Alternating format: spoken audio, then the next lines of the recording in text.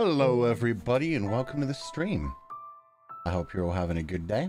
Today we're back with more Fata Morgana. I'm very excited to continue this. It's been a while since we played the game. And we're about to start a brand new door, so we have no idea what's going to happen. The only thing I have been warned about this one is that I should continuously go into the chat log, because there will be little Easter eggs in there. It will not be spoilers for anything, but it's just like flavor text that I should explore. Good morning, everybody. How are you all feeling? I hope you're having a good morning. Thank you for all the gifted this morning. There were so many. And it helped with something I was doing, which a lot of people noticed. Don't worry about that. You saw nothing. I hope you're all having a good start to the day. You should also know this is the shortest door. How much shorter? Like, significantly shorter? Like half the time? Like I should finish it in one stream?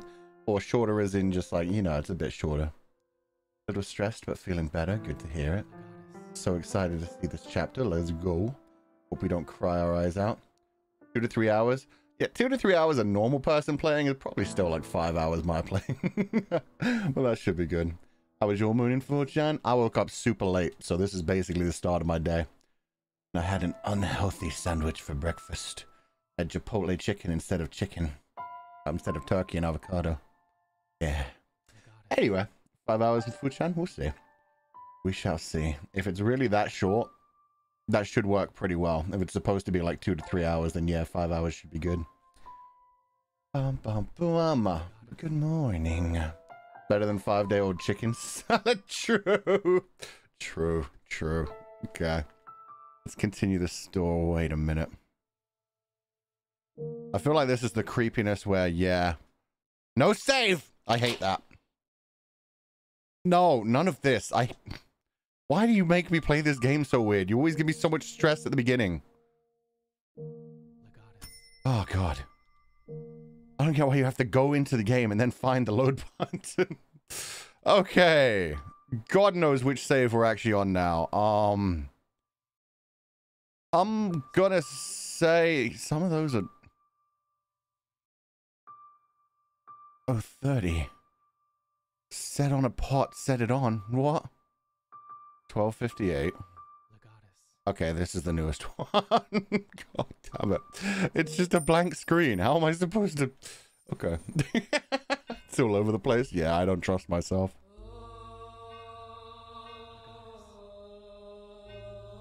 So I'm guessing this is the start of chapter 4. And we're starting with a banger of a BGM.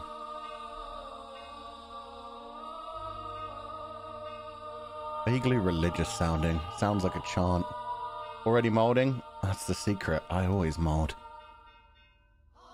Set on a pot. Set it on. And also pour water into it.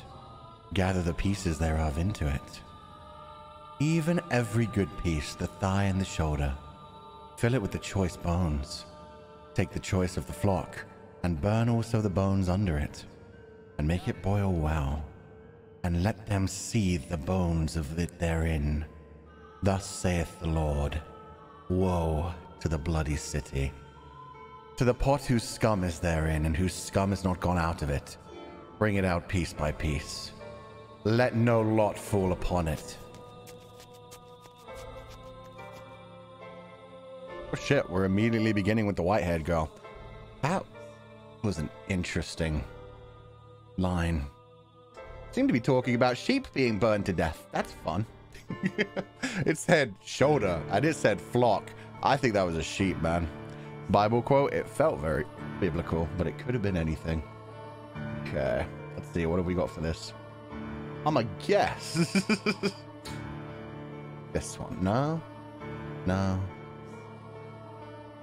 Let's start with this one. Let's see what happens. Probably.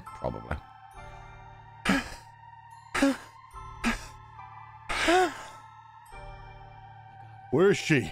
Where'd she go? She came down this way, I'm sure of it. Find her! Find her! And burn her! Burn the witch! Burn the witch! Burn the witch! Burn the witch! Burn the witch! Burn her! Burn her! Burn her! Burn her! Burn her! Burn her! Burn her! Well, these are lovely people, just immediately. So this is the past we were flashing back to during the Bestia being, well, not us exploring timelines and seeing people at the door screaming, burn the witch. Fun times. I wonder if this is the original white-haired girl. Possibly the original Morgana, too. Then will I leave thee upon the land. I will cast thee forth upon the open field. And will cause all the fowls of the heaven to remain upon thee. And I will fill the beasts of the whole earth with thee. And I will lay thy flesh upon the mountains, and fill the valleys with thy height. I will also water with thy blood the land wherein thou swimmest even to the mountains, and the rivers shall be full of thee. And when I shall put thee out, I will cover the heaven and make the stars thereof dark. I will cover the sun with a cloud, and the moon shall not give her light. All the bright lights of heaven will I make dark over thee, and set darkness upon thy land. Yeah, that's starting to sound like a magic chant. That is, ooh, the owl. That sounded really good.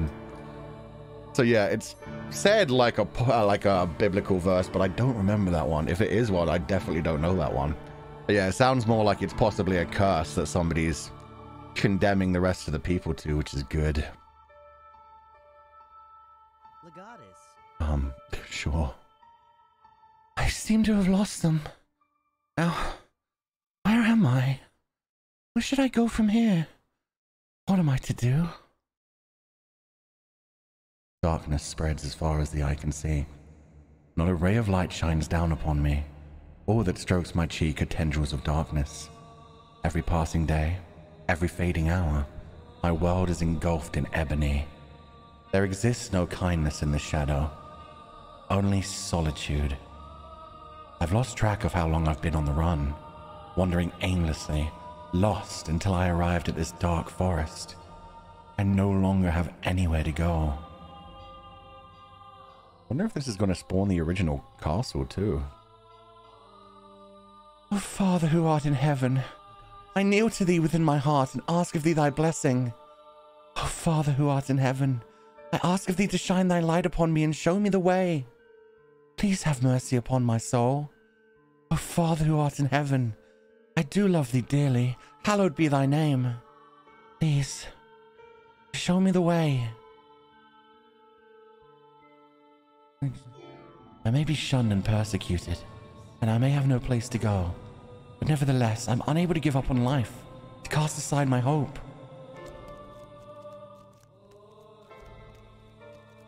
O Father who art in heaven, please guide me unto salvation. O Father who art in heaven, please guide me. Oh, I can no longer remember when my life became naught but running, when it became endless wandering in the dark. And now, when I've reached the point where I've long since forgotten my hunger and thirst, my voice has become hoarse, my vision gone blurry, and my consciousness begun sinking into a hazy morass. That mansion appears before me, wrapped in a morning fog that seems to foretell rain. Oh, short-haired white-haired girl. Shit. Animation. Been a long time since we had animation. Oh, it's the original, all right. The tower's still there.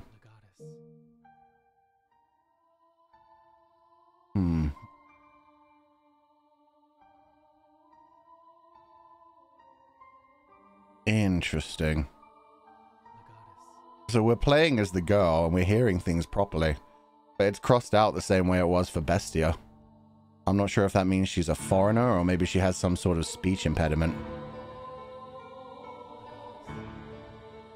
But something about the way she's speaking isn't quite right to other people, even though it's fine in her own head. I guess I don't have a wig for her, actually. Oh, my wigs for her are long. I mean, yeah, I guess. Normal hair. Oh my. The mansion comes into view like the world fading in after a dream. It doesn't appear as though anyone lives here. All the windows are either boarded up or shuttered, as if it's long since been abandoned. A tower, which seems out of place in a personal residence, stands tall beside the mansion. The whole building seems as though it could disappear with the fog. It has an unwelcoming presence, freezing me in my tracks.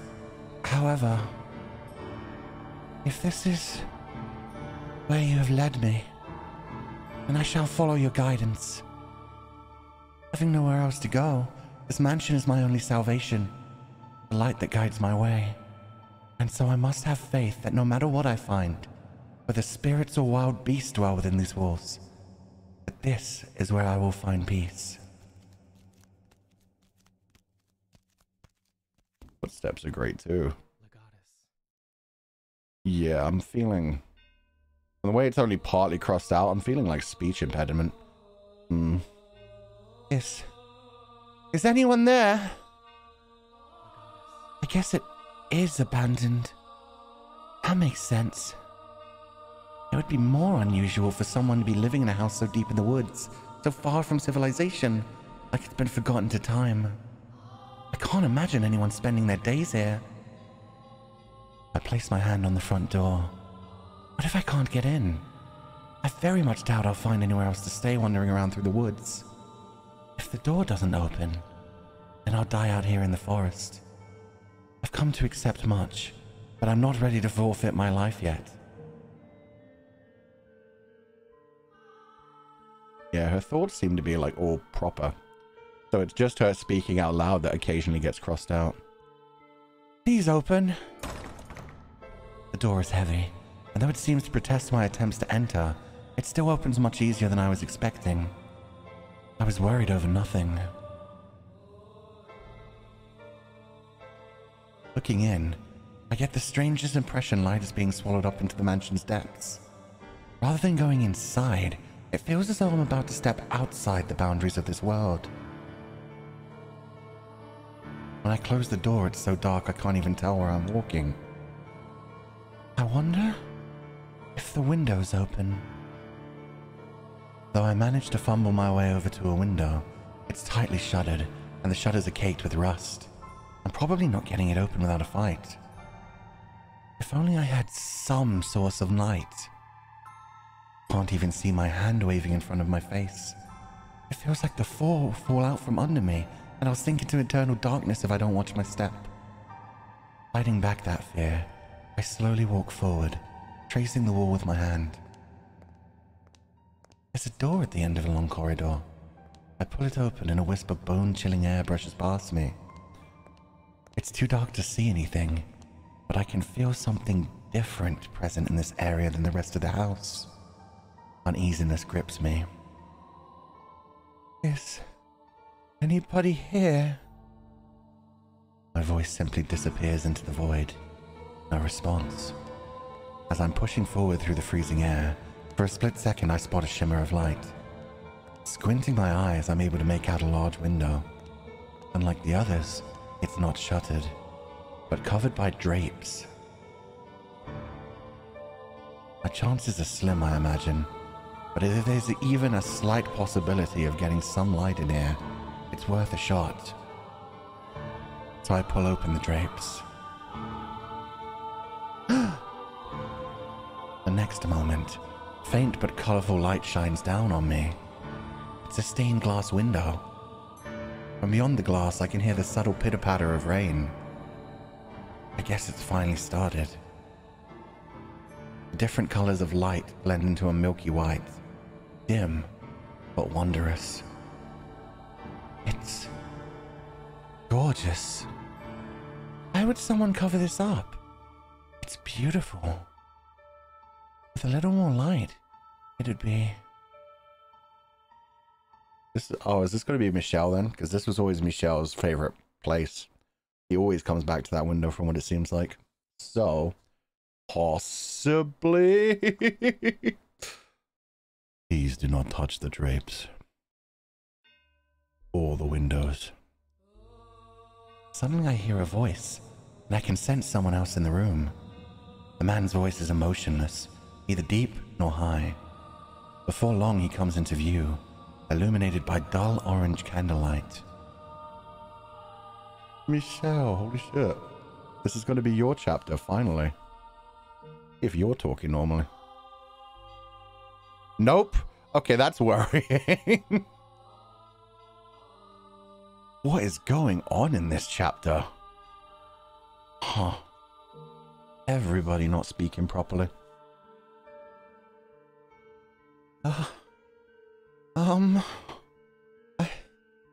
I'm sorry for coming in uninvited, but, I did announce myself. The man stands there, practically blending in with the darkness. Has he been there the whole time? He's staring straight at me. His gaze wavers slightly, but not enough for me to read anything in it. A candle in his hand, and the light from the stained glass window are the only illumination in the room, neither of which are particularly bright.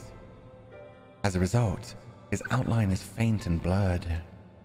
It gives off the impression that he might vanish entirely between blinks. My apologies. I assumed the house was abandoned. I suspect you would have preferred it to be abandoned. Not at all. he's very stoic about this whole thing. Someone just broke into his house and he's just like, yes, I'm sure you would have liked it to be abandoned, to just sneak in the night and sleep in my bed and have your way with my own mansion. Somebody said maybe it's like 2 different languages. That's what I thought at the beginning, because that's what they did for Bestia when Bestia was speaking Japanese. But now, it's the way that, like, some of it makes sense. Some of it is actually, like, coming across. I feel like either, like, it has to either be a very close language that they can kind of make up, like 2 different European languages that both came from Latin, or it has to be some sort of speech impediment. But it doesn't make sense for Michelle to have one, too. If it was only the white-haired girl, it would be one thing. I have no idea what it means yet. This is going to be interesting. It could just be, yeah, a language barrier. Maybe she's only just barely learned the language, and so she's not speaking it properly. But then him as well. Maybe he's going back. I don't know. We'll find out. Is this, do you live in the mansion? Yes. I have for a very long time. Oh. I thought I had barred the front door, but it would seem I left it open. What brings you here?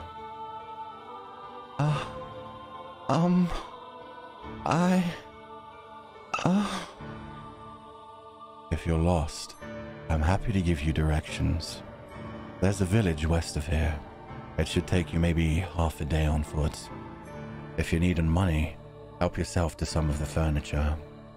Trade it for food at the village, and make your way to a larger town. Please allow me to stay here. The fuck? The way he just closed his eyes.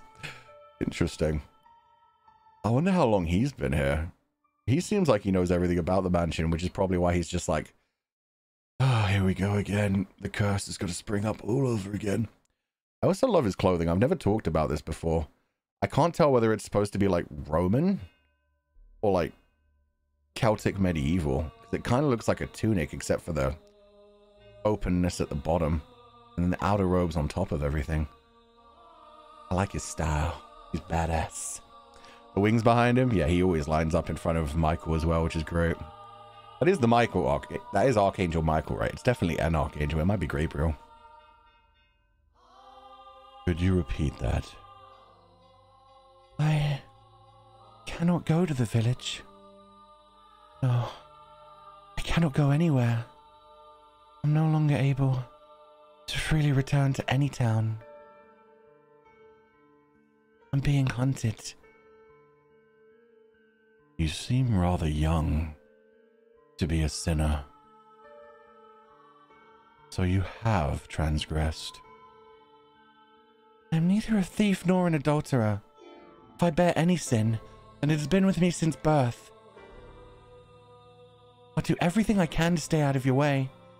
I simply ask that you grant me shelter until it all blows over.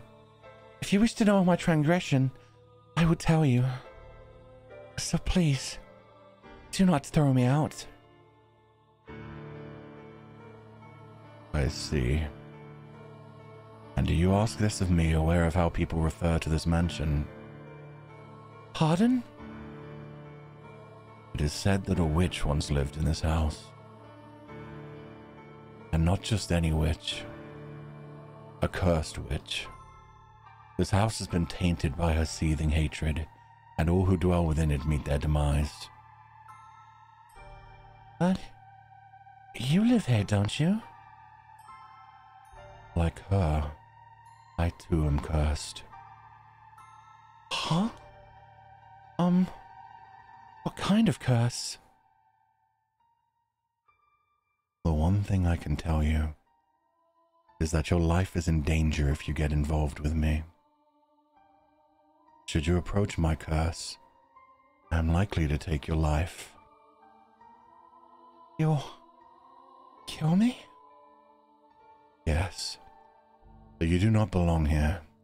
To live with me in this mansion is to sentence yourself to death. No matter which path I choose, I very much doubt I have a future. And if that's the case, then I shall live how I want. I don't care what people say about you or this mansion. I wish to stay here. You might think I'm rather strange, but my heart tells me that I must stay here, that I was guided here. And hearing what you have to say only reinforces that. What are you scheming? I'm not scheming anything. I'm simply tired of running. So if your curse is going to kill me, and perhaps that's for the best. At the very least, you won't be hunting me. You won't try to flay me or tear off my arms or rip the flesh from my bones. And that's enough for me. If you have committed no sin, then why do they hunt you so fervently?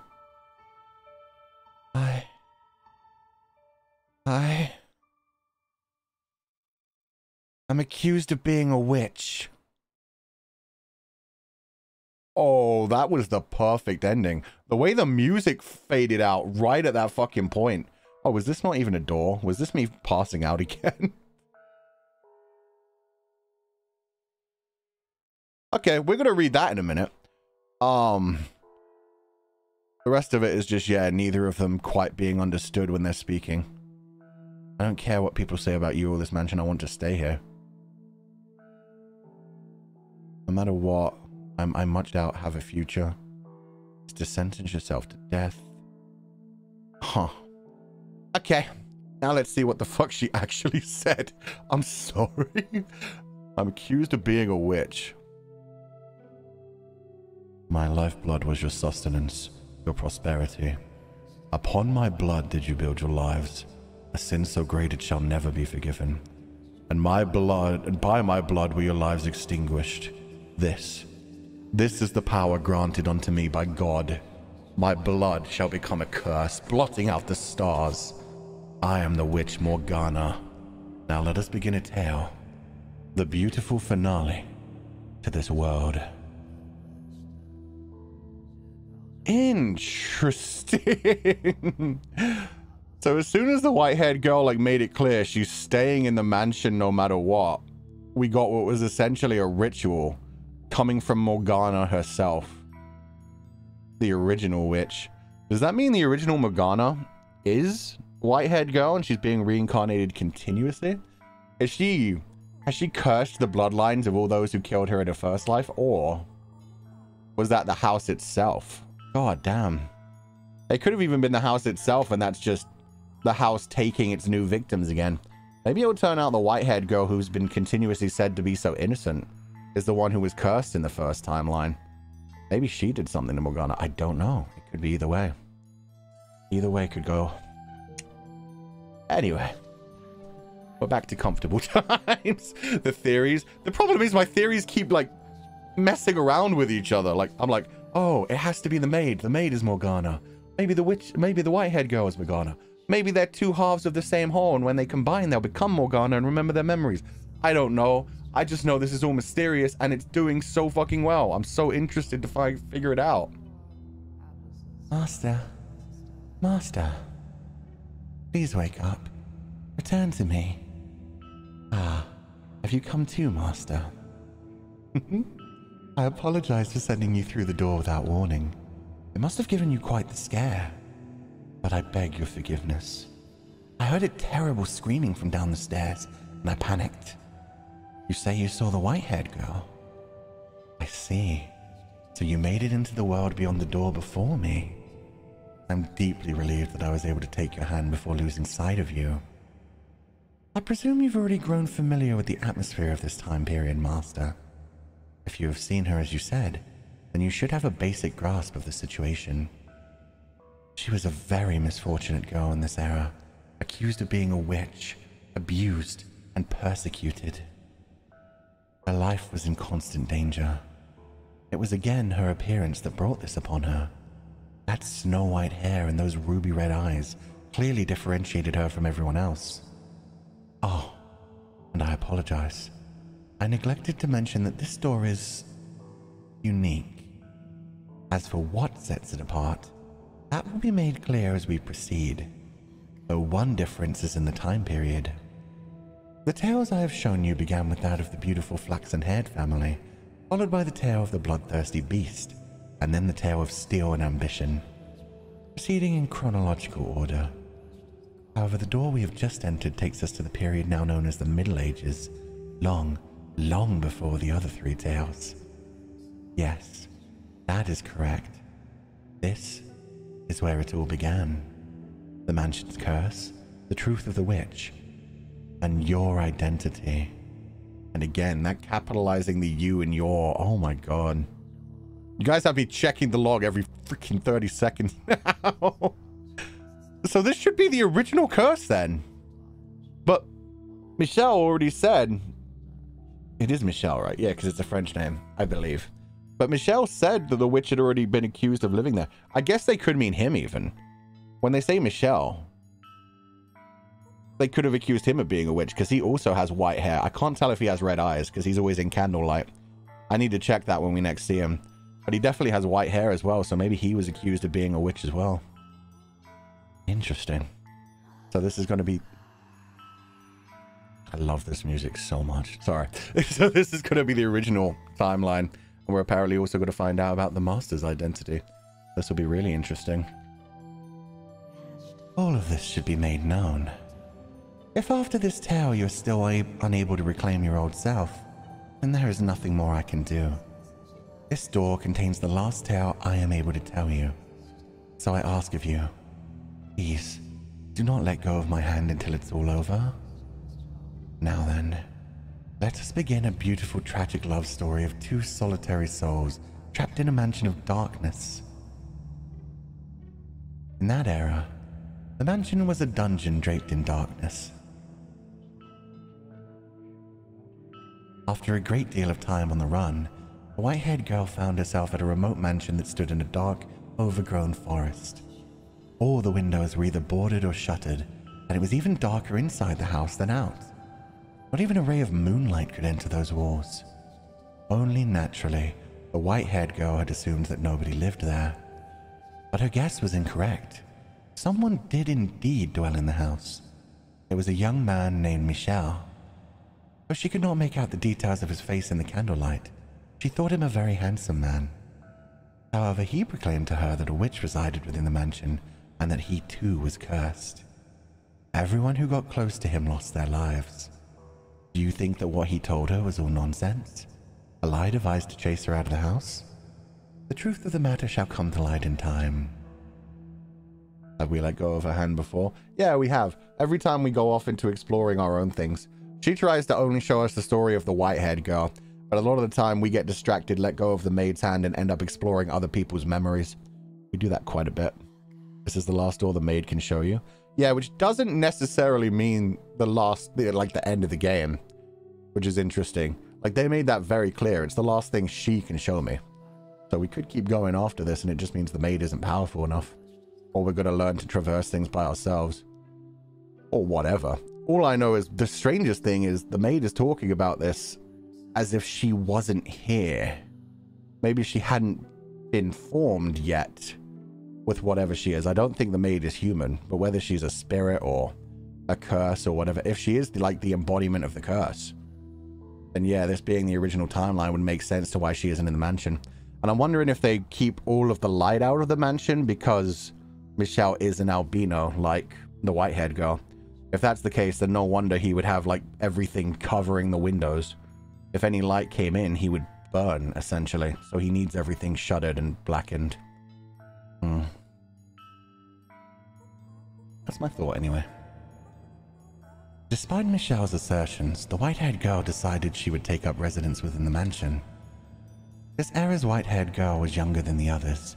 She was still in her early teens, young enough to be seen as a child. But she was neither as self-centered nor irresponsible as you might expect of someone her age. She was very delicate and reserved, and acted with a great deal of modesty and restraint. Accusations of her being a criminal and a sinner were grossly inappropriate. Nevertheless, she was still chased from her home, barely managing to flee to this mansion with her life. Now, the white-haired girl thought it would be rude to simply take up space in the mansion, so she chased down the master, Michelle, and asked, is there anything I can do to help? Oh shit, yeah, I'm in the way of the text. My bad. Thank you for pointing that out. Whoop. There we go. I will clean or cook or do anything. Just let me know. I love him. I love how his response to everything immediately is just...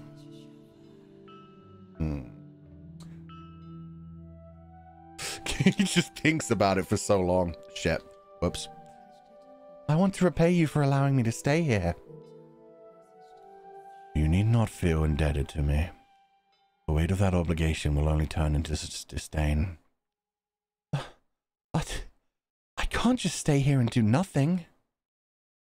Do whatever you like. As long as you do not enter my room. That is all I ask of you. Simple enough. That works. Why is he hot? He's gorgeous, man.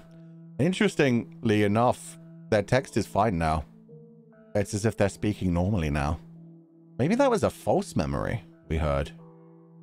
Maybe a forgotten memory. Maybe it's because the maid didn't exist yet. Maybe the maid's only literally just come into existence. But she didn't remember that properly. It was all kind of corrupted. This she remembers because we then had the Morgana thing, the curse happen. I'm overthinking again. He said emotionlessly, turning away and walking off. Michelle was not, I believe, spurning her. He was merely disinterested. He did not treat her disrespectfully, nor did he seem adverse to her presence. Words simply did not seem to affect him at all. Not only was the mansion a prison for his body was also a prison ensnaring his heart. I should still do whatever I can. But she did not let that get her down. In fact, she might have even interpreted his disinterest as kindness. Though he was a bit standoffish, he did not attempt to cause her harm. He was nothing like the people who had accused her of being a witch and forced her to flee for her life. And she was deeply grateful for that. Thus began their quiet life together. Michelle, who avoided contact with others, and the white-haired girl, who had taken a great deal of abuse from others. Two people who knew hardly anything about one another, who were too distant to really be said to be living together. Michelle spent most of his day in his chambers, so they only ever saw each other occasionally, and they hardly ever spoke. Though they stayed in the same house, they both still lived solitary lives. Nonetheless, the white-haired girl wanted to get to know Michelle better. She wanted to know why he called himself cursed. Why he lived alone in this dark mansion. How many days? How many years had he spent here in solitude? And while she waited for the opportunity, she also started doing things around the house. Aw, she's trying to take care of things. That's nice. Michelle just like me, for real. Honestly, absolute paradise. He's living in a giant mansion by himself when nobody comes to disturb him. Look at this fucking library of books. If this was modern day, all you need to add is an internet connection and one dog, and you're set for life. That's perfection. What do they eat, though? I'd imagine they forage around the forest. They said it's surrounded by the dark forest still. They should be able to hunt. They should be able to find things. Or maybe it's just the mansion giving to them like it often does in other timelines, where the maid just happens to always have food that she can prepare for them. Not wrong. It's paradise, man. The first project she set out to take care of was cleaning. As the windows were all firmly shut, their only source of light was candles. For whatever reason, there was a great deal of candles stored in the cellar. She wondered where on earth he had acquired so many. She never found the opportunity to ask him. It was difficult to even see all the dust and cobwebs with only candlelight, and considering the poor airflow through the house, she was afraid her efforts were going to be in vain. Still, she persisted, sweeping and wiping things down one room at a time. Eventually, she made her way to the library. The dust that had settled there was much heavier than in any other room. With each breath, she had to fight back coughs. It was not a room one would normally be comfortable spending much time in, but the sight of so many bulky volumes lining the shelves sent her heart aflutter with delight. Books. Incredible. Real books. The white-haired girl had never seen a book before. She had heard people describe them. That was the first time she had ever seen one for herself. Parchment was a very valuable commodity in that era. It was something monks or scholarly priests made use of, and not a material one could easily acquire without some degree of social rank. Books were not printed with machines, but copied by hand. A single volume took an incredible amount of work to create. Even the process of binding was an art. That's true. Back then in the Middle Ages, plus most people couldn't read. Reading was a thing that only really happened for like aristocracy. So yeah, very true. The printing press hadn't been made yet. It took a long time to bind books and to prepare them in a way that worked. And it was such a great sacrifice of resources for just a single book. People had to copy them out by hand. And then, yeah, like they said, mostly it was done by religious people to copy like Bibles and things. Book binding is a lot of fun. I'd like to learn to do that. But yeah, I'd imagine it's a pain in the arse. Most peasants didn't even know how to read and write then, right? Yeah, mostly it was the aristocracy and like people that lived in castles. They'd have like scribes to write for them and people to read for them as well. So Michelle, pretty educated, I suppose. Doesn't seem like he's been in the library in a long time. But I hope the white-haired girl can read. If she can, this is going to open her world so much. But we don't know for sure yet. Standing before a shelf, she stared intently at the spines. There's so much dust. Does he not read any of them? Just a peek. Just a tiny peek, she said, making excuses to the empty room as she reached a hand toward one of the books. The tome that caught her eye was on the upper shelf. It bore gorgeous jade embossing and looked like it belonged in a treasure chest. Almost.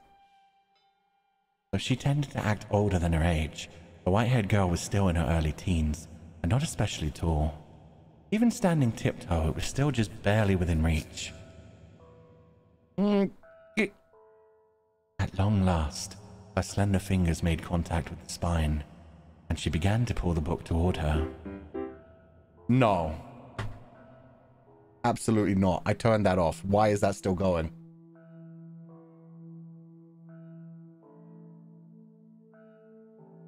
I'm so fucking angry. Nobody donate through Streamlabs. I will actually fight you. Save it till the end of the game. But thank you for the donation, whoever that was. Ah! The library had sat abandoned for some time, causing the covers to stick together. So when she attempted to pull one out, several others tilted with it. And then almost all the books on the shelf came avalanching down onto her. Ow! The white-haired girl groaned, buried under a mountain of parchment. She hoped she had not damaged any of her host's valuable collection, but the mess was enough of a setback already in her attempt to express her gratitude. Looking around, she saw one volume that was almost torn in half. She did not know whether it was in that condition before, or if it had happened in the fall, but nonetheless, she felt horribly guilty. Sitting there, unable to get back to her feet, tears began welling in her eyes. Damn, so all the books are ruined at this point then. Oh god, he's letting them get, he's let them get so old they've just fused together. You won't even be able to open them. She's so clumsy. No, she's not. She couldn't help that. That's on Michelle, man. And suddenly, a shadow fell over the dejected girl. It took a book in its hand and returned it to the shelf. For a brief moment, the shadow's hand reached hesitantly toward the white-haired girl, and changed course toward another book.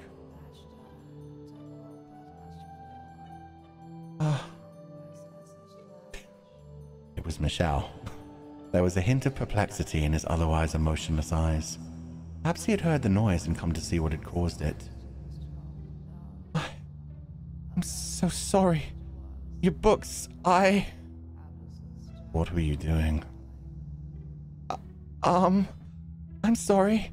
I wasn't trying to make a mess. I didn't mean to damage such precious books. Fuck. There's no need to panic. I think it says they're back to... Why are they back to this? Everything was perfect for a while. It's...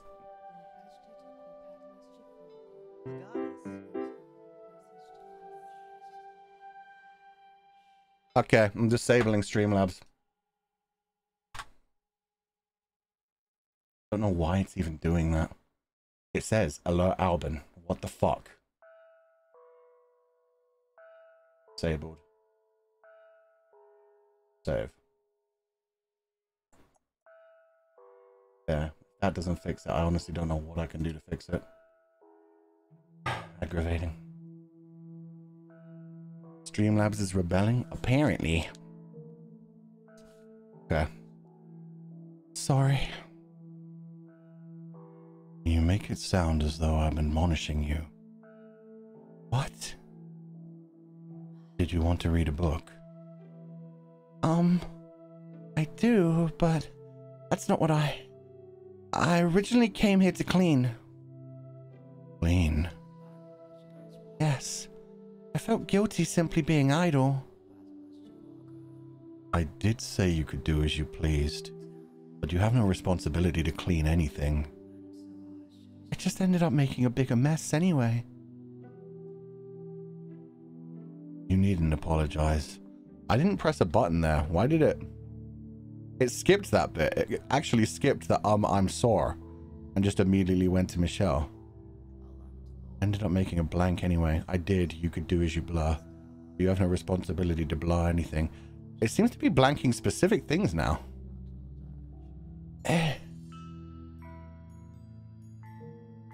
This is weird. Very strange. Really are being haunted? Yeah, I am. Oh, okay. If you want to read, help yourself to any of the books. But I don't know how to read.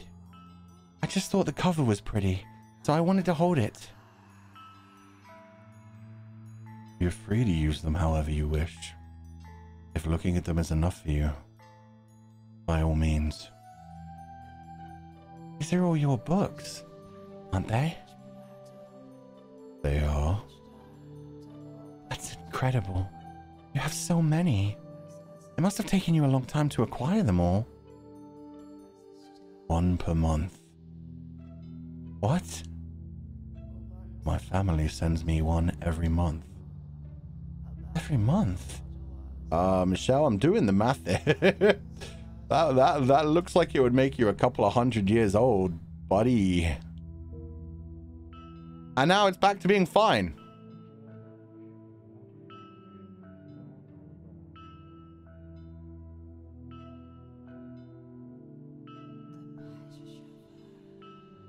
That's strange. I can't tell what it's specifically blanking out. Like, for a while, it's been fine. Huh. How old are you then, sir? That's the question. The white-haired girl turned her gaze back towards the shelves, squinting her eyes and beginning to count. When she finished, she was in awe.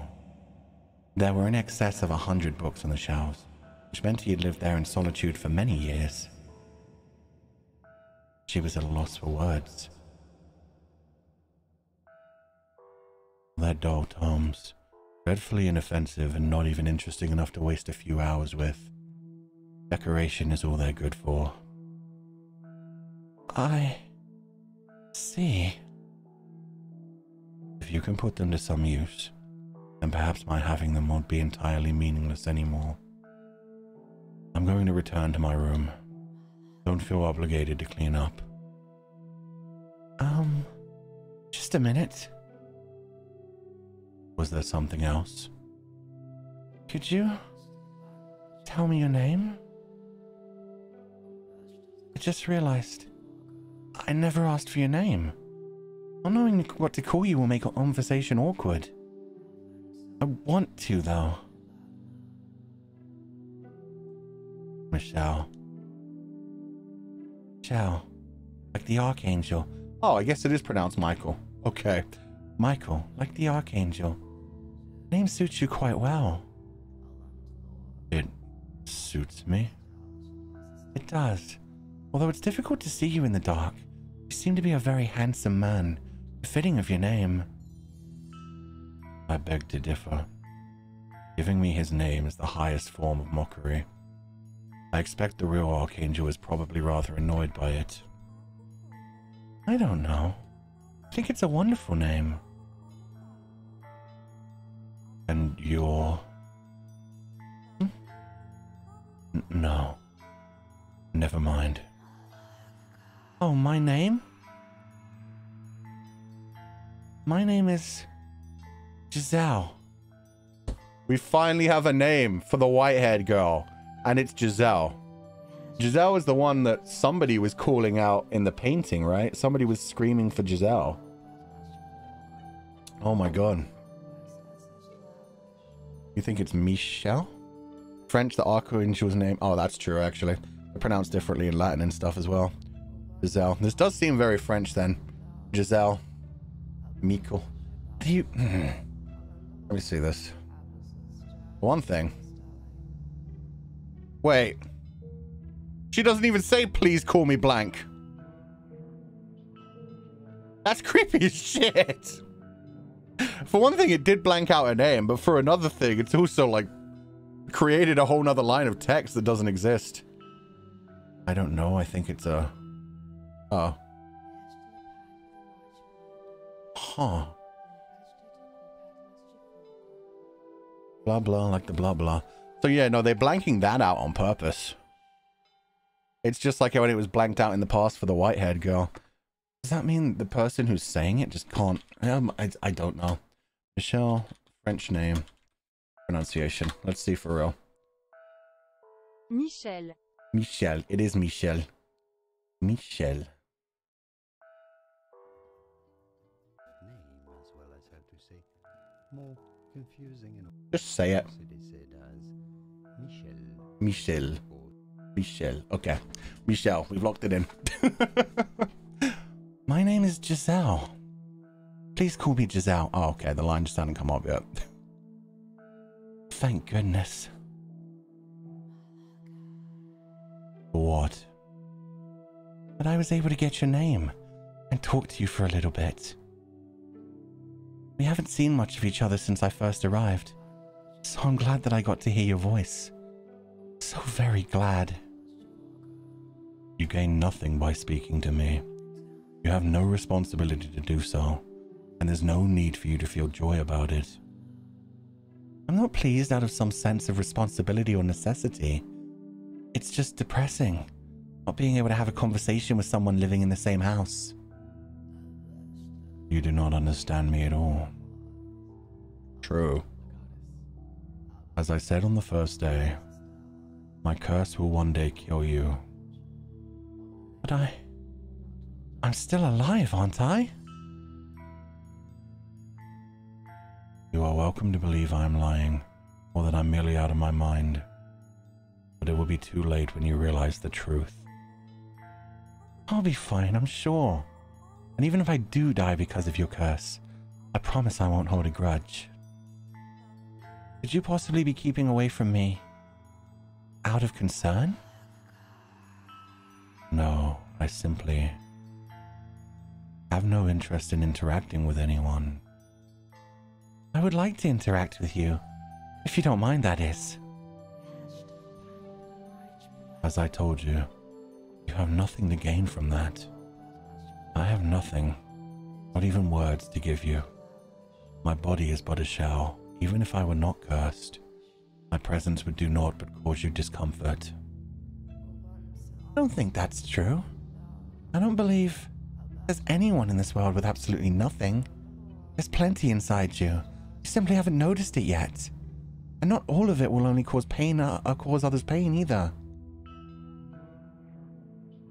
If you truly believe those words, then you are a foolhardy girl. How can you trust someone you only just met?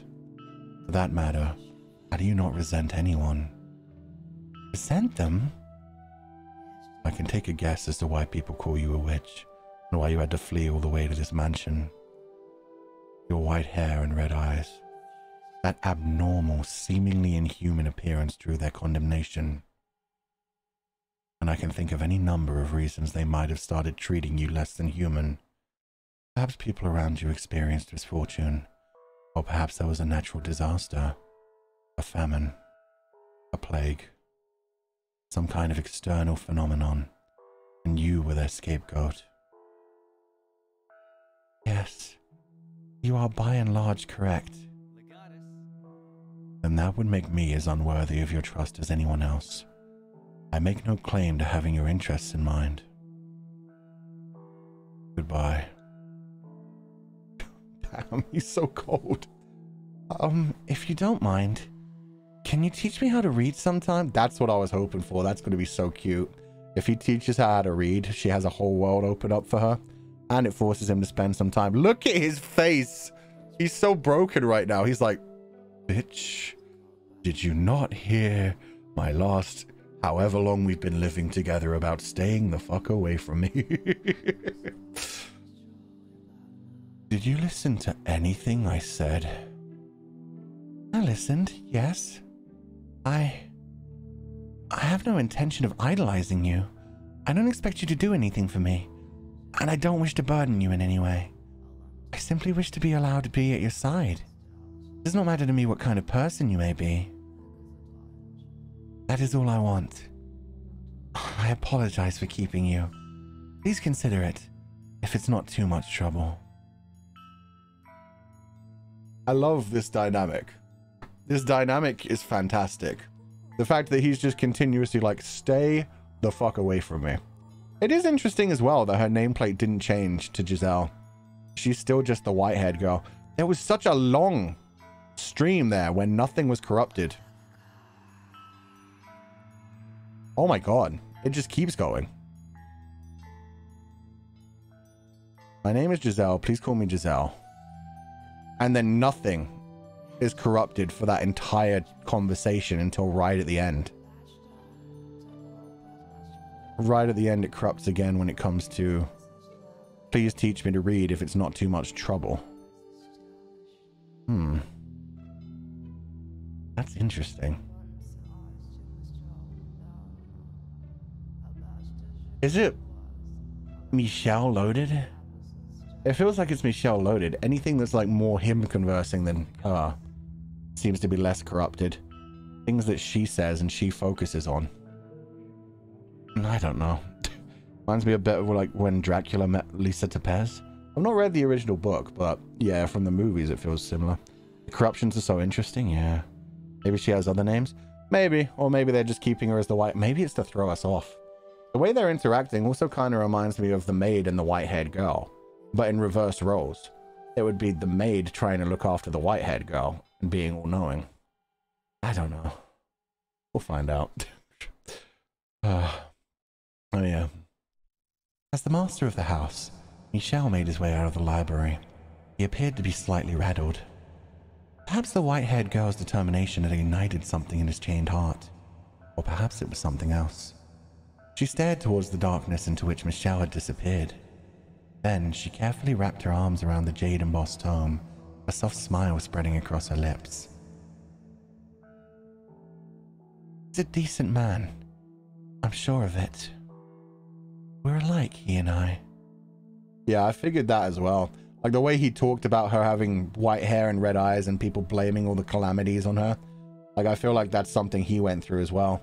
And probably why his seemingly incredibly wealthy family has locked him away in this castle by himself and just sends him one fancy book every month, which is an expensive damn gift as it is, but the fact that they've managed to keep it up for so many months is pretty damn impressive.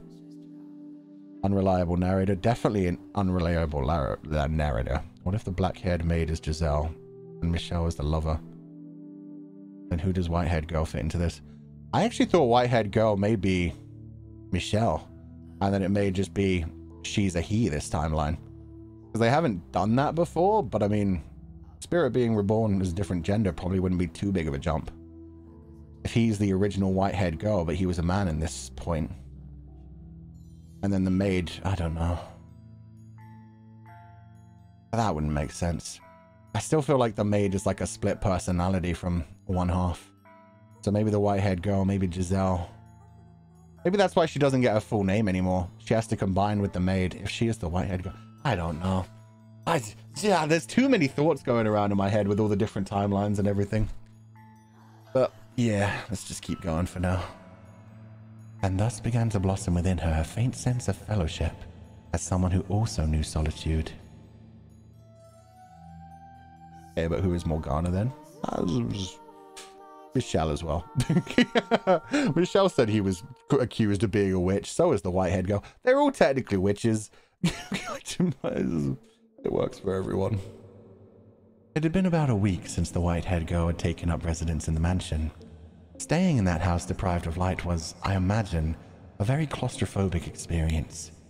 To anyone blessed enough to have sunlight as a part of their everyday lives, it would have been unbearable. But for her, the mansion, with its prison walls and lack of either illumination or recreation, was the one place she could find respite. She and Michelle continued to be distant, however. He spent most of his time in his chambers, which he had explicitly told the white-haired girl to stay out of, leaving her unable to close that gap. Nonetheless, on the occasions they did cross paths in the hallway, their eyes would meet, if but briefly. It was never for more than a few seconds. Whenever she saw him, she made a point of giving him a little smile.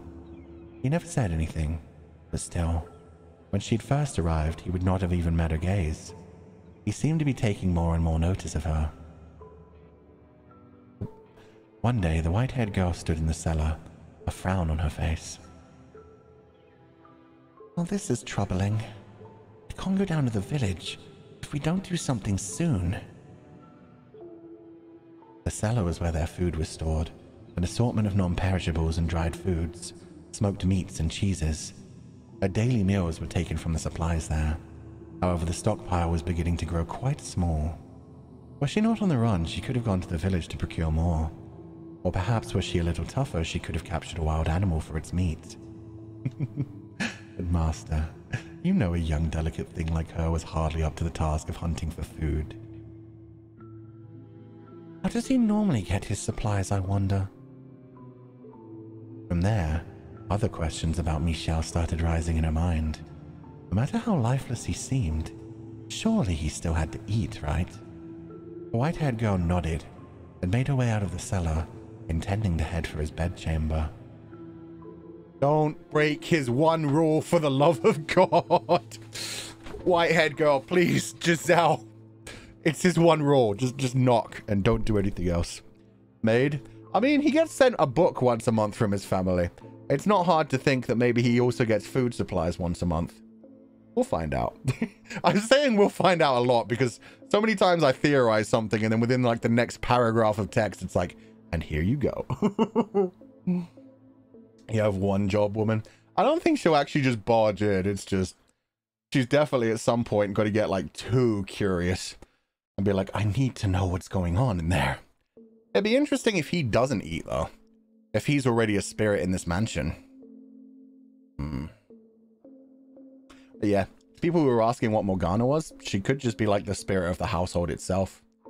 Like maybe the original witch is either Giselle or Michelle, but it's Morgana that gets spawned when they create their curse kind of thing. Anyway. But on her way there, she spotted him standing by the entrance, staring motionless at the door, lit by a single candle. He appeared to be waiting for something.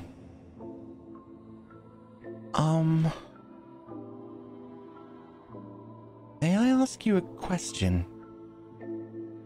Go on. I was just down in the cellar, and I noticed we're running low on food. Do you normally go down to the village to restock? I haven't been outside in 10 years. And how do you... What if I told you I don't eat? That I'm not of this world, and as such, I have no need of sustenance. What would you think of that? That sounds very, economical? I fucking love her. She's not wrong. She's not wrong. I mean, I'm already talking about like spirit and stuff, but who knows, man? Maybe he's like a saint. Maybe he doesn't eat because he's done like the whole Shansha kind of thing of like evolving to the point where he doesn't need food. He just absorbs energy from his surroundings. But no, he's probably a spirit. He's probably just fucking with her right now. He's just trying to mess with her and be like, yes, I'm not of this world. So don't grow attached to me. I can curse you at any time. Oh my god. He's trying to scare her and it's not going well. Nah, she just wants to be with him anyway. You can survive without having to eat. And that's one less thing to worry about. If it were possible. I'd like to have that ability too. Yo, his eyes. I didn't notice how expressive his eyes are. Like, he's looking off to the side because he just doesn't know how to deal with this information. He's like, that was supposed to fuck her up. Yeah. In his mind right now. That was supposed to scare her away from me. Shit, she's just as chuny as I am. It would seem trying to frighten you is a waste of time. Ah. Was I supposed to be afraid? Never mind. It doesn't matter. You asked about the food in the cellar. It's getting to be about that time. Wait and you will find out. What do you... It's here. I love him. He's so mysterious. There's been like no glitches in the text. Oh, I haven't been outside in XXX. See, that's classified information. He said 10 years, but it could have been like a century by now. There's so many books, man. I was just down in the blank and I noticed we were running blank on blank. Like, don't question about the food. They're understanding each other a lot more now. Or is it just he's actually remembering her now? What if I'm Michelle in the future? What if I'm the master that's come back to the mansion? Reborn, obviously. But yeah. It was so corrupted before because I wasn't remembering it, but now I'm starting to remember Giselle in my past life more. So everything's sticking more? I don't know. Book delivery with food? See, that's my kind of life. Just once a month, send me a bunch of food and a book. I'll be good. I'll stay in the mansion. I don't need to leave. It's here. Ah? If you want to know where my supplies come from, open the door. But, I'm in hiding. There's no one at the door anymore. The knock is nothing more than a signal. A signal? Yeah, I'm guessing like they fear him a little bit. So they unload everything out of the carriage, knock the door, and then run the fuck away. Just to say, okay, your shit's here. Do not curse me. I'm out. Don't hurt me. Are the censored parts just details that are lost to history? Things that have been forgotten? It could be. Or it could be things that have been misremembered. Or it could be things that someone doesn't want to remember. Or things that are outright lies. It could be anything right now. The white-haired girl turned towards Michel to press him for more information. But he averted his gaze. Find the answer yourself, he seemed to be saying. She took several moments to gather her will, then marched over to the door. Am I the only one who finds him ridiculously sexy for all this shit? Like, you show up in a mansion, there's a mysterious sexy man who's always in darkness just carrying a candle, has a giant library, a mansion, gets food and books delivered on the regular, and is just constantly like, why don't you find out for yourself? I'm not going to tell you anything. Just leave me alone. Like, that makes you want to get to know him more, right? So bright. The sunlight which she had not seen in some time, was so bright it seemed to burn her eyes. Although the sun itself hadn't not gotten any brighter, she had simply spent so much time in the dark her eyes were no longer accustomed to so much light. The color of her eyes made them quite sensitive to light already, but when she stepped outside, her whole world went bone right. The white-haired girl stood motionless for 10, perhaps 15 seconds, and when her eyes had finally adjusted to the light. "What's this?" She noticed a crate on the ground at her feet. She turned her head back to ask Michelle about the box, but the mansion was so dark it appeared to be wholly severed from the outside world. From where she stood, she was unable to distinguish Michelle from the shadows. A pang of nervousness struck her. She wanted to return to that darkness as quickly as possible. The white-haired girl had come to yearn for that world without light more than the one with. The crate was fairly hefty. The slightly built girl had considerable difficulty bringing it into the house, but eventually she did manage to drag it through the front door. And then, everything went dark once more, except for the faint flicker of candlelight floating in the air.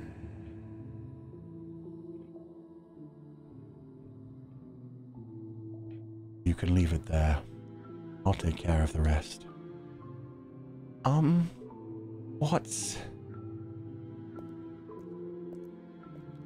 Without a word, Michelle approached her in the box, withdrawing a knife that he had evidently kept hidden somewhere on his person. With it, he cut through the rope that bound the box. "Go on. Open it up." At his insistence, she placed her hand upon the lid. She had no idea what lay inside this unexpected delivery. Whoever had brought it was already long gone. Staring at the strange box, she was racked with nervousness. However, she found when she pushed aside the lid was completely ordinary food. It's something amusing. It was just rather anticlimactic. Here I was, worried about what might be inside. We were just talking about supplies in the cellar. So we were. She's so dumb. She's so adorable. I fucking love Giselle. It completely slipped my mind. Should last us for some time. It's all preserved, just like what's in the cellar. But I don't understand. Who would deliver all of this to you? There should be a book in there as well. What? Oh, there it is. In the library, he said. But his family sends him one book a month. Does that mean this box came from them? If so, then why did the person who delivered this leave without speaking to him? What happened between him and his family? Is he here because they want him here? Or because he chose to be here? Oh, I just realized this story completely lines up with the whole princess in a tower thing that they had going as well. Michelle is essentially locked in a tower by his family. That's interesting. So is he actually the original story part of that? It just ends up dying all alone in the tower? They're completely understanding each other now. There's not been anything broken for a while.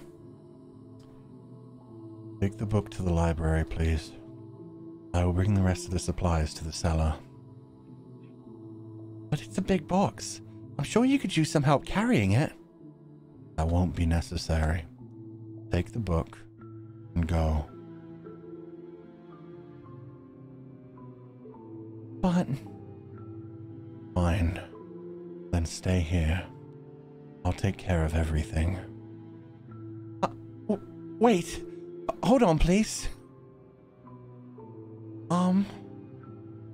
What is it? You don't have to answer this if you don't want to. And, I'm not trying to pry, but I can't help but be curious. Say what you have to say, please. I was wondering if you could tell me why you live here, in this mansion. Why did whoever delivered this box leave before you opened the door? Could you perhaps be imprisoned here.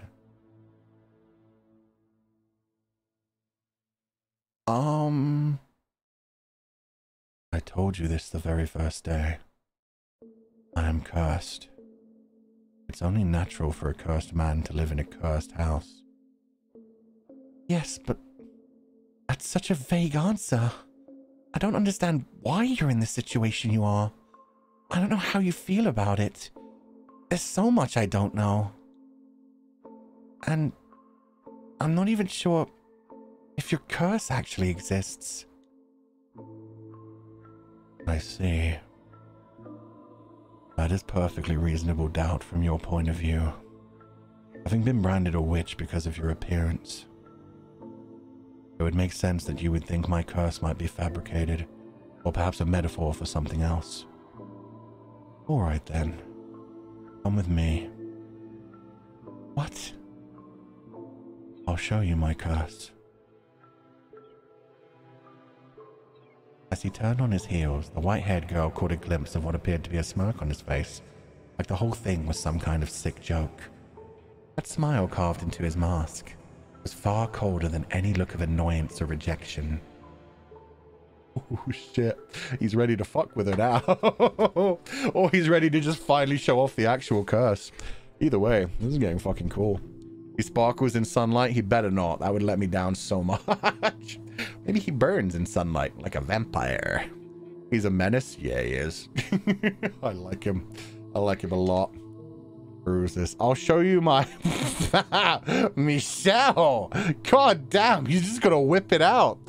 Yo, it's only been a month since you two lived together. You shouldn't be doing this. Jeez. Give it a few years, my guy. Yeah, that's the only thing. So it's the curse that's blanked out this time and nothing else. Maybe because she doesn't understand it just yet? Fulgur, please. God damn it. She's a teenager, please. Yeah, that's why I said he should have waited a bit longer. What's he doing? Disgusting, Michelle. Disgusting. No wonder he's forced to live alone. But despite the twinges of nervousness, she still followed after Michelle. As much as he might have stood out in a crowd, with such height and long hair, his presence was almost entirely eroded away by the darkness. She felt that he could simply fade away into nothingness at any moment. And the fade to black. Let's go. Many things are buried here. Huh? Mice, insects, wild cats, and dogs. Have you ever thought it strange how little life there seemed to be around the mansion? You're right. I haven't seen a single creature since I arrived. The only sound you can hear is the wind blowing. Now that you mention it, it did seem peculiar. They were all killed by me, or rather, they lost their lives because of me. You have your answer now. A butterfly flooded its way into the ruined garden, dancing up and down through the air. Michel held out a finger before himself, and the butterfly, mistaking it for a branch, drifted down upon it to rest its wings. Had the scene stopped there, it would have been a picturesque moment. All that comes in contact with me loses its life. My skin, the breath I exhale, my flesh and blood, is poison to all life. But the butterfly's movements began to slow. It spread its wings in one last futile attempt to fight gravity. And then, without warning, it shriveled up into a dry husk.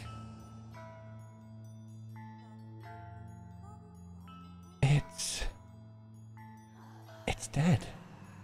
All dried up and lifeless.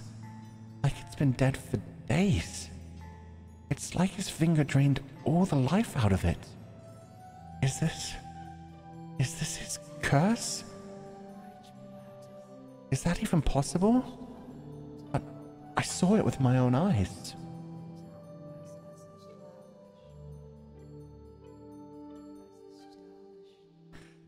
If this is his curse, though, it explains much. There are more than just insect and animal corpses buried here too. Servants who came to visit me long ago are here? Beneath the ground? Under our very feet?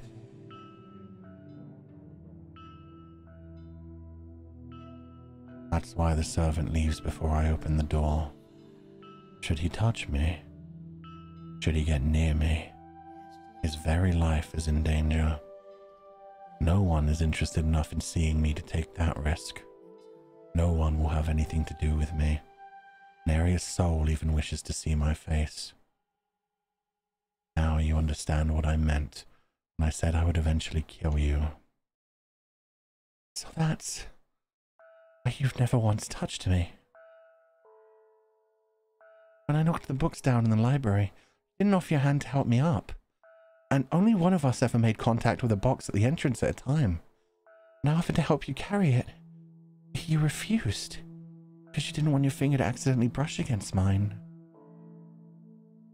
My actions were not out of concern for you. I simply dislike people. Others' interests mean nothing to me. Now that's a little bit of bullshit. You could have tried to lie a bit better and been like, yo, I didn't want to have to carry your body out and bury you. That's a pain in the ass. There's a thing called gloves? Yeah, there is. Oh my god. See if anything's been corrupted. Blah, blah, blah, blah, who came to blah, blah, blah, blah long ago. There are more than just blah, blah, blah, blah, blah, blah, blah, blah, blah, corpses. Blah, blah, blah, blah, blah, blah, too. Interesting. I don't get it. Still, interesting. Gloves didn't exist in this timeline. It is the medieval time. That is like a very...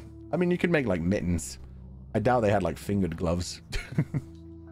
But he at least cared enough. He reached towards her after the books fell and when he got into the library. He reached towards her and then he thought better of it. He had to think about it and be like, no, don't touch her. You'll kill her. Just choose wool, bah, bah, bah. How dare. What an odd face you're making. Do you not believe my curse is real? No. I do.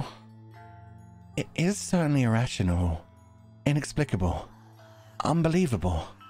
But you've shown me more than enough evidence. And I don't believe you're lying to me right now either. In which case, you now understand how dangerous it is to be near me.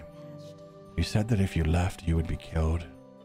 But it's been some time since then. If you're careful to cover your tracks, you could make your escape. You do not belong here. He was telling the truth about being cursed.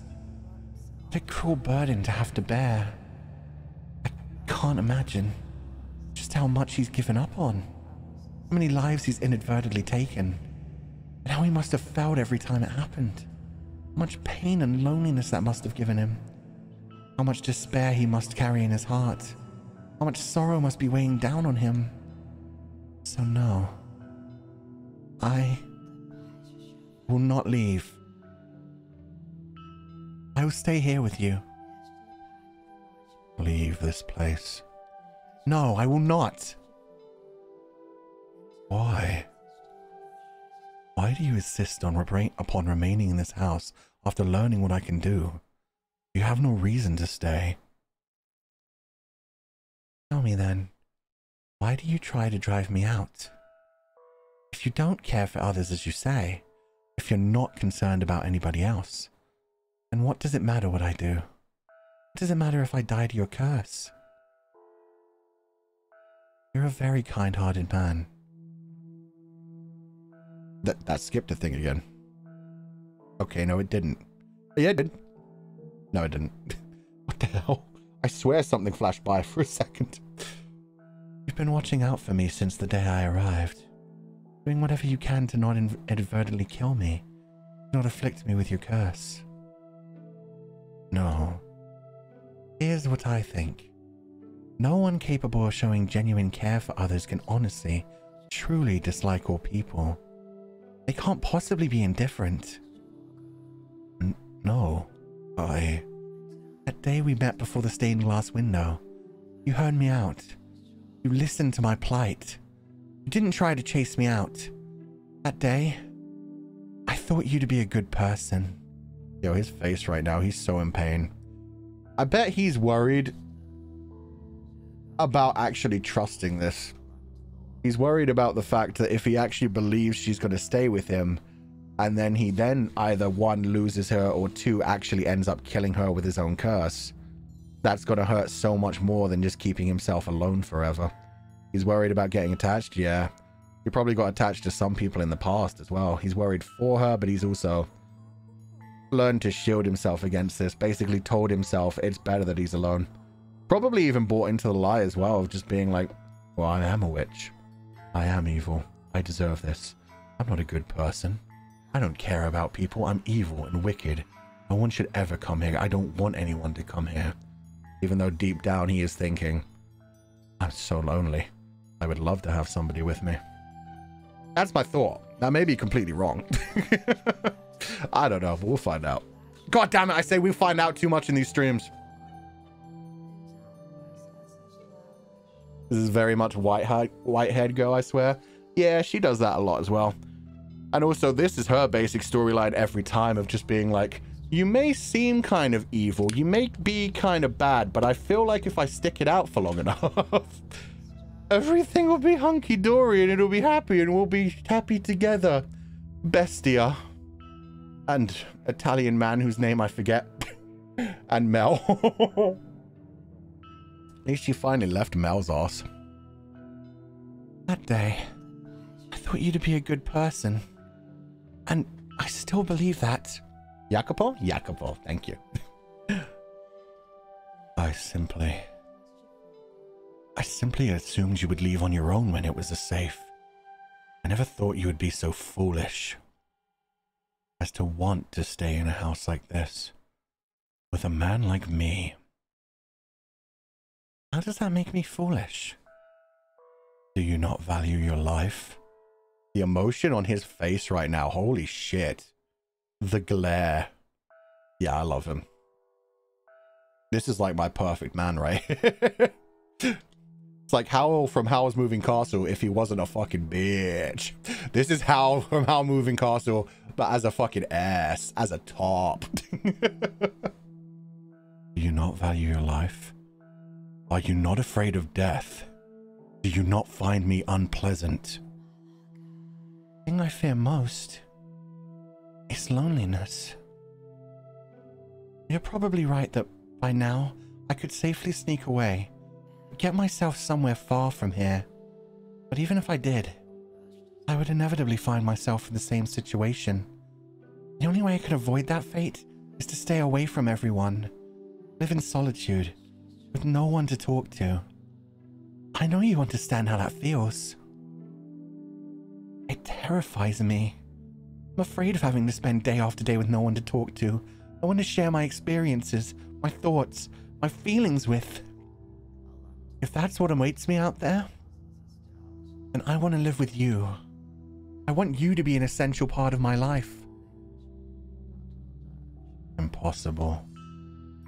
Please, don't chase me out. You are a cruel girl. Never again will I allow myself to get close to someone. The pain in his face. Yeah, he's hurt someone he was really close to. He looks like he's about to break down into tears right now.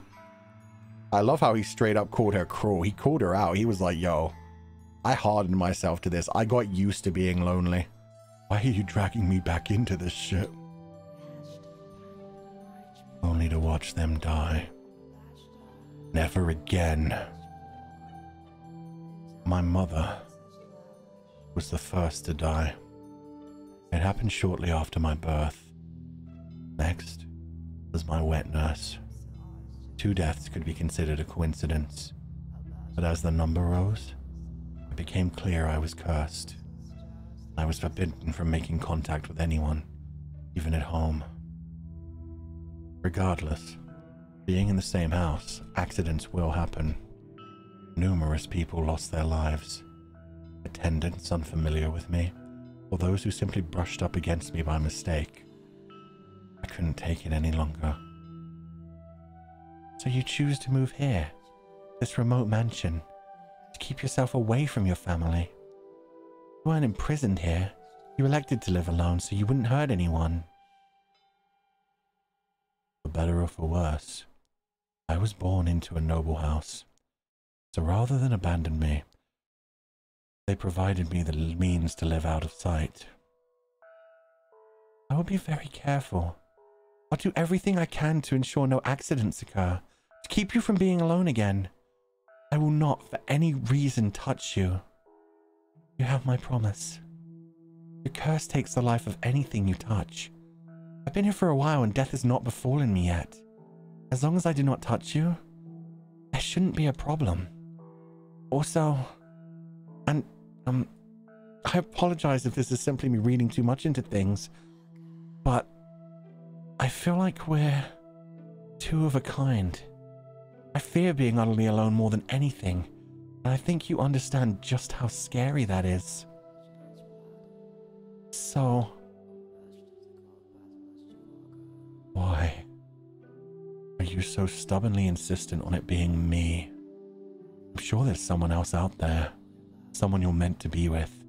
You may not have found them yet, but I believe someone like you eventually will.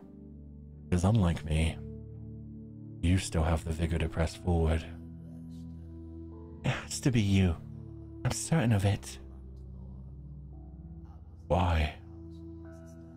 Because, well,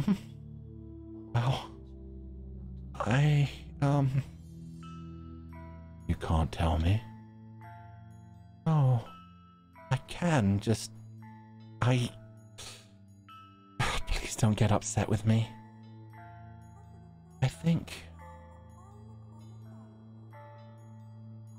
Dramatic reveal.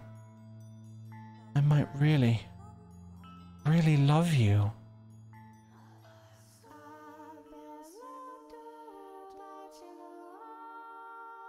Girl, you are a child. For one thing. Unless she's talking about like the whole biblical sense of love, that good old agape kind of, yeah, I love everyone. I mean, she could have puppy love, but yeah, poor him for her putting that on him.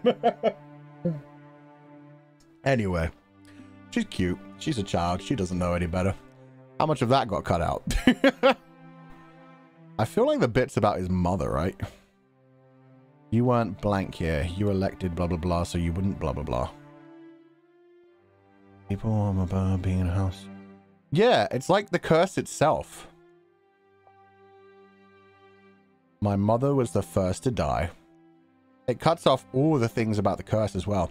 Does that mean... But it cut off a lot of the early stuff about white-haired girl too.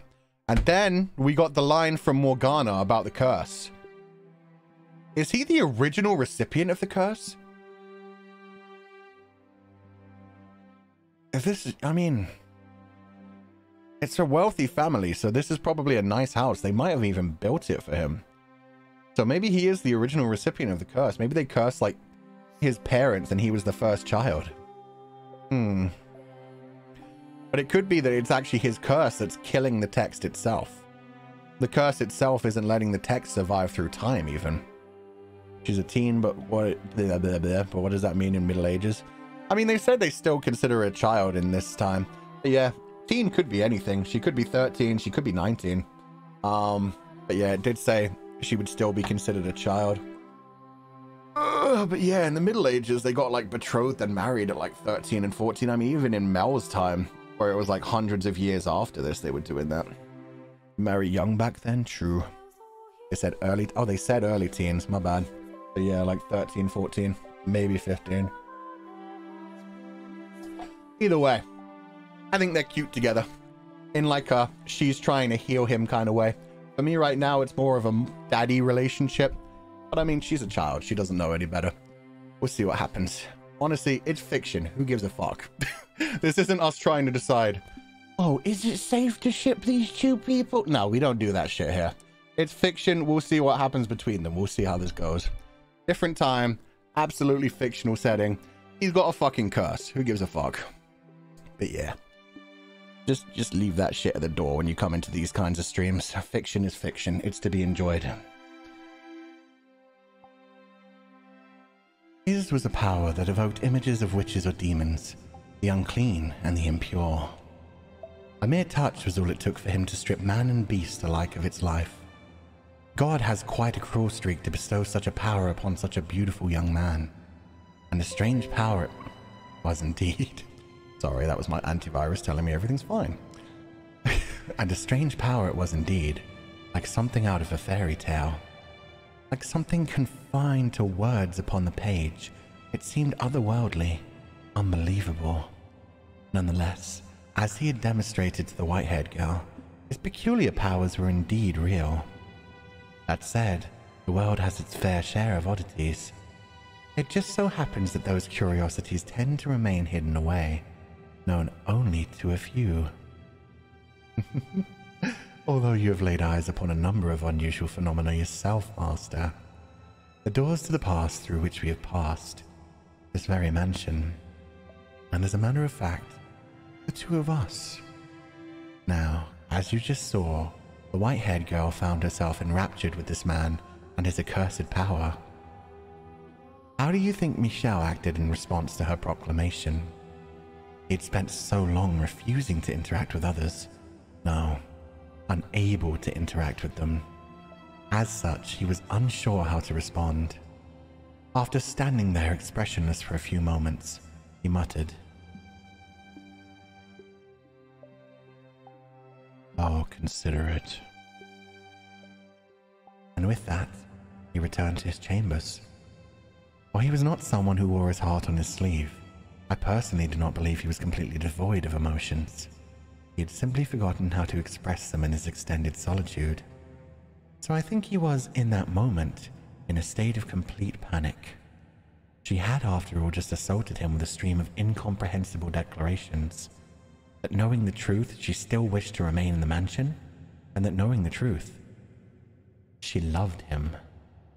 The love she had declared for Michelle was not a fleeting puppy love. There was genuine tenderness and warmth to her words. He had gone through his life shunned, feared, pushed away. To him, that was normal. He had never given anyone reason to have fondness for him, so he found himself utterly unsure how to take the affection she was showing. Of course, he was not the only one rattled by the whole affair. Oh god, here we go. We're in the mind of a teenage girl who just confessed to her crush. Oh dear, Azukashi, what if he thinks I'm weird now?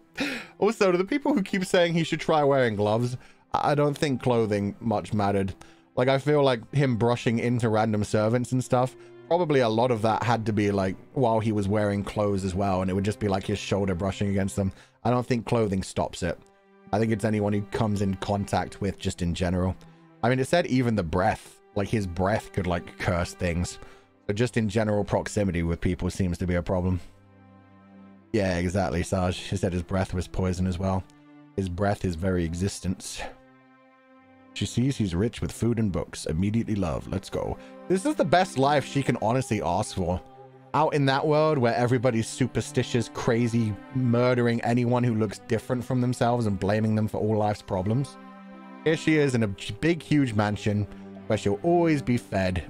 If he teaches her how to read, she'll be able to read for like all of her life as well. There's so many books. Good for her. Good for her. A human condom then. What the fuck? Yes, an entire body condom. Then maybe they'd be safe.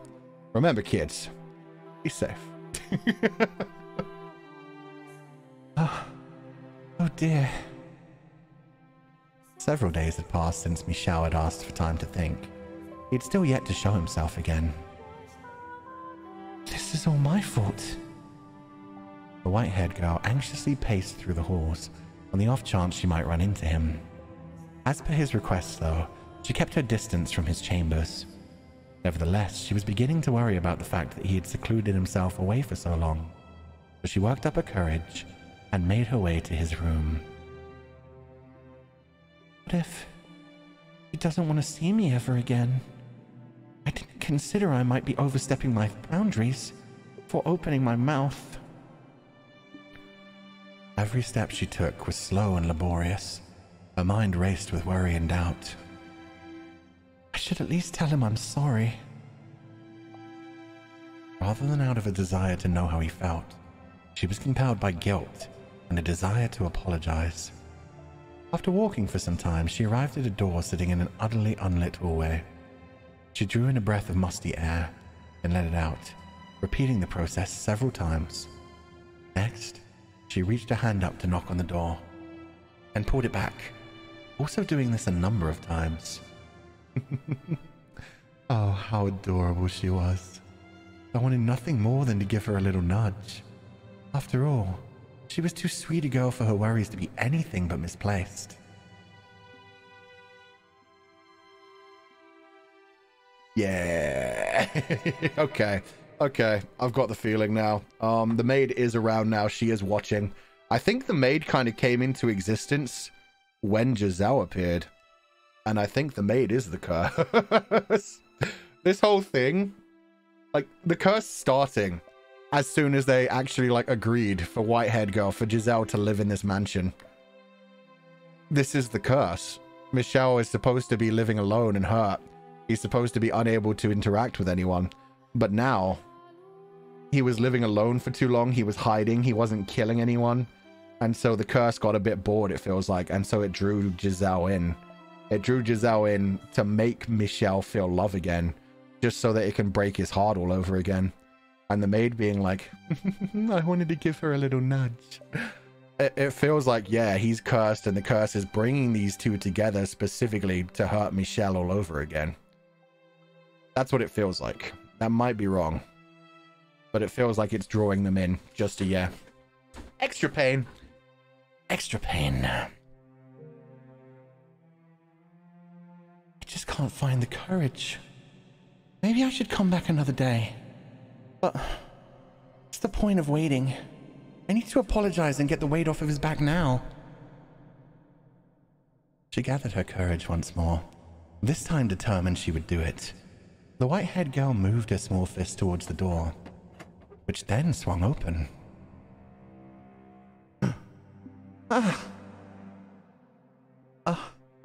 I'm sorry. Please, you must announce your presence. I almost walked right into you. Are you in that much of a hurry for a mishap? I'm sorry. And I believe I told you to stay away from my chambers. Did. So I spent a long time debating whether I would, but I decided I really wanted to tell you this. Oh. Well, actually, I'm truly sorry. What? The other day, I could barely manage to get the words in my head all day to my mouth. All the way to my mouth. What the fuck? There was no room in my mind for anything else. I shoved my own thoughts and feelings into your face, not considering that might not be what you wanted. Just running non-stop, not thinking at all. I was terribly disrespectful to you. Completely selfish. You're a kind-hearted man. I truly believe that. But you were only being courteous because you're a nice man. I'm sure you have little interest in the affections of a queer little girl. So, I would love it if I could stay here. It would be a wonderful blessing. But if you really don't want me here, if my feelings are imposing upon you, then I apologize. I'm sorry, and I'll take my leave of this house.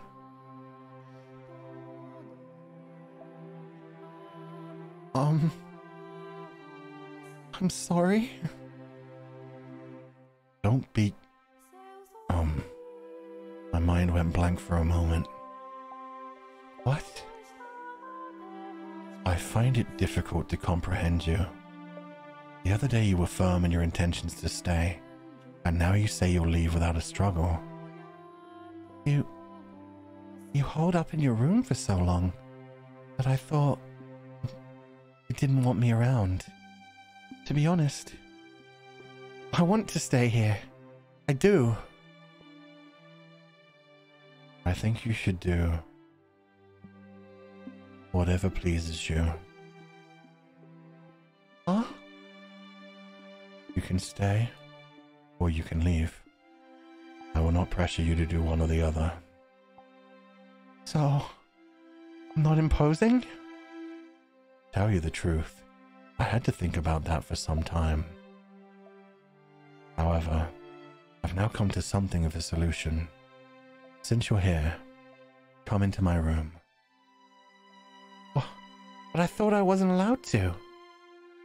To prevent what almost happened a few moments ago, so we don't accidentally run into each other.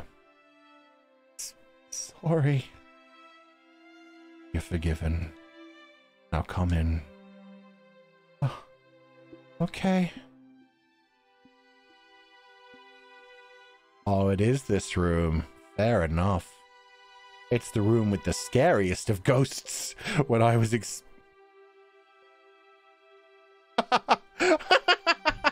That's so cute!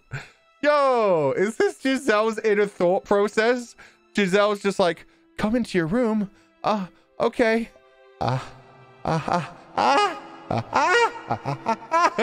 She's just like panicking. Sorry. I'm choking so much. Oh my god.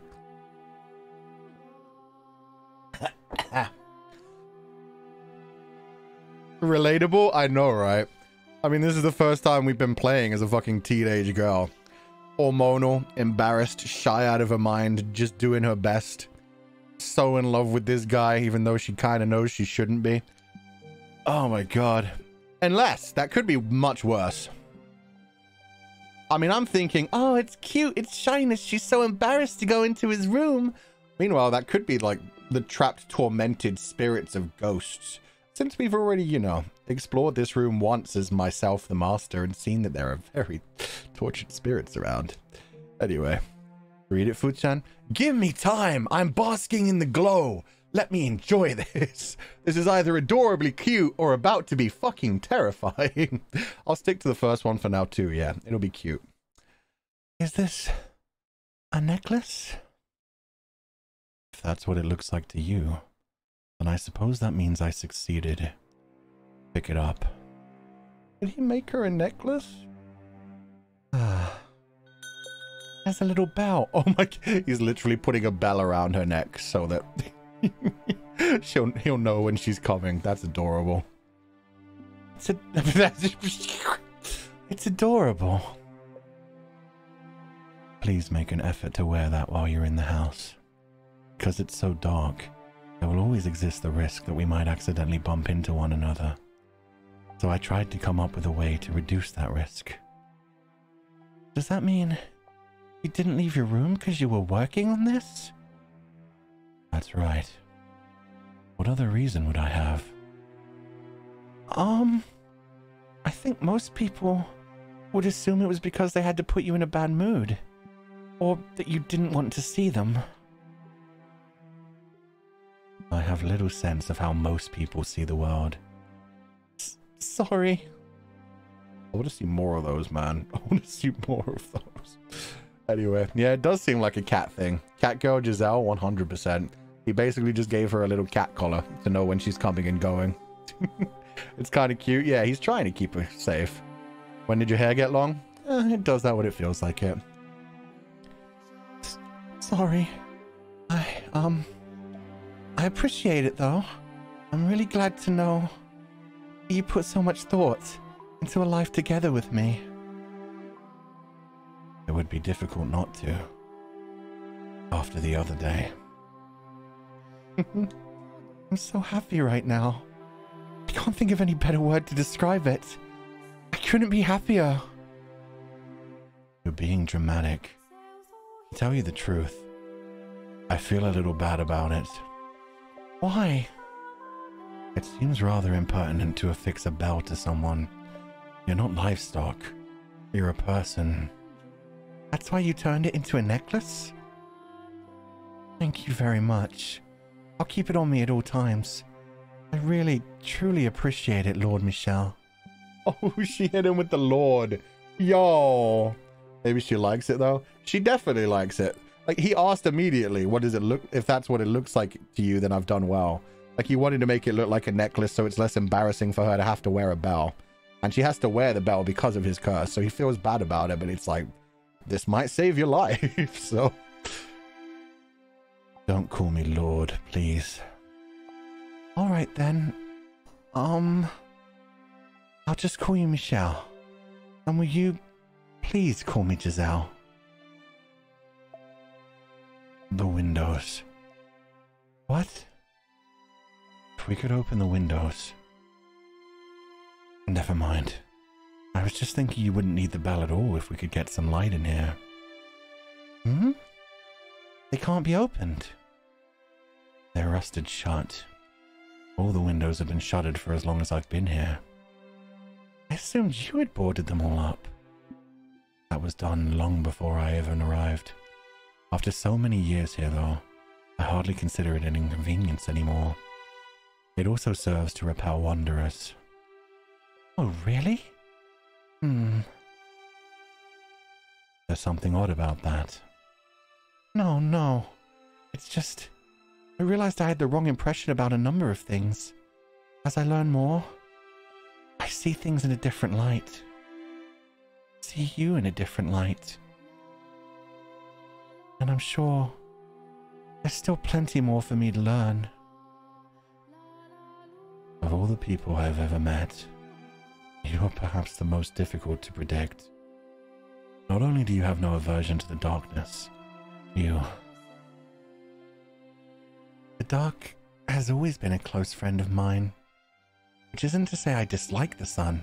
Its light can simply be a bit too strong for me. I'm like some kind of unholy monster that can't be exposed to sunlight. You are anything but unholy.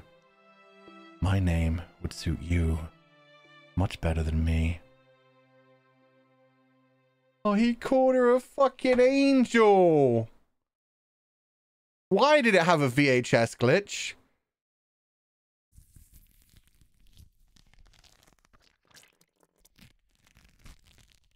Why are we getting flesh-ripping sounds? And squelches?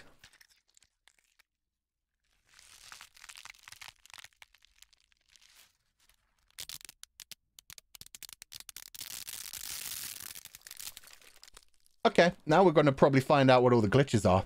This is terrifying sounding. We've got a VHS glitch. Oh, no! Okay, this is all fake. Oh, I see what's happening. This is my storyline, right? She said that. She said, if you can't remember yourself from the fourth door, the final door, your story. I've been lying to myself. This is Morgana in my head right now. What a beautiful story. Much better than the real thing, is it not, my dear? Yeah, look at all that being cut out. We're lying to ourselves so much about the truth. Only about the end, though. Of blah blah blah, the blah, I have blah blah, you are blah blah blah blah blah blah blah. Not only do you have no blah blah blah to the blah blah blah. Yeah, they cut out like all of the end. This is about to be a real fucked. Oh my god! Will you please call me Giselle? Images are slithering into my head, replacing my memories before they can surface. Stop! So somebody's trying to replace my memories. Is it the maid? There was more screaming. The that was after. That was long after I'd been in the room. That was when he told me, yeah, to look down at the thing. Okay. Something bad's going on. Either the maid's trying to replace my memories or I'm lying to myself about everything that happened in this timeline. Okay. Let's finish this horror story. It was such a nice little love story for a while. That day, when I first saw Giselle, I was wary of her, apprehensive. I didn't want her anywhere near me. But as my doubts about her faded, I began feeling something very different, as though the lump in my heart had been melted away. I began to yearn for her to be at my side, knowing full well it couldn't possibly last. Knowing full well how foolish it was, I found myself captivated by her. I found myself wishing to have her stay with me.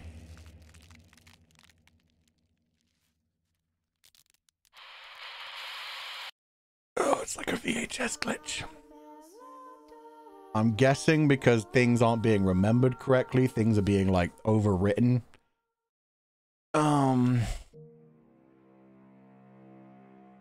Okay, that was all real.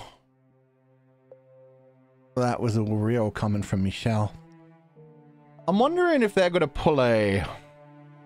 I'm not sure if you guys have ever read the visual novel Saya no Uta, but I'm wondering if they're going to do that, because Giselle points out continuously that all she ever sees is like a tiny bit of the man's face. She barely sees like any part of him. He's holding a candle, but the candle like barely illuminates his face. What if he's like full on already dead, a corpse? If he's been here for dozens of years rather than just 10 years, it's just 10 years he hasn't left. And his curse has made it so that while he drains life from other things, he also looks like kind of fucked up by himself. If those were like the slithering sounds, it's just like his body moving has that kind of effect because he's already like rotting. Maybe it was just all in his head. Who knows? Who knows? And that marked the true beginning of their quiet days together in the dark mansion.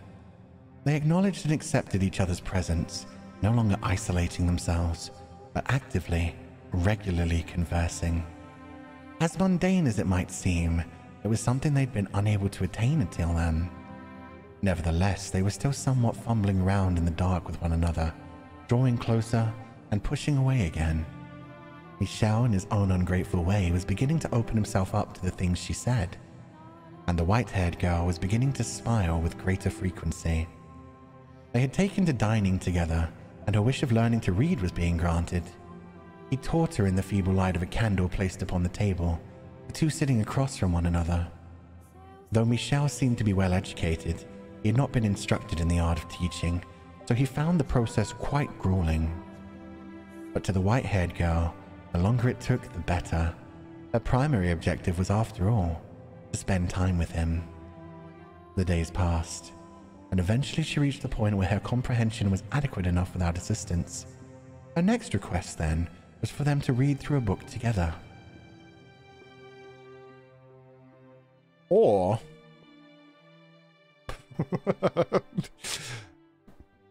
have you ever... EVERFUCKED HRAD in the library? I'm sorry, the way it's blanked out there is just so fucking perfect. Where it's just like, have you ever in the library before? Sorry. The actual thing I wanted to talk about there was I'm wondering, the first theory I had was about Michel being secretly like corrupt, horrific to look upon, possibly cursed physically as well as with the bad aura. Possibly he just has a very bad like virus, maybe leprosy or something that's contagious, and that's why people and things die around him. It's like rotted his body as well. But the other thing, what if the twist that they're actually planning is that Giselle is evil? What if they twist it so that we're currently like listening to the maid's lies about things? And the maid has always said, the white-haired girl is always innocent. She never does anything wrong. What if actually Giselle came here and realized immediately, oh, I could kill this guy and take his mansion. They deliver food and books once a month. All I need to do is learn how to read, and this is my escape from everything. She is innocent. She is blameless in all things. But what if at this point, yeah, she's genuinely trying to fuck things up? That would be an interesting twist. What a lovely story that would be if it were true, my darling. Have you read every book in the library? No. I stopped looking at them after a while. Most everything I've sent is dull, uninformative dreck. The Diary of a Lord, foolish make-believe tales. You're not fond of fiction, I take it. What value is there in the lies and fantasies of another? stories can be invigorating. Tales of adventure can take you places you could never go. Legends of heroes, folklore, stories of otherworldly phenomena. They can be terrifying and they can be exhilarating. They may not be real, but they give you a little glimpse into the author's heart, that you feel like you're seeing the same thing they saw. You're a very empathetic girl. Fiction inspires nothing of the sort in me. However, perhaps long ago it may have been able to, though I can no longer remember what it feels like. I'm sure it'll come back to you. You're not an empty man. Sorry. I'm making you uncomfortable again. How about we read this book today? Oh, she's trying her best. Also, how dare he not like fiction? Fiction's the best, man. It appears to be a collection of legends. You haven't read this one yet, then? That's good to hear. It'll be more enjoyable if it's a new experience for the both of us.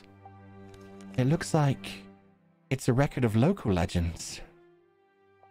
The book is divided into several sections, though it appears to be mostly superstitions. I am curious what kind of stories this area has. Oh, we're going to find out about Morgana here, aren't we? Possibly, we're also going to find out that Michel has his own legends, which wouldn't be great.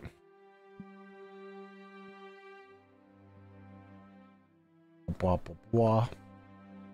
The two of them were looking down at a simple, undecorated volume. As the white-haired girl had said, it seemed to be a collection of local legends passed down generation to generation. They sat across from one another at the table, her turning the pages, and Michelle simply watching so as to not brush against her. Eventually, her eyes were drawn to a particular word on one of the pages, bringing her hands to a stop. Yep. The witch. That chapter detailed the story of a witch, or more precisely, said witch's curse. The story went something like this. Oh, it's finally time. There once was a witch, skilled in the dark arts. She lived a meager but peaceful life alongside the other villagers. But then, a long drought struck the village, which the people blamed on the witch. The witch was sentenced to death, and as the fire blazed around her, smoke rose high into the air. The smoke soon became rain clouds, blessing the village with an end to the drought. The crops were revitalized, and the villagers fancied themselves heroes. However, the rain also brought madness upon the people. Though the earth below them was lush and fertile, the villagers were losing their minds, and they eventually began to take each other's lives. The witch still lived on, in the form of a curse. Many fell victim to the witch's curse, though it did not only take, it also fulfilled people's desires. The villagers had gone mad, but their wish for freedom from the drought had been granted. Thus, the legend has been passed down as follows. The witch will grant your wish in exchange for great sacrifice. As smoke in the sky, she watches down upon us from above. To reach the witch, climb for the heavens. But no, that road is a road to destruction. I guess she do be doing that. She, like, made it so the white-haired girl got her wish for revenge on Mel. But then she also fell in love with Mel and shit went wrong and she got tortured. She made Mel love the white-haired girl and shit went wrong. She made, oh god, Nelly, get her wish to, like, spend a night with Mel, and we all know how that went. Oh, god damn. What was the second storyline? Oh, Bestia. Bestia probably wanted someone to understand him. The white-haired girl was escaping and wanted someone just to, yeah, there's a lot of wishes that get granted throughout all the pain. None of that is fake. The witch is completely blanked out. Okay, I'm going to end up being the witch, aren't I? It does also add to the whole idea of, like, the maid being Morgana, or being, yeah, the incarnation of Morgana, living on as just a curse. Monkey's poor moment, pretty much. Bestia wanted to kill, and then he accidentally killed his wife, yeah. His wife reappeared after. Oh, God. And Jacopo? Yeah, Jacopo got all the money he ever wanted. Everything financially he wanted came to him. He just lost the one thing he cherished above all others. Ugh. And the wife, yeah. Whitehead Girl in that timeline, her man truly loved her, but it was an obsessive and abrasive love. People still believe the witch's legend even now, I suppose. Oh, I have to turn this back down. I turned it up for the dark music. And that's why I face accusations of being a witch. This is not an area very welcoming to outsiders, especially one who stands out as much as you. What brought you to this region in the first place? Mine is a story I'm sure you've heard before. I was cast out of my house. I come from a very poor family. We could barely even afford to keep everyone fed. Being as weak as I am, it was only natural that I'd be the first to go. I see. What I don't understand, though, is why the witch is said to grant people's wishes. Wishes? That is to say, she had reason enough to hold a grudge, but not to give people things they asked for. All we have to go on is a few pages. There's no saying what might have changed or added over time, and it's almost certain the entire legend isn't written here. That said, if we are to accept everything as written, you can infer what the witch's reason might have been. And that is? If you truly want it that much, you can have it. But I'll make certain your suffering outweighs it. Despair that comes after a moment of happiness is far more agonizing than despair alone. I presume that is why the witch decided to grant people's wishes. Just like she's currently doing with Michelle. Bringing him the white-haired girl, someone who actually wants to stay with him no matter what. Just to absolutely destroy everything when he accidentally kills her. Oh, I love this story. The writing is so fucking good. That is one way to look at it. May I ask you something? Go on. When I first arrived here, you told me that a cursed witch used to live in this mansion. After reading this legend, I'm now finding it hard to believe you made that up simply to scare me away. I appropriated the tale. Nothing more. It is said the witch was born in this house.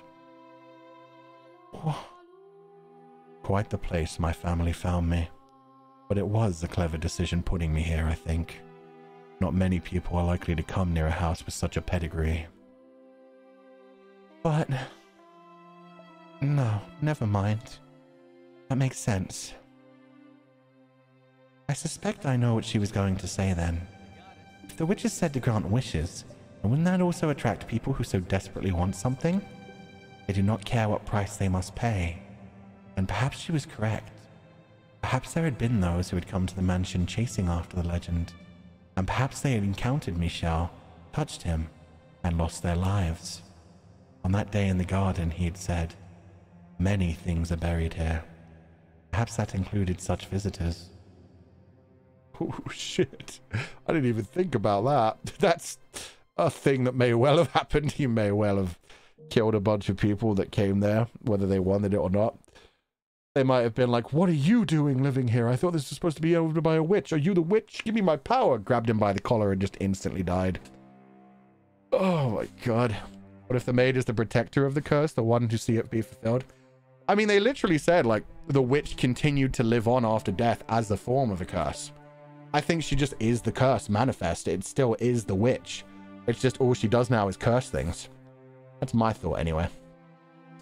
Still like the idea of her being half of the white-haired girl too. It's all connected, especially since Michelle comes from a prestigious, like, noble family. The noble family in the area probably would have been the one to condemn a witch to burn at the stake. So it would make sense that she would, like, immediately latch on to Michel as well and make his life living hell. If he is, like, the distant relative ancestor of the ones who burned her at the stake. I wonder if that story might be more than mere superstition. If the Witch of Legend really did exist, what would you do? It might be nice to talk to her, maybe. That's all? Really? I feel a little bad for her, though. The only people who ever visit her there are there to ask for something, after all. I can only imagine just how lonely that must be. I swear, I cannot comprehend the way your mind works. Sorry. Although, if we assume the legend is true, I have an idea what climb for the heavens might mean. Oh yeah, go up the tower. I figured that out immediately. Up the tower is not safe. That's where the maid just took us and screaming voices were heard. It's not great. Oh? The mansion has an observation tower, or I suppose what used to be an observation tower. At any rate, it is quite a tall structure. That is the house where the witch was supposedly born. A tower reaching for the heavens seems like the perfect place to find her, if she really is here. Oh, yes. I remember seeing a rather tall structure as I first approached the mansion. Would you like to see it? Of course. Please lead the way. Or what if Michelle is the witch and he's just chilling here right now alone and only being disturbed by people that are coming to find the witch's legacy? And so he's killing all the ones that approach, but now he hasn't killed the white-haired girl because she's just literally here because she needs somewhere to hide and she hasn't asked anything of him. And so he can't curse her because she doesn't want anything. Oh, there's so many theories. I hate it. The two of them left the library and made their way to the room with the stained glass window. At the far end of that room were the stairs to the observation tower. The tale of the witch had piqued the white-haired girl's interest, inspiring her to put herself forward to satisfy that curiosity. She had, after all, been accused of being a witch herself, so she undoubtedly felt an affinity to the legend. What a sweet girl she was. I don't trust you at all anymore, maid. How dare you? What a sweet girl she was. Unless she's climbing the tower to get a witch's promise. I can't trust anyone in this story anymore. Ugh. With Michelle in the lead, the two climbed a long spiral staircase. There were many more stairs than the white-haired girl had anticipated, and she soon found herself short of breath. Rectangular windows were carved out of the stone in regular intervals. Peering through one of them, she could see a village in the distance. A pleasantly cool, high-altitude breeze brushed across her face. Oh shit, these windows aren't boarded up. That's something. After much climbing, they finally arrived at the top, where a door made of partially rotted wood stood. Michelle pulled open the door, revealing a small room with no windows or doors in sight. That's surprising. You'd think it'd lead them up to the top. Oh, there's a window. You lied to me, maid. You lied to me. There's very clearly a window there. This might be the first source of light Michelle's seen in like forever.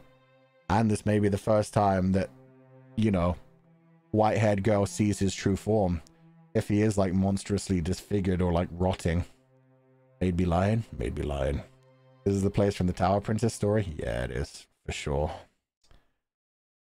This is the top of the tower. Despite it being called an observation tower, you could hardly observe anything from here. Her face contorted in confusion. The white-haired girl threw her gaze around the room. Glancing up, she saw only a darkened ceiling, and slightly below it a single small window, through which shone a little ray of light. The beam cleaved through the darkness like the sharpened blade of a beautiful sword. The darkness draped over the rest of the room, only served to make more impressive that solitary ray of light. It had a magical fairy tale quality to it. As if being pulled in by it, she drew toward the light. I also like that as well.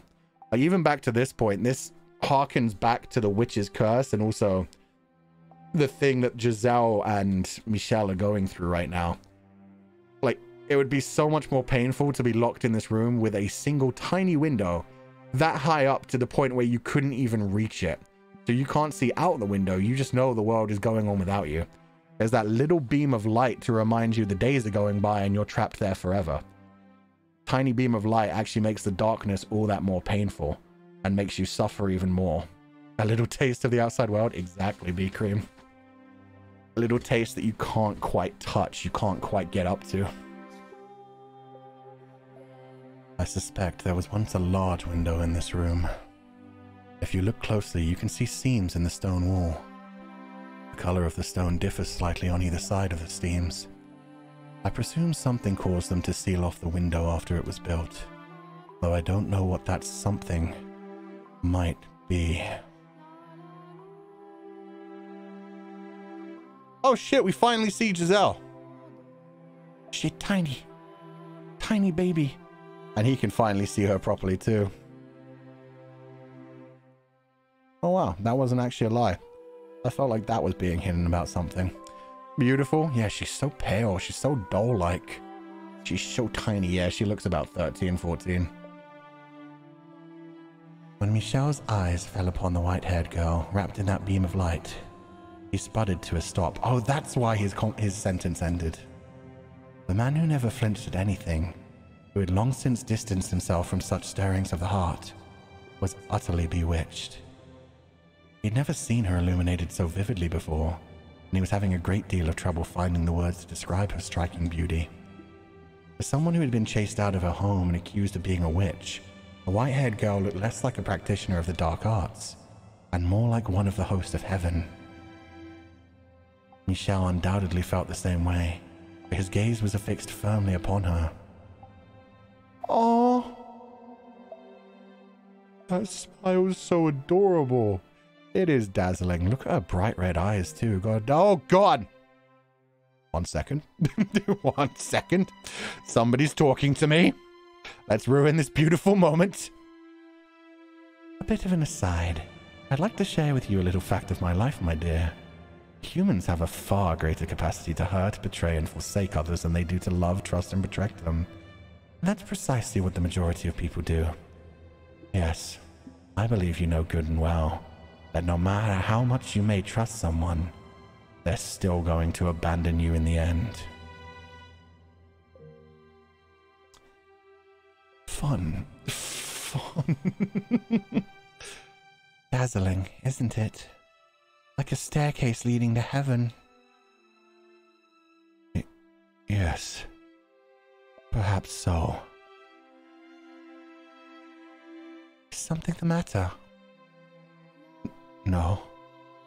No, I'm fine. Oh my God, they gave so many different expressions to her in this scene. You know, it feels like there's something odd in the air here. It feels like someone actually might be listening. If the witch were to speak to you, what would you say to her? I would ask her to tell me her true feelings, to tell me what kind of person she was, and what kind of pain she had to endure. Just want to know what she felt. This woman people branded a witch. The legend was written from a neutral perspective. It's possible she was a fearsome witch. It's also possible she wasn't. I get the feeling she was just persecuted. Like me. Like me. And you. Unlike you, I truly am impure. Disagree all you want. Oh, fuck. Oh, we can't even... All of this is fake. None of this existed. Oh, this is the reality. Now we're getting red text everywhere. Okay. Oh, hey, Stargazers. Hey, Ukiki. How you guys doing? We're at chapter 4 in the middle of this dark, dark tale. Be ready. Pain. My dear friend, the two of us have much more in common with each other than anyone else. We both suffered at any other's hands, and we both deserve to have our vengeance. Go on. What's the matter? Make this tale into your reality. Surrender yourself in this moment to this beautiful story, and remain here in the mansion with Giselle, watching this moment, this dream. Who are you? Wow, that's a surprise. You actually have a conscious mind.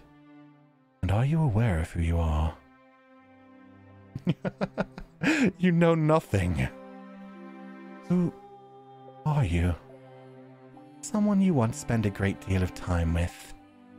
I must say, I am impressed. What? I am impressed you made it back here, my dear. Your soul was ground into dust.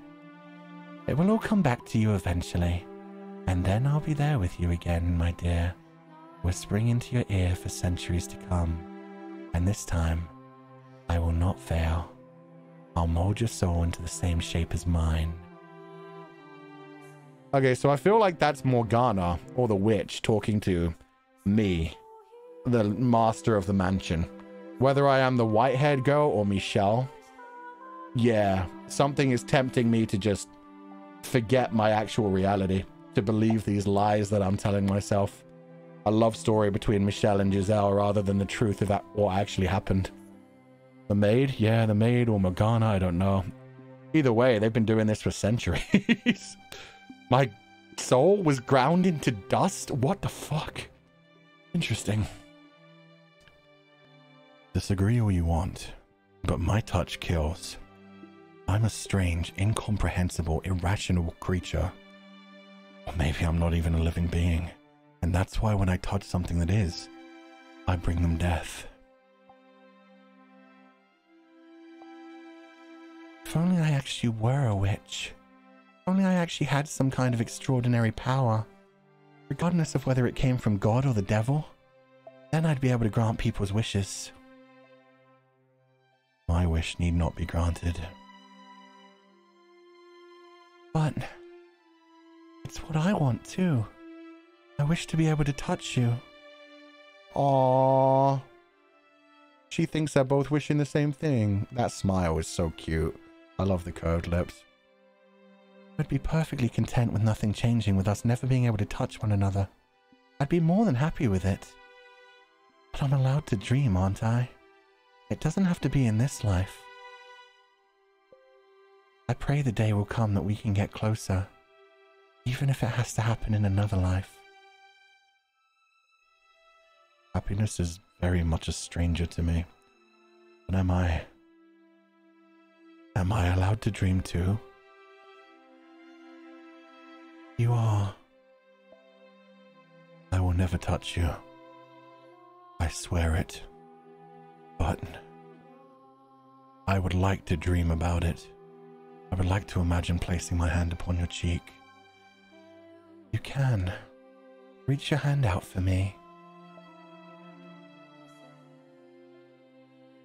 No! You dreamed about it. You made a wish. She's the witch, isn't she? She's guiding him to make a wish to corrupt things. No. There's so much more. Oh, God. What a wonderful little show these puppets are putting on for us. Wouldn't you say? Giselle? Giselle? Indeed, that is Giselle. The white-haired girl standing there is Giselle. Oh, I am Michelle. I am Michelle in this timeline. We once read a book together. It was by the fireplace. You did not. Those memories are false. Books belong in the library. Why would they be by the fireplace? Oh, it's coming out. I will imagine it too. I'm imagining your fingers running through my hair, brushing up against my skin. I can feel your warmth. Or maybe Whitehead Girl isn't the witch, and it's just Morgana that's the house that's making them both make this wish. And they're both going to be cursed by this wish. God damn it. There was a wall between them, a wall they could not cross, for if they did, it would mean the white-haired girl's death. No matter how much they yearned for it, they could not touch one another, so they did so within the confines of their imagination. envisioning it in as much detail as they could manage. It was sad, but sweet. A moment of pristine, untainted beauty. The two of them emanated serenity, as fitting as the word cursed might have been to the mansion as a whole. At the top of the observation tower, a pure bond was being shared. A fleeting moment between a young man with a cursed touch and a kind-hearted, beautiful girl. The dream did not last long, no. The god is quite cruel. They simply wanted to be together, that was all. Their wish was hardly unreasonable. Only a quiet, peaceful life together. But misfortune was creeping ever nearer, its footsteps growing more and more pronounced.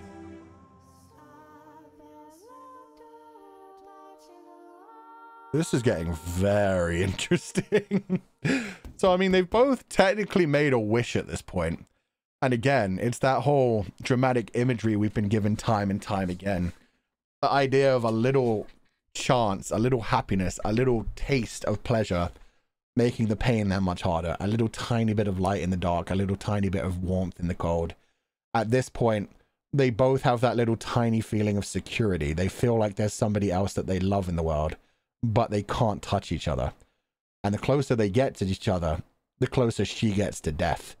And he gets to being the death of the person he actually loves and trusts. Oh, man. Oh, she went silent. Oh, okay. Okay, you did not. Those memories are false. I just blanked out for a bit and then... Curse them.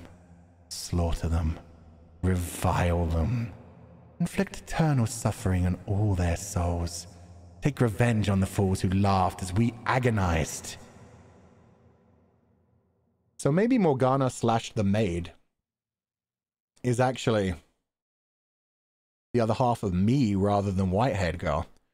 The whole, like, take revenge on those who laughed as we agonized. But I doubt they got the legend so wrong as to have actually burned 2 witches at the stake.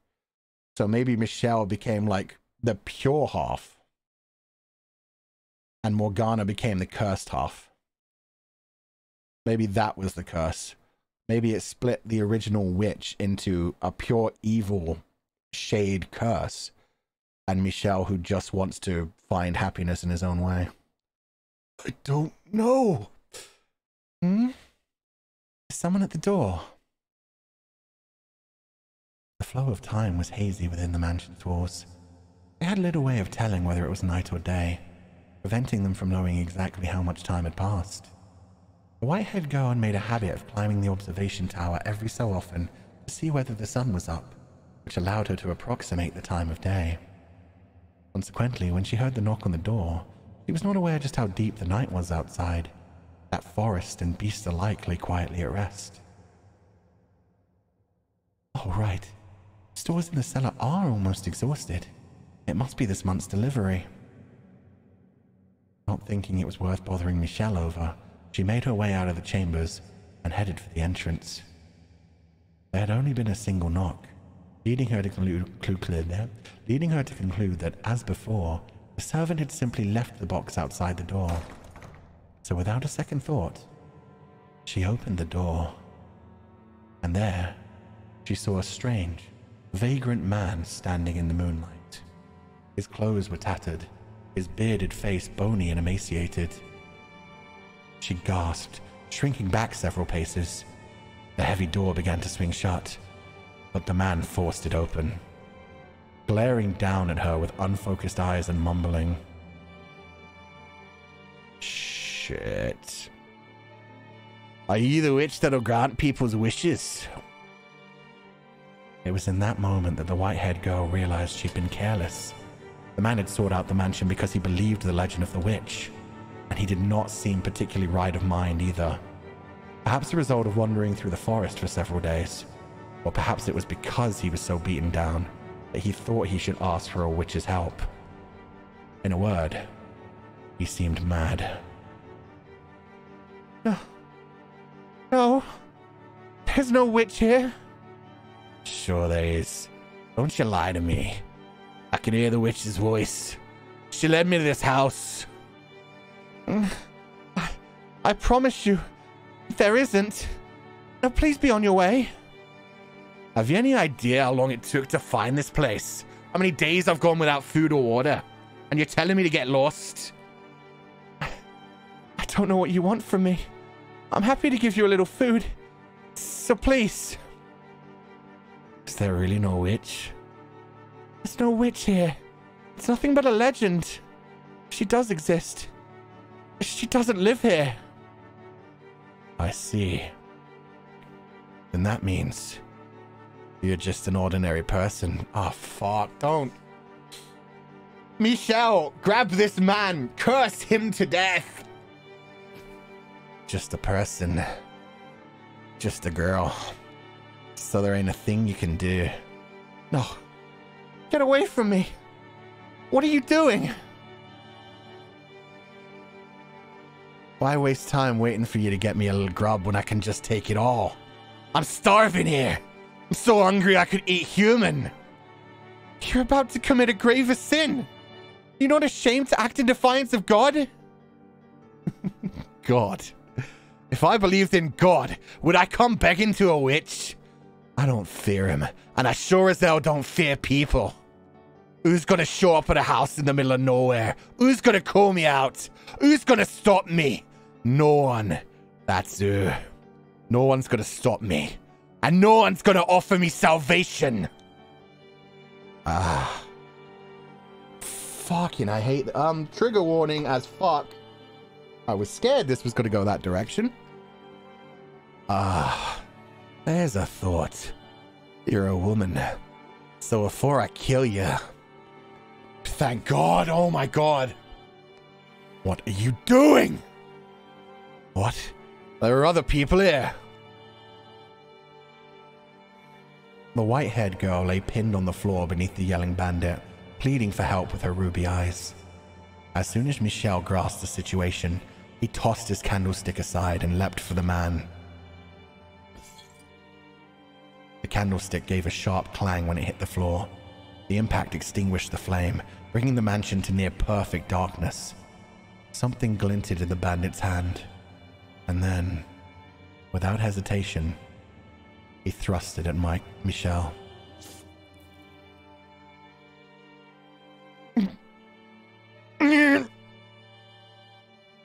Michel! How stupid must you be to come at me unarmed? In his hand, the man held a knife, its tip dripping with Michel's blood. Red spilled from the gash in his arm, the flow growing heavier with each passing moment. Did the witch grant their wish by taking away Michel's curse? And now he's not going to be able to kill this man with just a touch? And that's the curse and the blessing? She granted the wish. Oh, that would be so evil. You're the only other person here by the looks of it, eh? Perfect. I'll take you both out. You. Or... You don't appear to know whose house you tried to break into. What are you on about? Regret your ignorance to your very last breath. You're messed up in the edge, you madman. Aye, stay the hell back. Take one more step and... Oh, maybe not.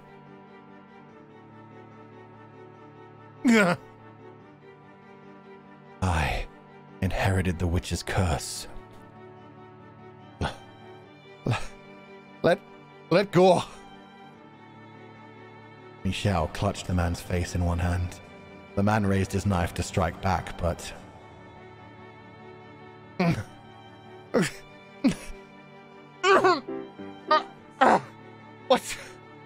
What's happening? The strength drained from his fingers, the knife falling to the floor. The man writhed in Michel's grip.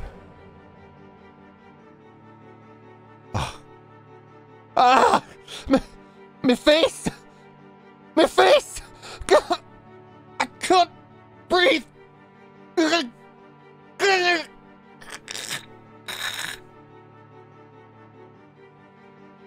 Leave this place immediately. but you won't get far afflicted with my curse. Ah! Ah! Ah! Ah! Good job, Michelle. Helpless to fight back. Nay, helpless to even consider fighting back, the bandit fled from the mansion in terror. In his wake, only the white-haired girl and a bleeding Michelle remained. I just saw a man's life drained from him, his face withering away, sucked completely dry. I didn't doubt him, but dear God, that was quite disturbing for you, I'm sure. No, not at all. It's my fault anyway. If I hadn't been so careless. Oh, your arm. We need to get that wrapped up. Please, do not touch me. You mustn't touch me. The wound is hardly fatal. It's all my fault. So sorry. No. A degree of blame falls on me for saying nothing. Next time someone comes to the door, let me know. Sorry. Please, you don't need to apologize. Well. Yes.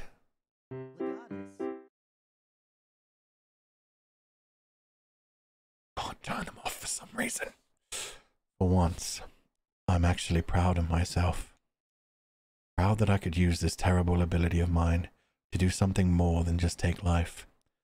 To protect someone I care about.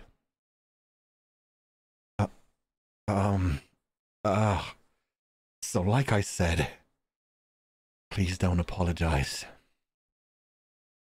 All right. Thank you.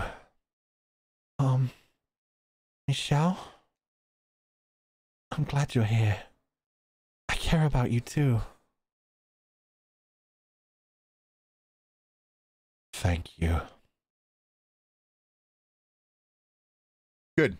I'm glad the curse didn't disappear. I'm so glad he got to kill that fucker. Oh my god, I was so worried that was about to be the worst fucking ending to any of these storylines so far. Jesus. Did he die? I mean, this is the Middle Ages. He could have ended up with an infected wound, but a cut to the arm, not too bad. At least it wasn't like a stab in the stomach or anything. He should be logically fine.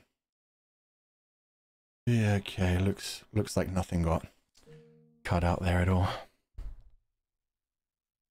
Had the flame of Michelle's candle not gone out when he threw it to the floor, he would have seen a heartfelt smile on the white-haired girl's face, and she would have seen a flush of red and an awkward smile on Michelle's normally blank face. He also might have seen a little glimmer on her cheek, where a few drops of...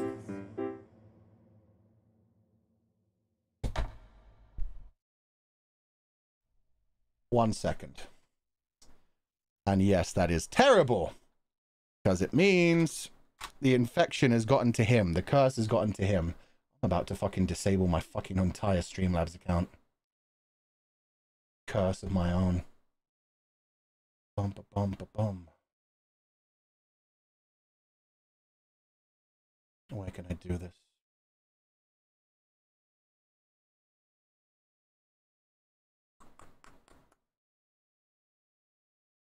It's literally already disabled. What the actual fuck?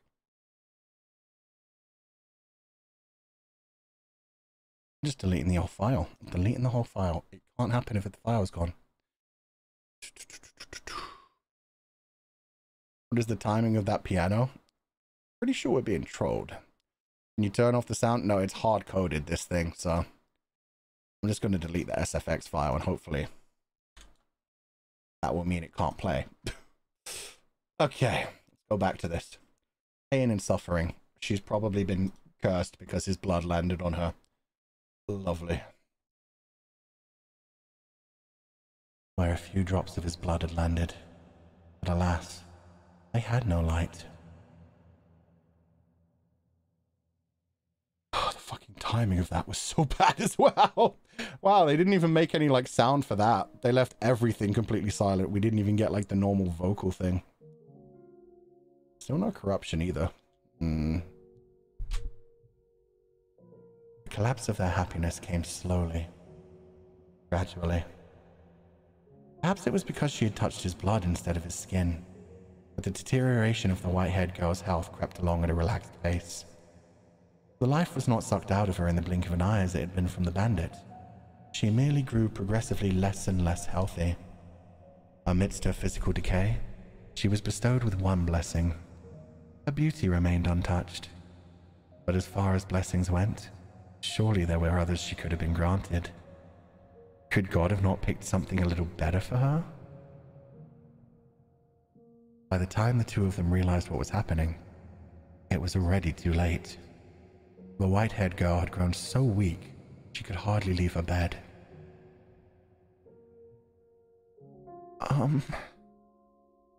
Yes. Oh, you are there. I am. Thank goodness.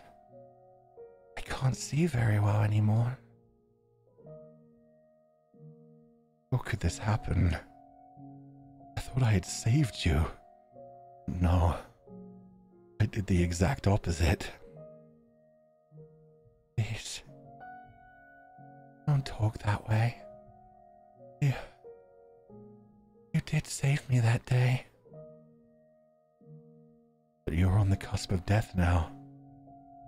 And it's my fault. Because of this curse I bear. Oh. How could this happen? Why did this have to happen? What am I? Why was I given this body? Michelle. Can I ask you a favor? Go ahead.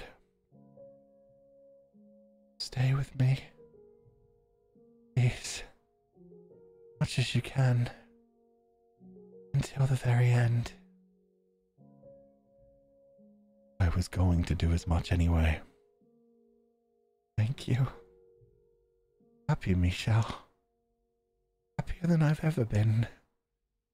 And I mean that. You didn't just save my life.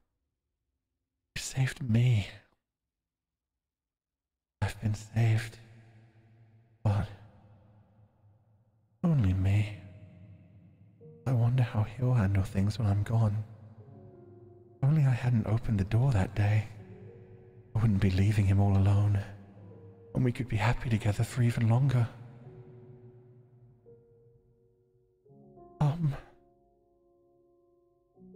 Yes. Would you please hold my hand? I think it's probably safe now. I will not. I cannot touch you. If I do, it might take what remains of your life, take your beauty away, and force you to die hideous. I cannot touch you. I literally deleted the file. How is that possible?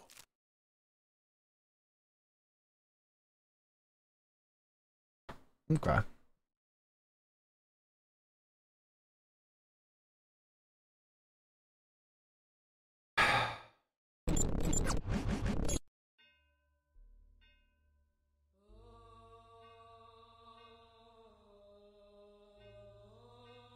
See if that helps. Need the piano pick me up? No, we do not. No, we do not. Anyway. I thought it was going to be... Oh, God. I thought it was going to be the whole fact that she was going to end up kissing him one time before she left. Maybe they'd still do that. But yeah, he seems pretty staunch on the whole thing of not touching her no matter what right until the end. So maybe not. What's this bit? I cannot touch you. This is inside her mind, I think. Oh no, this is inside my mind. Michelle's mind. Dark. Dark. dark. How long has it been dark here? How long have I been in the darkness? It's so cold here. Freezing. Where could she have gone? Where could she? Giselle, yes. Her smile shines so bright it can cast away the darkness. I must take her hand. Chat, I can clearly tell that I cut my body off. I did that to shut the fuck up out of the piano. People are trolling us with piano notes that I can't control right now, as I'm changing my display for Sunday. Chill. Why is everybody saying it? Chill. Fucking, oh my god.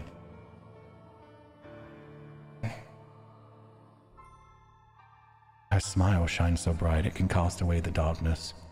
I must take her hand. She's been calling for me for so long. Take her hand? But I'm cursed. That would kill her. No. No. No. This is a lie. So yeah, it sounds like he's trying to convince himself that this is fake. He doesn't want to remember this. This is me in like the current timeline with the maid saying, no, I don't want to remember this. I don't like this. Let's lie about it. Let's run away from it kind of thing. And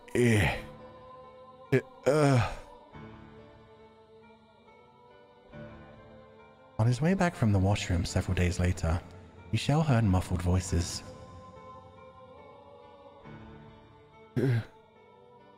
Got it. Oh, I'm good. He was having trouble making out what they were saying, but he could tell it was several men, and they were outside the front door. The fact that he could hear them at all through the heavy door meant they were probably shouting quite loudly. An indescribable sense of uneasiness came over him. Dread. He drew nearer to the door and focused on the voices on the other side. They grew clearer, enough for him to make out what the men were saying. Everything's in place. We're ready to kill this witch now. This is definitely the place. Half-dead bandit said she was in the mansion. Listen well, no matter what we find in there, we kill it. It could be a child for all I care. That doesn't change anything. Kill the witch. Kill the witch. Kill the witch. Kill the witch. Fuck. He needs to go kiss her and just end her life before she sees this shit. What he heard beyond the door was a group of men shouting for the death of the witch. In that moment, Michel regretted his decision to let the bandit go free and not watch over him until the moment of his demise. He must have weighed his way back down to the village in search of help, where he revealed what he had found at the mansion. Damn it. But it was too late. Regret would solve nothing. He could neither stop the villagers from raiding the house, nor could he stop the white-haired girl from dying to the effects of his curse. He was helpless to do anything. The gears of his fate had locked him onto a path of tragedy and were turning mercilessly onward. Oh. The men had begun trying to break down the door with what sounded like a battering ram. While the first strike was not enough to breach the barrier, it was still quite powerful. He was certain it would not hold for long. Michelle's mind raced. Was there anything he could do about this predicament? How could he escape from the corner he'd been backed into? Despite his possessing inhuman powers, he would be powerless against a full mob of adult men. The villagers almost certainly came armed as well. Michelle. A weak voice came from behind him. Aghast, he spun around to find the white-haired girl stumbling toward him. She breathed heavily, leaning against columns for support. What are you doing out here? You'll only worsen your condition by exerting yourself.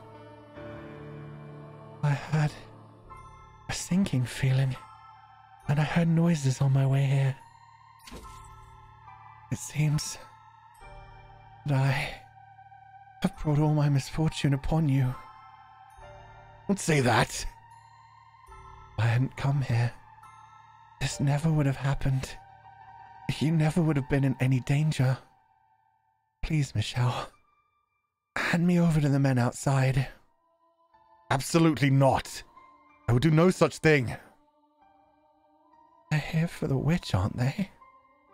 I'm guessing they're the same people who were chasing me before. The village had a poor harvest this year, I hear. Like the village in the legend. And they believe it's the witch's curse. But you're not a witch. They need someone to fill the role, though. So please, hand me over and escape on your own. I could never. Please, Michelle. I'm the one who's cursed, not you. And you want me to hand you over? What would I have left then? Nothing. Not a thing. I would have nothing. After so long, I finally found someone who isn't afraid of me, who won't run. I have no interest in a world that would take you away from me, make me live alone once more. To hell with such a world. Michelle.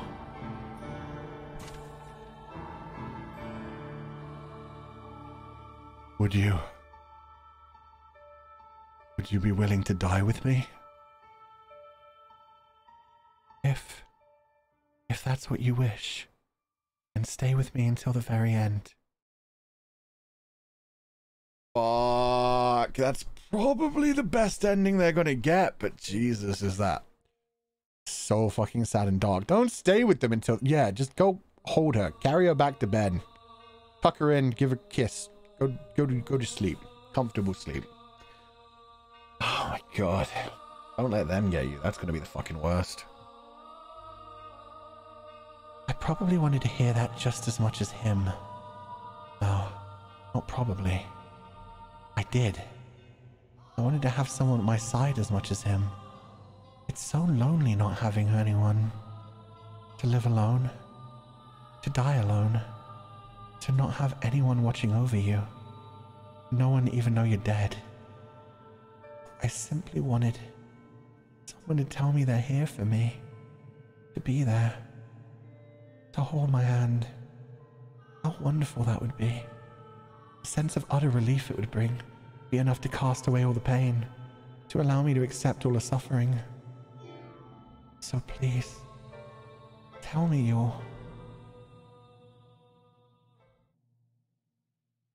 Oh, are they gonna make the wish?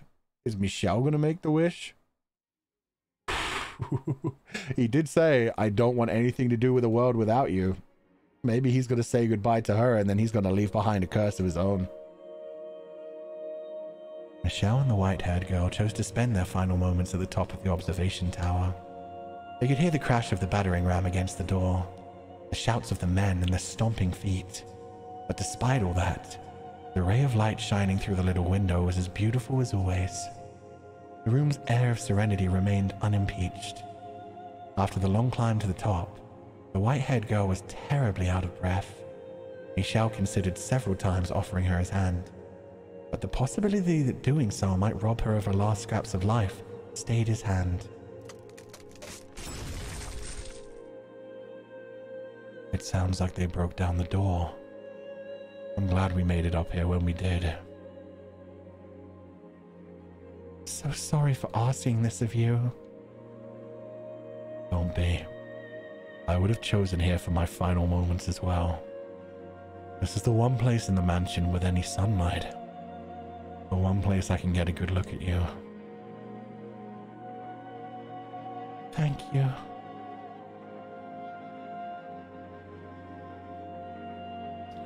Aww.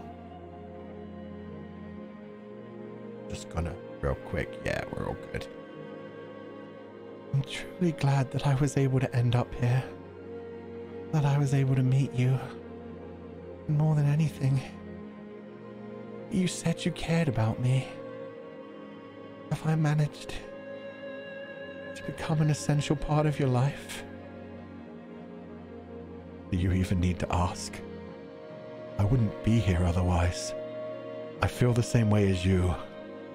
I'm sure of it. The two of us are more similar than you probably care to admit. Can I ask you one more thing? Go on. Would you embrace me? This is to be the end. If this is to be my last chance, and I don't want it to end without having been able to touch you. Please don't refuse me this, Michelle. Just do it, please. I won't keep you waiting long. Thank you. The truth is, I always wanted this. I dreamed of being able to hold you. I dreamed of it too. Thank you. I'm so very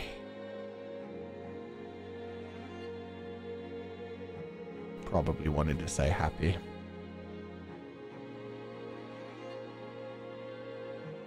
She's still so beautiful. What a cruel joke. Could you not have given us some other miracle? One that would allow us both to survive? Where are you? Where'd you get off to?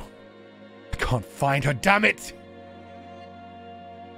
Hey, there's some stairs over here. They lead up. Shit. Was he looking for the maid?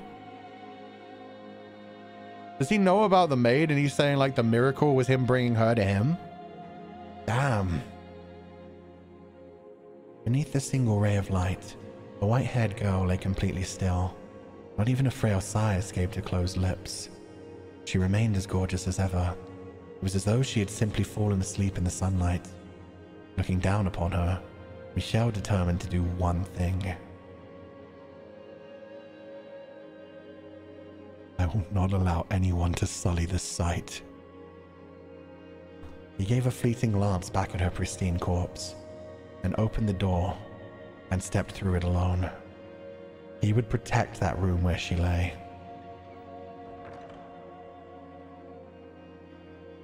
Hey, there's someone up here. So this is where you've been hiding, you infernal witch. Wait, that's not the girl. The ruckus sound of their footsteps rang up from below. Shortly thereafter, the men themselves came into view. As he'd expected, they were heavily armed. He glowered at the men, then sucked in a deep breath and shouted at the top of his lungs. I am the witch you seek. I've inherited her curse, and it is I who brings calamity upon you. You hear that? Or either man or woman, it doesn't matter. Death to anyone who has ties to the witch. Cleanse this earth of all impurity. Kill him! Kill him! Kill him! Michelle did not flinch at the sight of the men. He stood unyielding between them and the door.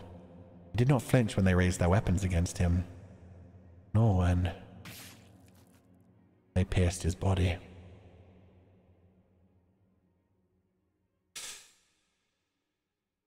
Oh, Michelle, you deserved better. He couldn't even try to fight back. He does have red eyes. He's just like her. Just gotta, real quick. Nope, fair enough. We're just seeing the truth now.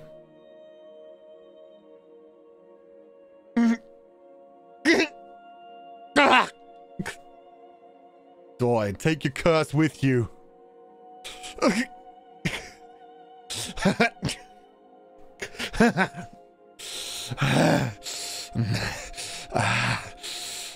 I have no need for this life any longer. It's all yours. I am cursed to kill even that. which I wish to protect.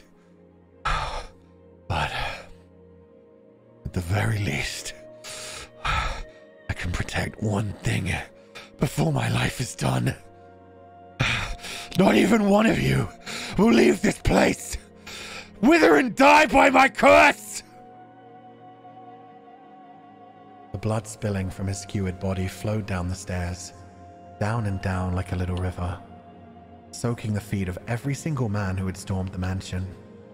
This was the last thing he saw before the final grains of life slipped between his fingers, which brought a faint smile to his lips.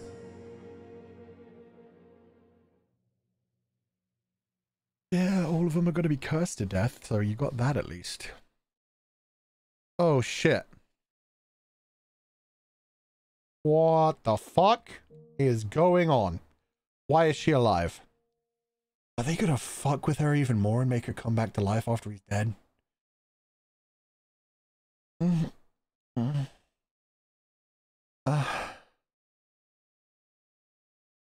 Neither of them had expected what happened next, though. God has a most twisted sense of humor. Is it because he's dead, his curse is gone? And therefore she's going to be alive and perfectly healthy? And the murderers who came into the house are going to be alive and perfectly healthy and able to burn her anyway? Are you fucking kidding me? They're not going to make us go through this, are they?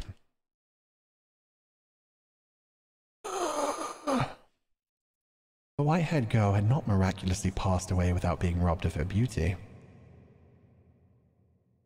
Why am I still alive? She had rather not passed away at all. Quite cruel of him, was it not? Michelle? Where have you gone, Michelle? Michelle? I smell blood.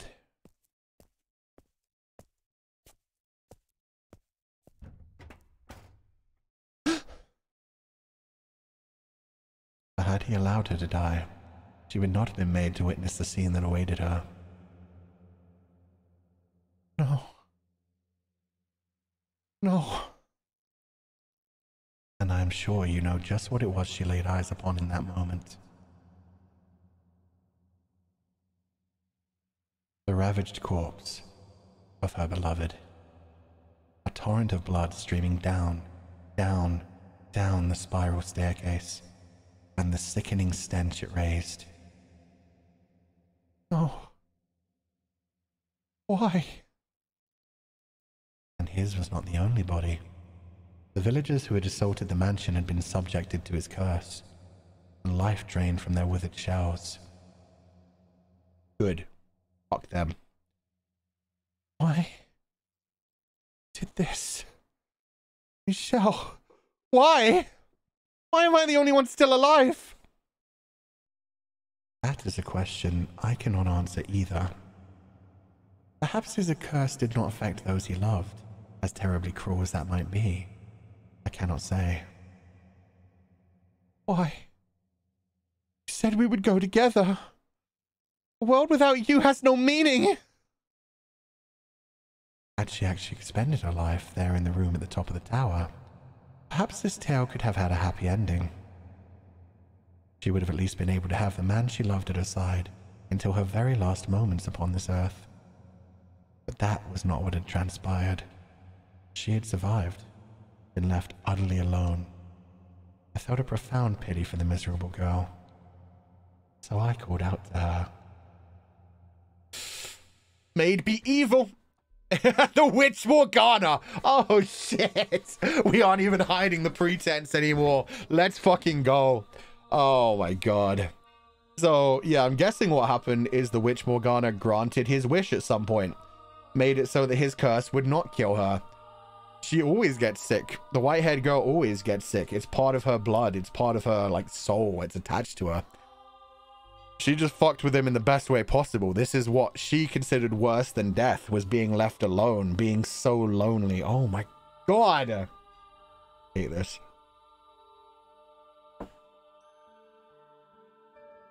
Would you like to see him once more? What? Show me the maid. Show me the maid. I know it's the maid. I have the power to help you meet him again. Who's there? Where are you? You know what they call this mansion. So who do you suppose remains on these grounds? No way. You're from the legend. You actually exist? Now, I asked you a simple question. Would you like to see him again? The witch grants people's wishes, but at a price. I said I wouldn't ask for her assistance if I met her. But that's all changed. Now that I've lost him. If it's truly possible, then yes. I want to see him. Bring him back to life. Regrettably, I cannot directly meddle with the forces of life and death. However, I can guarantee you this. Your reconstruction. Construction? Correct. To ensure that you remain as yourself in future lives and are not reborn as someone else, your body and mind shall be reconstructed, as shall his. If you sincerely wish to reunite with one another, if you genuinely need each other in your lives, you will eventually meet again. All I can promise you is eternal reconstruction. What you make of it is up to you. You want to see him again, don't you? You want to hear his voice again, don't you? You want to feel his hand on your cheek once more, don't you? If that is what you want, then you must remain who you are. If you are simply reborn, that wouldn't be you. So there wouldn't be any point, would there? Me, as I am, and he, as he is. Make up your mind, quickly. I will not wait long.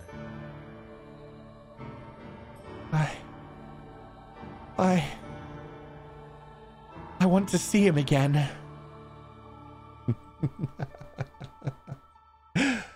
As you wish, sweet little girl. I shall grant you both eternal reconstruction, and pray with all my heart that you can attain true happiness.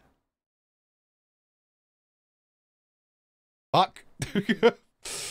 And that's how we've ended up in our tattered little web of pain and suffering, where there's always a white-haired girl who is in love, and the love never comes to fruition because eternal reconstruction means he's also eternally doomed to the curse, and they all keep coming back to the house and ruining each other. This is their cycle. She gets sick, she passes away. He does dumb shit. I hate this love story. At least it really did begin with a love story. I mean, sad. They got so close in some lives. Shortly thereafter, the white-haired girl took her own life. She decided she had nothing to gain by remaining in the present time, and that in order to reunite with Michelle, she needed to make her way to her next life. And thus, the mansion was left bereft of a master, and traveled slowly through the ages until someone came along to give it life once more. Oh! And so I was right. Forever ago, I was right about one thing. Forever ago, when like Michelle met someone and they said, Michelle said they had pretty much the same name as each other, and it was the white-haired girl but reincarnated. Yeah, it's her name must be Michelle in every timeline after this rather than Giselle.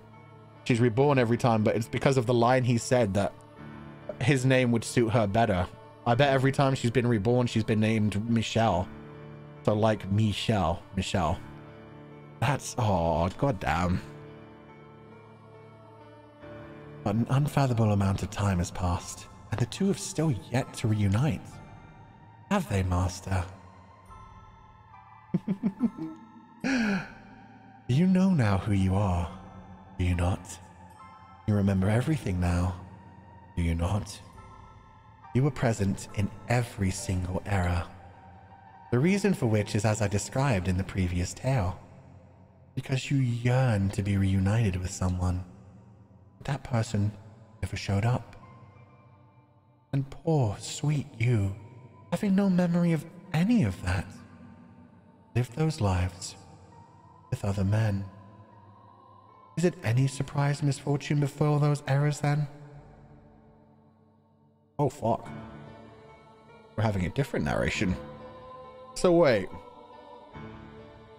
Am I Giselle or Michelle?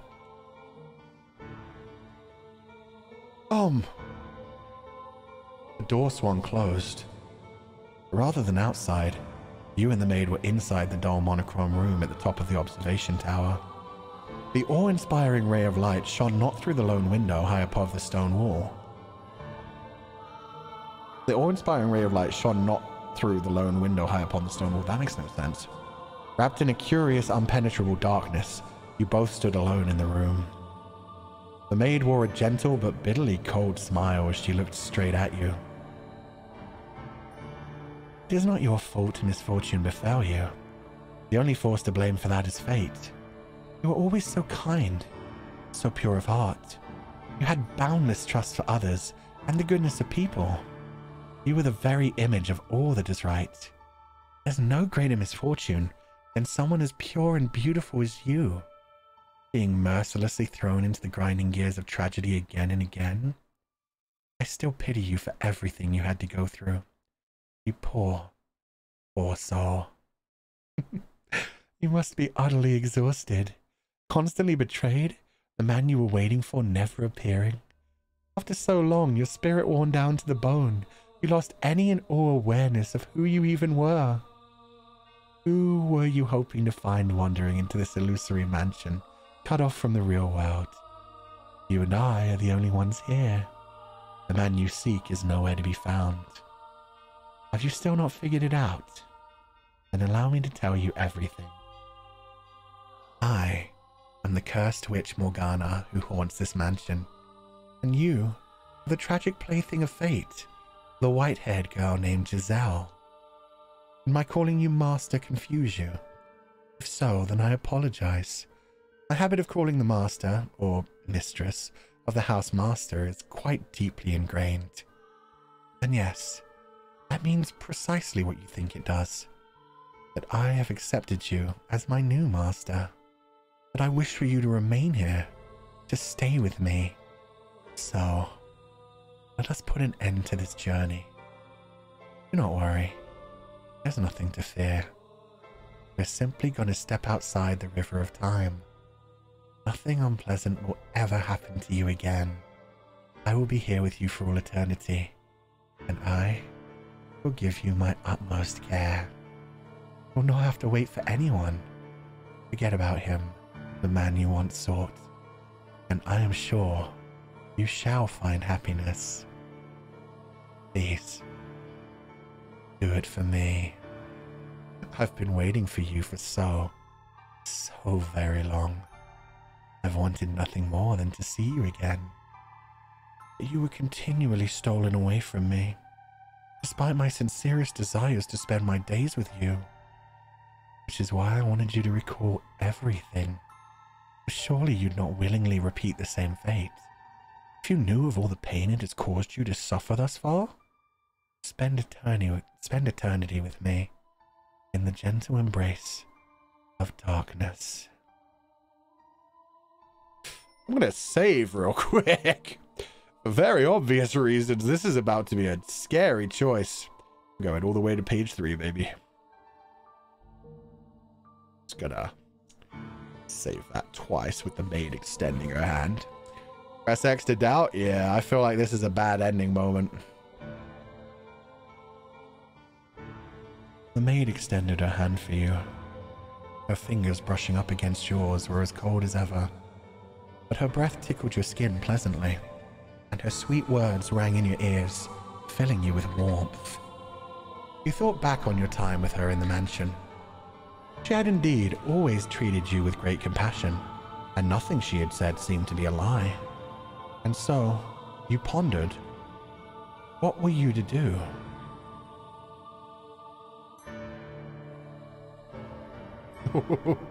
There we go. I mean,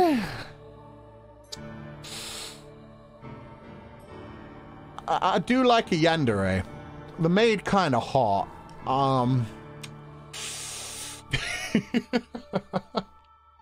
Also, the fact that, oh man, Michelle's not been reincarnated this whole time. That's so fucking evil, man. So none of them. I kept saying, oh, they've been drawn together. But wow, that's good. Yeah, fuck Mel. Fuck Mel. Fuck Jacopo. Bestia was pretty cool. Bestia was pretty okay. I could see him as Michelle reincarnated. The rest of them, yeah, I'm glad Michelle wasn't there at all. Michelle was so hot, though. I mean, yeah. Okay, I'm going to be honest. Obviously, the good option is probably there's still more to be done. Reject her proposition, I'd imagine she kills me. Accept her proposition, I'd imagine it's a bad ending. So I'm going to accept her proposition and see how bad it goes. I just want to see, you got to see the bad end, right? You got to just save one more time real quick. Imagine it deletes my save states and it's like, yeah, fuck you, you can't cheat. I control the flow of time, not you. That'd be pretty fucking funny. But yeah, I want to see. Look at all the timelines. Hell yeah, if they're short enough. But I'm definitely starting with accept because that has to be a bad ending.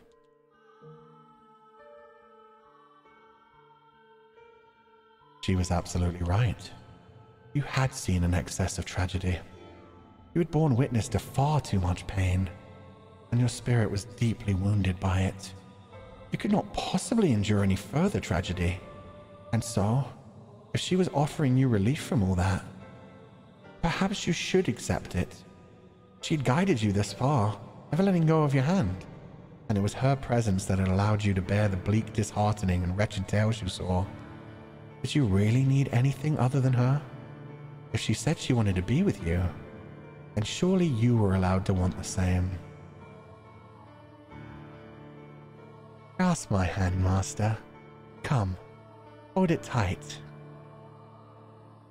You gently wrapped your fingers around the maid's cold hand. Never again to let go. Never again to remember. Never again to look back upon the past you might have had. The rare, treasured days of happiness. Or the bitter days filled with nothing but pain.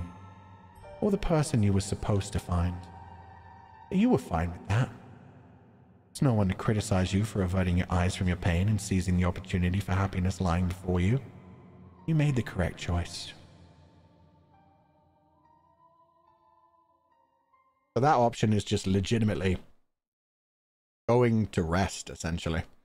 You stay with the maid forever. You get outside of time. Oh, are we beginning again? No way!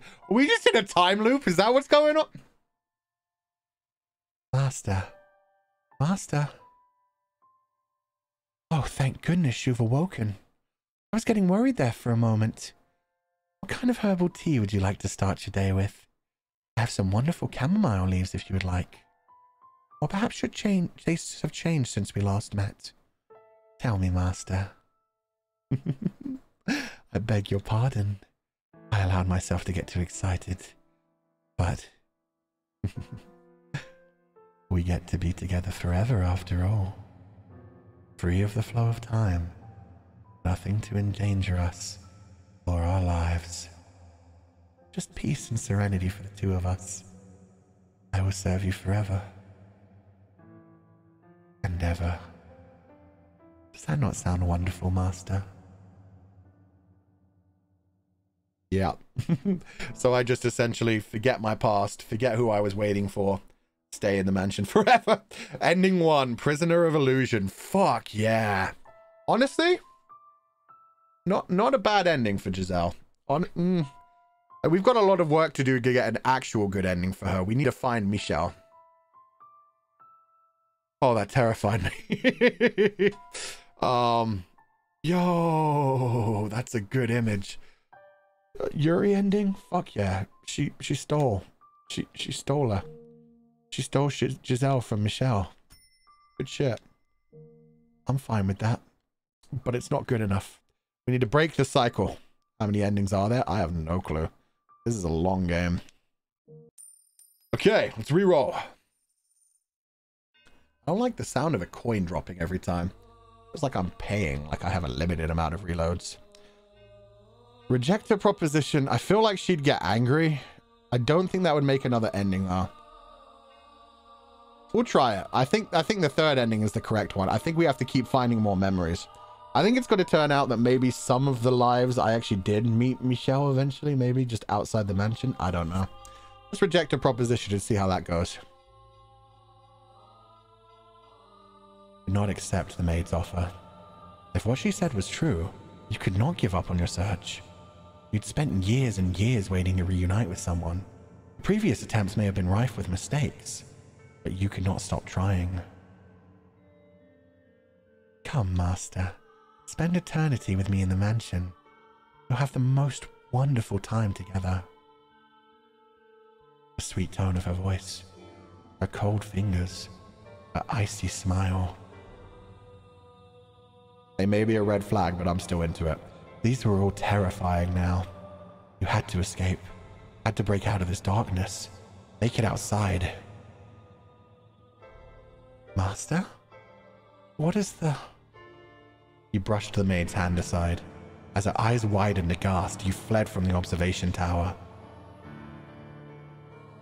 Down and down the spiral staircase you went, though not a whisper of a footstep could be heard in the stone tower. The stairs seemed to go on forever. Down and down and down and down. At long last, you arrived at the bottom, dashing from the next room without a passing glance at the angel in the stained glass window.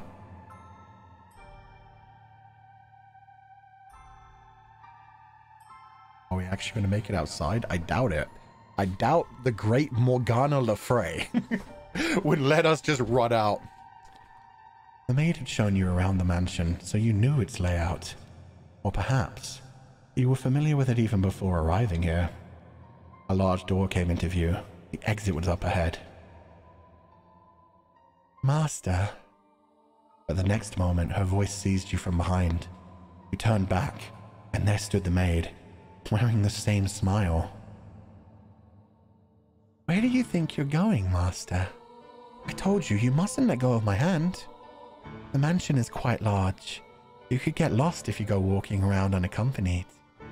Now come, let us head back. And please, do not let go of my hand. It was the same smile she always wore. The exact same. But right now, it seemed inexplicably ghoulish. The chill that ran down your spine was not from the lack of heat, but utter terror. Come, let us head somewhere else. You had to get out of here.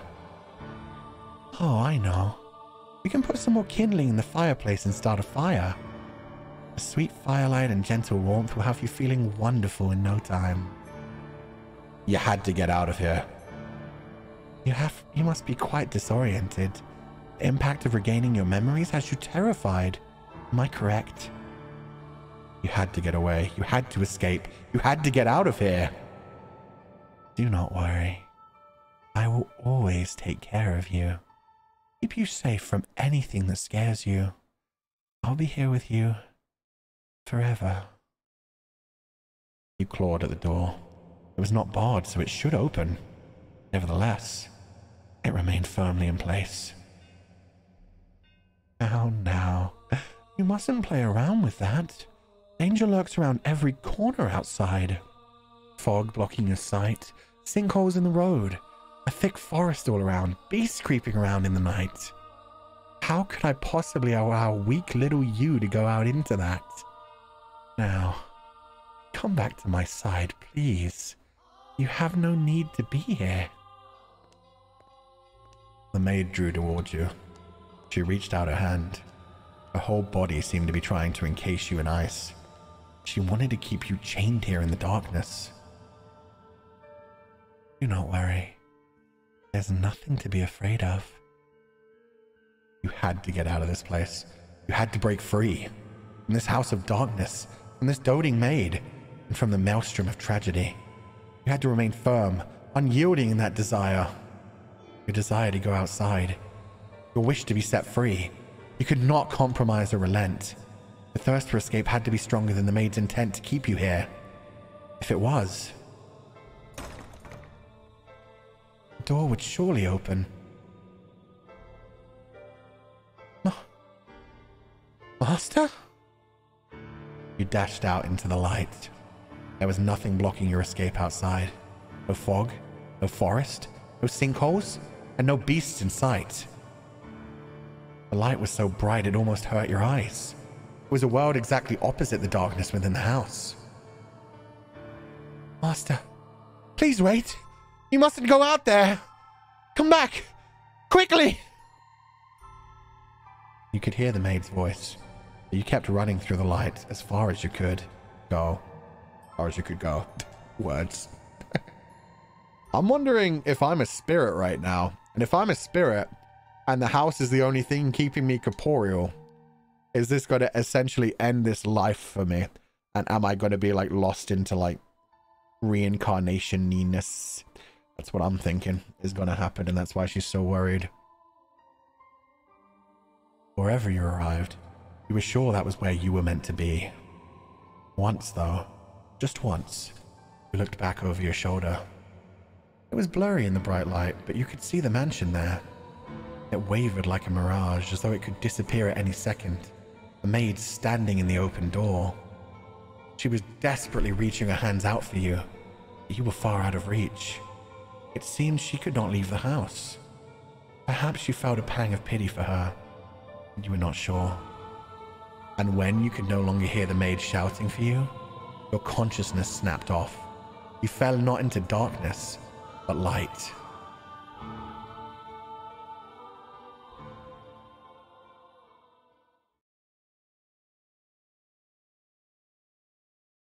Yeah, I feel like she's possibly become... Oh, shit! What? Modern day? This is not what I expected. Twist of the century? Huh? What was I doing again? Oh, that's right. I was on my way to school. And what was I doing dozing off in the middle of the road? I'm not sure. I feel kind of in a daze. Like I just woke up from a terrible nightmare. In the middle of the day? In the middle of the road. Nothing like that's ever happened before. Has it? Something doesn't add up. I can't remember what I was doing. Like there's a big gap in my memory. What was I doing? Who was I looking for? Need to stay focused. I have to get going or I'll be late. I know this place all too well. It's the same road I take to school every day. There's a vendor along the way that always waves good morning to me. Always. The same route? I know this place. Yes. I know this place. I see it every day. Every day. Nothing changes. It's always the same. A perfectly normal, ordinary, everyday life. Okay. This is weird. I mean, this isn't an isekai. I saw a lot of people in chat saying isekai. It's just a reincarnation. It's just we're so far... I didn't expect it to ever get to modern day times. This is modern day white-haired girl. She has been the master of the mansion this whole time. She was summoned there by the maid, and it turns out, yeah, she's been reincarnated so many times it's modern day times. It's weird that it's all live action now too. Like everything's just pictures. It's not anime. I don't like it. I don't like it. A gentle breeze brushes against my cheeks. My hair flutters as my gaze slides upwards. I'm looking at a tall, handsome man with long hair and a somewhat despondent demeanor. I think I know this man. As soon as I see him, I feel like someone stuck their hand in my chest and is squeezing my heart. It's hard to breathe. And the overwhelming sense of familiarity. has me on the verge of tears. Elation jolts through all of my extremities. Ah, I know. This is the person I've been searching for. Excuse me. She found Michelle. Oh, the music's so cute. Let me turn this up. But yeah, she found Michelle by running away from the mansion.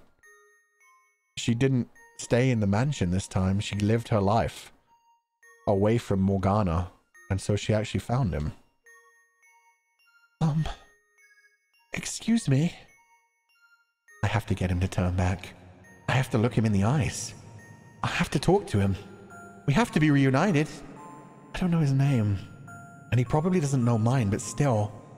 This is fate, so... Back to the mansion. What? I must go back to the mansion. Hold on. There's, something I need to tell you. 1 second, I'm about to cough. Ah. And that's not a good sign.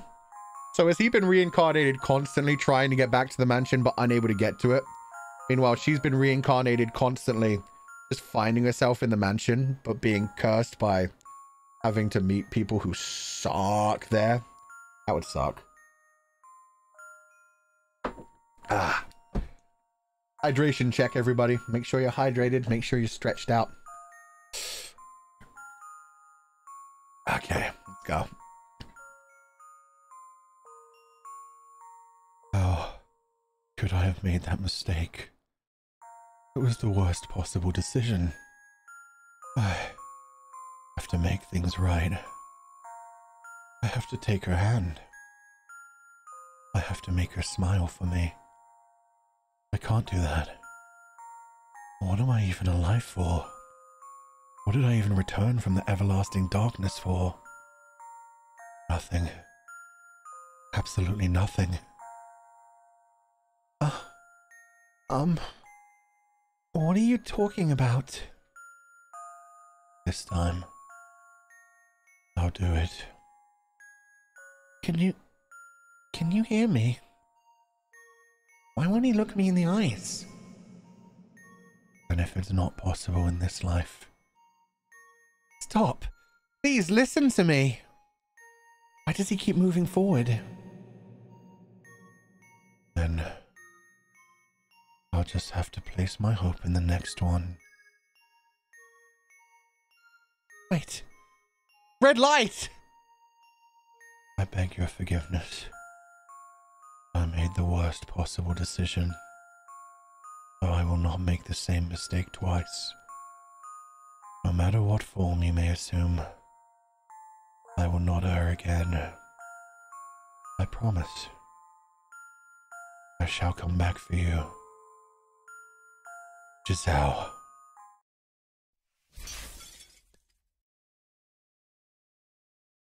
Hey, someone call an ambulance. Someone's been hit by a car. What?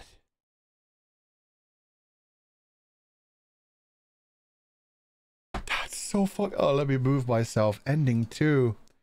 Coming for you. Also phrasing, but I don't have the energy right now. That's just so sad. Is that what he's been doing? Oh, that creeped me out when it auto moved itself. Is that what he's been doing every time she's been reincarnated? She forgets all her memories, but is the same personality, the same person. She always finds her way back to the mansion. She's drawn to it. And she always ends up wrapped around shitty people. Meanwhile, he comes back and slowly seems to regain all of his memories. And then just gets lost in his fantasy world. He starts wandering. He tries to find the mansion no matter what. He just walks endlessly, searches. He's always searching for Giselle. And because of that, he just always passes away before he can find her. Fate keeps them away from each other. So they've really never met. He always remembers his memories. She doesn't remember anything. He's searching for the mansion. She's drawn to the mansion. Oh, god damn. It really Romeo and Juliet did this shit. Okay. let's continue the actual story. I mean, I figured both of those would be bad endings. I just didn't expect the modern day shift was so wild. And then having Michelle there, they gave you that tiny bit of hope. They give you that tiny bit of hope with the whole like, oh my shit, Michelle's here. Maybe this is the good ending. Maybe we got away from the mansion and we have our man. This will be fine. Meanwhile, Morgana Le Fray sitting in the corner just giggling like, dumbass. Have fun in the next life. I'll try again next time. Next time I'll get you to stay with me, master. Oh my god. Good ending, too good to be true. Oh, we'll find a good ending. We'll find a good ending. Okay, there is still more to be done. I think, yeah, the idea of this one is just tell the maid, you've got to keep exploring the house. There's more things here. And so not anger her, not run away from her, but find more things. And wait for our man. And wait for Michelle. Shut up. Damn it, why did it take me to that? Sorry. I got stolen away. There we go. God, all my technology is going wrong today. Everything. There we go. Okay, there's still more to be done. Something seemed off. Not only with the story she'd just told, with her, and with you yourself. Assuming everything she had said was the truth. Which or not, my mind is made up. She's actually Giselle this time. She's not Whitehead girl. Which will strike you first, I wonder? Regret? Or the curse? You seem to be doing just fine. It's only a tale. Or which is real? Very much so. It is not a legend, nor a fairy tale. The witch is me.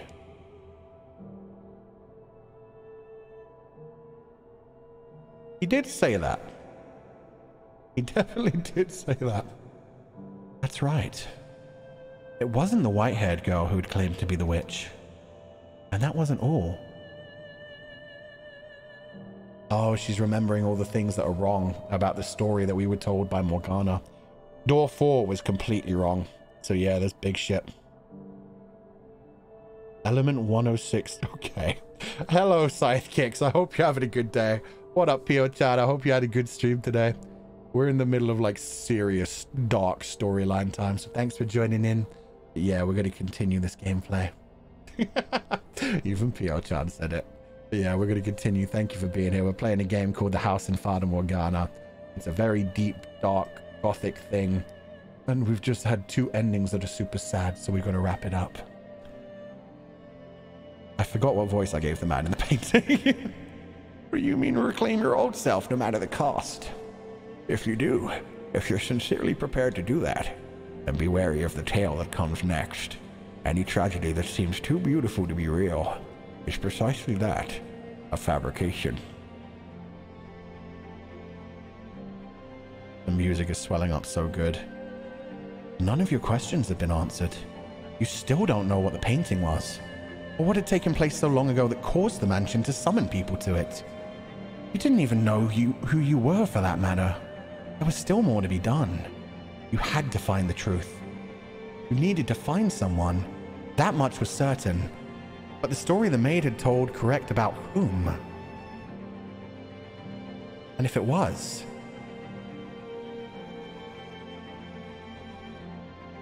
Yeah, there was the scene in the bedroom too. What about her? What about the woman whose name you couldn't say? The woman who had so cheerfully called you master?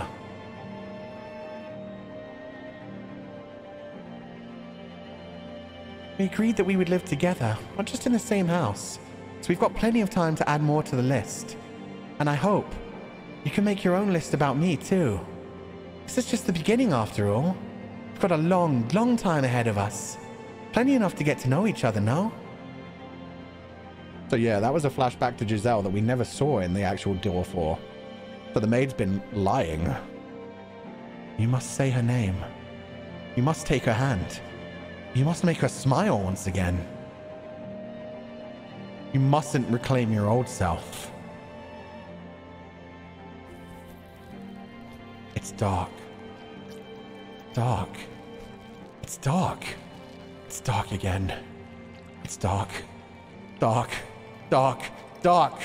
Constantly engulfed in darkness.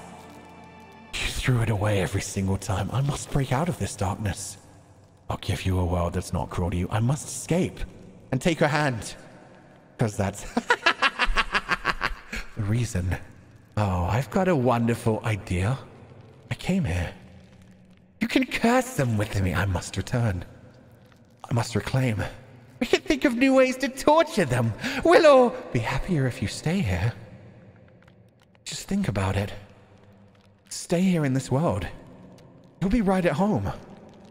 No, I did the best I could for you. Nothing more. This is not where I belong. No matter how much of a world of darkness may suit me, you'll never be able to do it.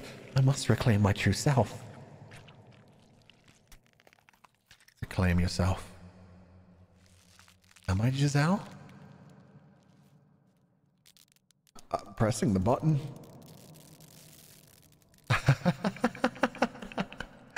This is brilliant. Do you have any idea how terrible a decision that is? Do you have any idea why I fabricated that story? It was all for you. So stay here. Stay right where you are.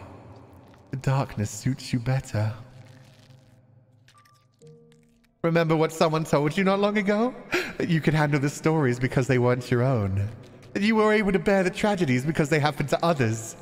If that had been your suffering, if the secrets you had kept buried away for so long had come out, you couldn't possibly have endured it. But you're a sharp one. I'm sure you intend to keep those secrets tucked away forever. Do you really think I'm going to let you do that, though? Whatever you try to hide, I'll make sure your beloved hears every last detail. How foolish can you be? Despite all my encouragement, you still insist on getting your old self back? What do you have to gain from that? Nothing but filthy, ugly tragedy awaits you down this past. Don't get your hopes up, my dear. There's nothing for you there. You have nothing. I'm offering you a place by my side. You should just take it. There's no salvation for you anywhere. None at all. Anywhere. From anyone. Ever. She has long since lost all grip on reality. Do you think there's anything you can do for her now? Despite having repeatedly failed to even regain yourself? I'm Michelle. I genuinely think I'm Michelle, and this is Morgana fucking with me. She tried to make me think I was Giselle, but she just wants me trapped here. I think we're Michelle. She's trying to make me, give up. Well, I suppose if you're going to be stubborn, as much as I don't want to, I have to place a curse on your soul.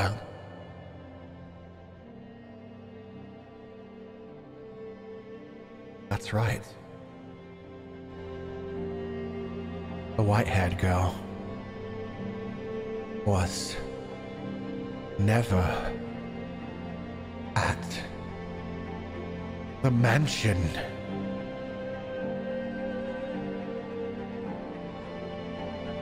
What the fuck?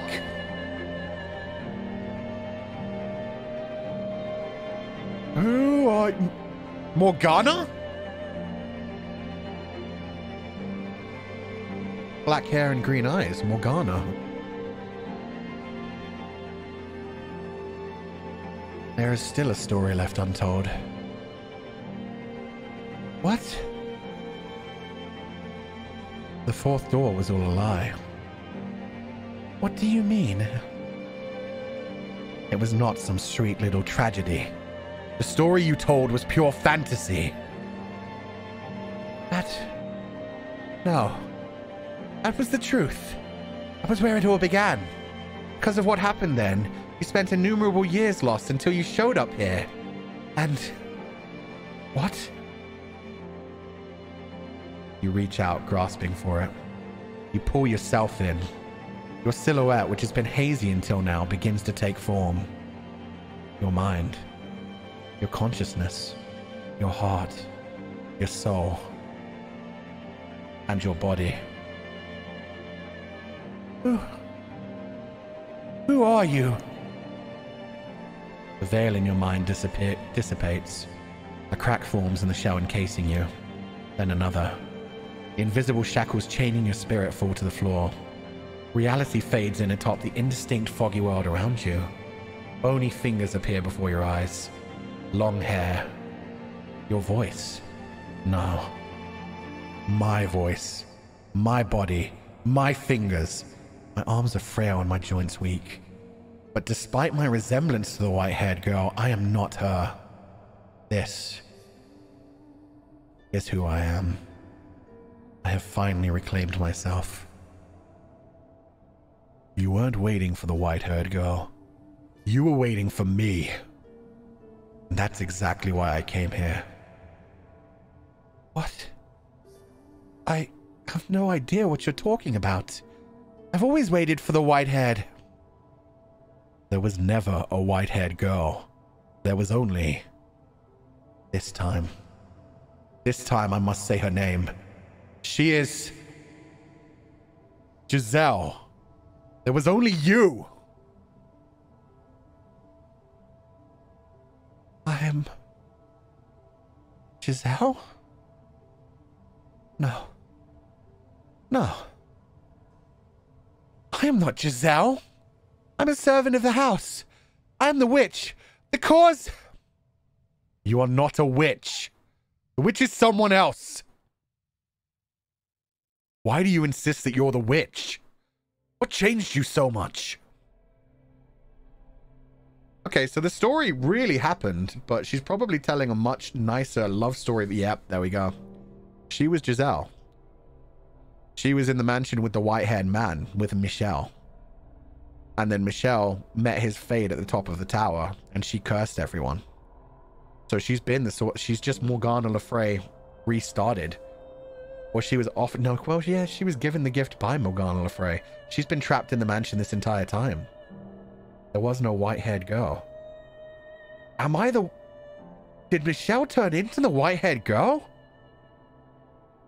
Have I been coming back as a woman every time? Even though I was Michelle? Oh, God, I'm so confused. Let's find out. Because she's always been there. But they've locked away her memories. The shadowy figure in the master bedroom. That was her. A glimpse into her past. I'm sure this is Giselle, but why is she so different? What happened to the spark she used to have? Where did the light she once shone upon the world go? I have to remember. I must remember. This cannot end until I have. This is no longer a story. No, what I need to face is my past and her heart. She was not even present in the story she made up. Everything about it had been changed. The past I lived and the wounds she bore were more grounded in harsh reality, not wrapped in a film of fairy tale magic. That was the final tale. And it was all true. That's how it happened. It was a bittersweet story. No. How could you not see this? Yes, it was a beautiful tragedy. But was there even a scrap of humanity in it? Behind the 3 preceding doors, there had been a... sorry, I need to blow my nose. Sorry.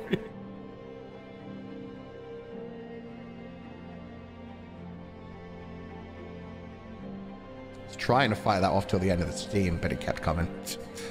Behind the 3 preceding doors, there had been a constant thread of ugliness and conflicting motivators. There was hardly a trace of that behind the 4th door. The characters felt like nothing more than characters. Is that what you want to turn it into? Is that what you want our history to become? Our history? But then... But I don't remember anything at all. You don't remember anything? No. I don't want to. I don't need a past or a future. All I have left inside me is uncertainty. Giselle. No. No! It's not. That is not my name. Please stop trying to confuse me. I'm fine with things the way they were. If it means I don't have to hurt, that's all I want. So please, just let me keep being the maid. Just let me keep being a guide. Not some foolish girl. Is that what she honestly desires? Does she want to cast aside her past for good? If so, then... Nope, no way in hell. Sorry, we're not going for a bad end this time. This is too good. Taking a brief pause to save game, and then we are plowing forward. This one. We're making you remember. Not remembering isn't an option. No matter what she says, I know I'm right. And if she doesn't reclaim her old self, I'll never get to hear her say my name again.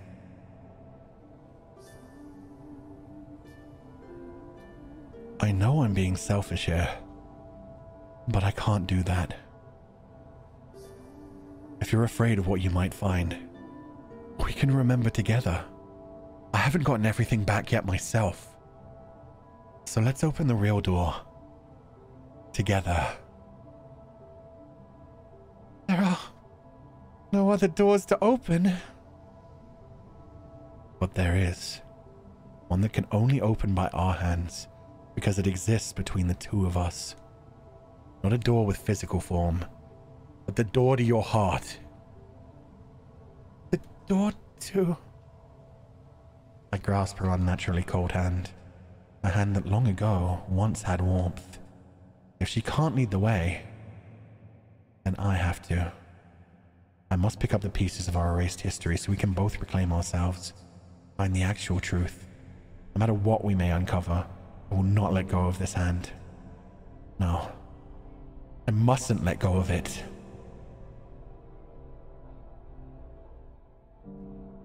Darkness falls over the world around us.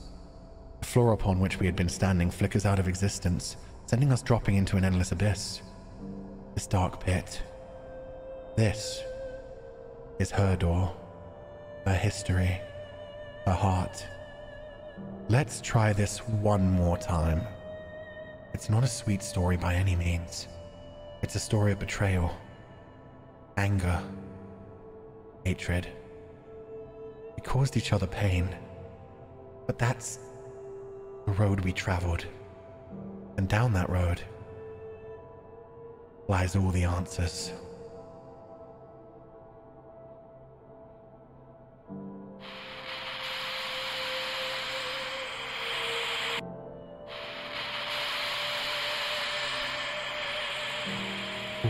Ooh. 1099. The fifth door, or the true fourth door. The original timeline, but the real one. Okay, I just want to listen to this. Come on, kick up the music. Come on, hit me with the music. Beautiful Rose. Beautiful Rose. Come on, hit me. Hit me with the music. Fine. Fine. Ooh, no music, just ambiance. That's where we're gonna end it, baby. Pain and suffering. But first, we're gonna go see the other bad ending. First, we need to know. We need to know what the other bad ending is. Are we gonna go through more pain? Probably, but more down-to-earth pain, it sounds like. So yeah. Fourth door we saw was all fake. Giselle was not a white-haired girl. Giselle was a dark-haired girl. I don't think she was a maid either. From the flashes we saw, I couldn't tell if she was wearing a maid's uniform. It looked like they might have been engaged, actually, from the way they talked about spending their lives together from there on. Let's load that and see another bad ending. Bum, bum, bum. Leaving us hanging. It's been 4 hours, guys. What did you expect? Besides, it's been a good 4 hours, and we always do one door. Well, normally we do one door every 2 things. Fourth door, fake door, was just really fast. So what happens if we don't force her to remember her memories? I won't force her. This is gonna go bad. I can't force her to do something she doesn't want to. If she doesn't reclaim herself on her own, I'll never get to hear her say my name again. But if she wants to leave all of that behind her, then it's not my place to interfere. I've done things that would warrant her wanting to rewrite her past, erasing me entirely. But I think more than anything, I'm afraid of hurting her, of breaking her any more than she already is. No. Mine is a more cowardly fear. I'm just afraid she'll no longer take my hand. Oh, right then. What should have been behind the door was our life together. But for her, there's nothing but misery there anymore. In our time together, and in me. Forget everything I've said. The tale within the fourth door was the whole truth. I can live with that. I would just ask you to allow me one thing. To remain by your side.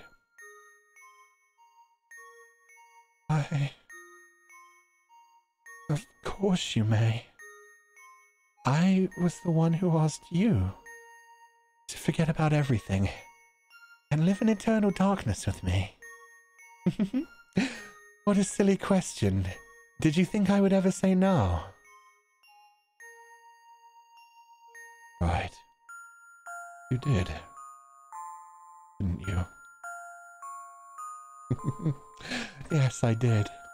Worry not. I will banish the memory. I'm sure you were simply disoriented at having learned who you are. There's nothing to fear. Only happiness awaits you. I'm getting excited now. What should we do first? Oh, I know. We should throw a party in commemoration of your decision to remain here with me. I shall prepare the most wonderful feast, my sweet girl. So, you forget all about him, all right? If that is what you desire, I will never be anyone. Ever again.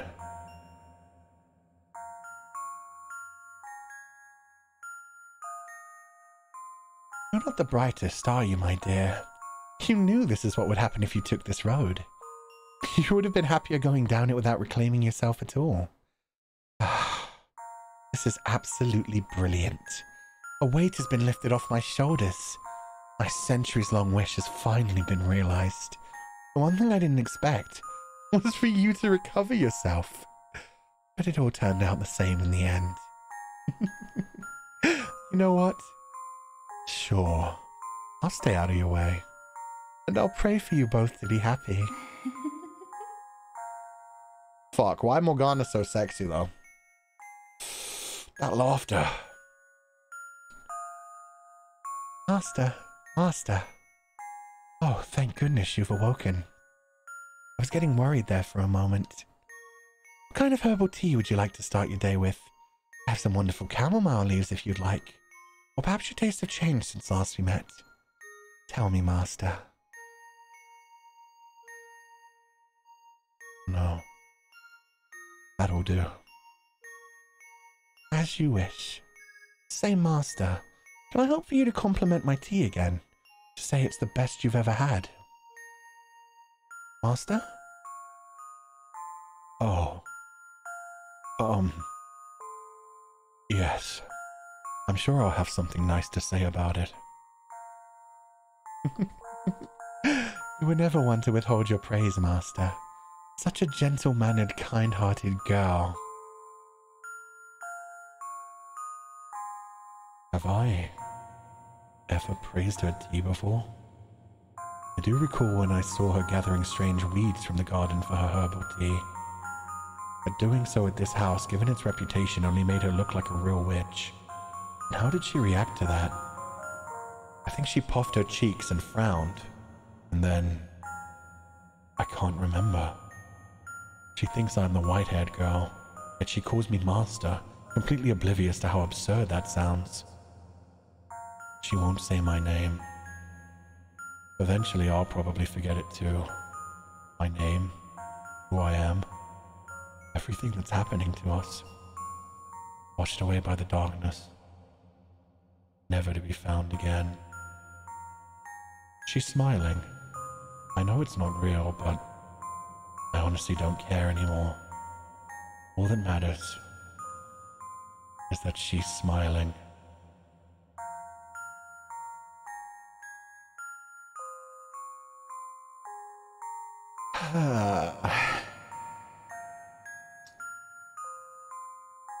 Ending 3. Bonjour, poupée. Morgana kind of suck. Morgana kind of sexy though. God, we haven't even seen what Morgana looks like yet. That's a wild twist. God, all of my theories were the sad thing is, sometimes I theorized in the right direction. So white-haired girl never existed. There was only Giselle. Which must mean every time I was remembering white-haired girl's memories, I was actually remembering Michelle's memories. Have I been constantly reborn as a girl?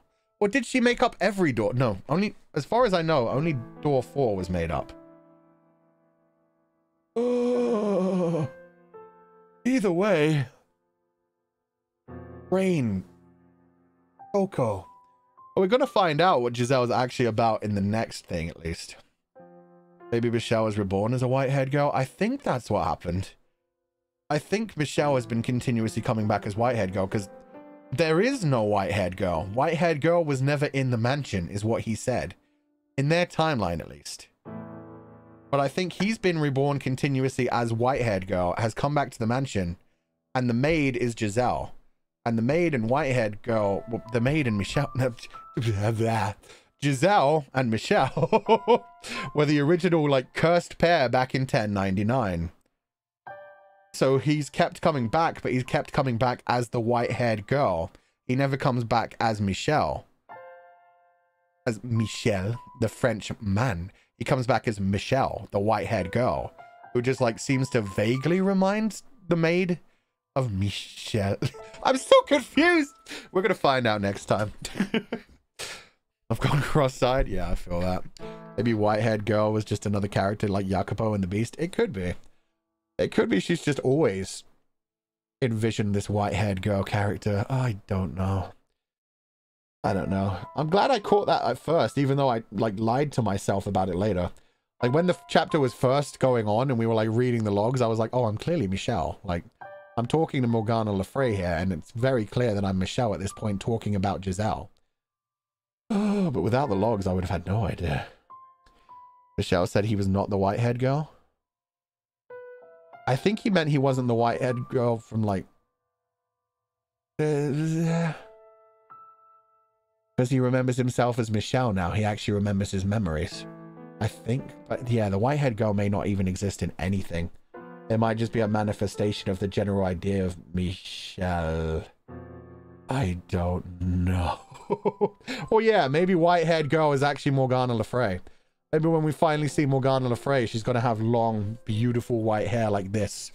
And she's going to have been the original witch that was burned. I don't know. Yeah, maybe there was only ever Michelle and he never came back to the mansion. Brain. Doko. Never give up thinking. Art is supposed to be experienced with both the heart and the brain. Yeah, and they're doing really good at, like, leading us on in this storyline. Like, this storyline, they've given us so many possibilities, even though all of them have turned out to just be fucking with us. It's part of the fun too. It's part of the fun too. Okay, I'll bring that back. Yeah, as soon as I bring that back, the sound starts again. Strange. Strange. So the piano should be able to start up now too. I don't know what's up with the piano. I can't change the piano. I deleted the file. It shouldn't be able to use the file. Anyway. Can't wait for more twists. Yeah, I can't wait to see the real 4th door, which is technically now door 5. They've named it door 5, so I guess we're going with that. We're going to stick with the fact that, yeah, that's 5th door. Interesting. I'm going to let this music keep playing. This is really good. My brain got lost. Mine too. But it's still fun. Morgana drinking vinegar from your love story.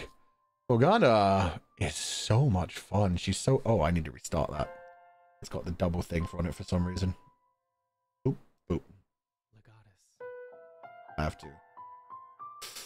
Right. It's a group of things. But yeah, Morgana, genuinely evil. Was so happy to be fucking with them so much. Liked the fact that he remembered his memories. He remembered himself as Michelle. And was even happier that her plan still came together where they're going to be trapped in the mansion together forever. Why does she want them trapped in the mansion forever? Is it so that they can't reincarnate? I don't know. I don't know why Morgana hates them so much. Let me get this straight. There was no white-haired girl, and we are Michelle. We are originally a man who was reincarnated into a woman, so we would get confused with a couple. The maid is Giselle, right? Okay, the maid is definitely Giselle.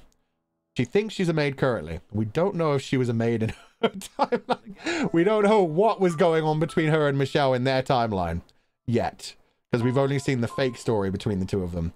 But yes, for 100% sure, the maid that we've been seeing throughout the stories, the one who's been trapped in the mansion the whole time, was at one point Giselle. She has erased her own memories. She has replaced her own original story in Door 4 and made a fantasy tale about like a cursed person named Michelle and her own love for him. God, I don't know what's going on. As for the white-haired girl, I think all the other doors happened because they only freaked out about door number 4. He did say at one point, I'm not the white-haired girl, but I think he meant like in this timeline. I think he did come back as the white-haired girl continuously. And the maid did continuously like interact with him. Might be wrong. He might have never come back before. He might have never found his way to the mansion. And then there was that weird-ass thing where we got out of the mansion and we found Michelle, but we thought we were Giselle. We thought we were Giselle and we were trying to talk to Michelle. We were like, hey, I go to school every day this way. Oh, there's Michelle. I need to talk to him.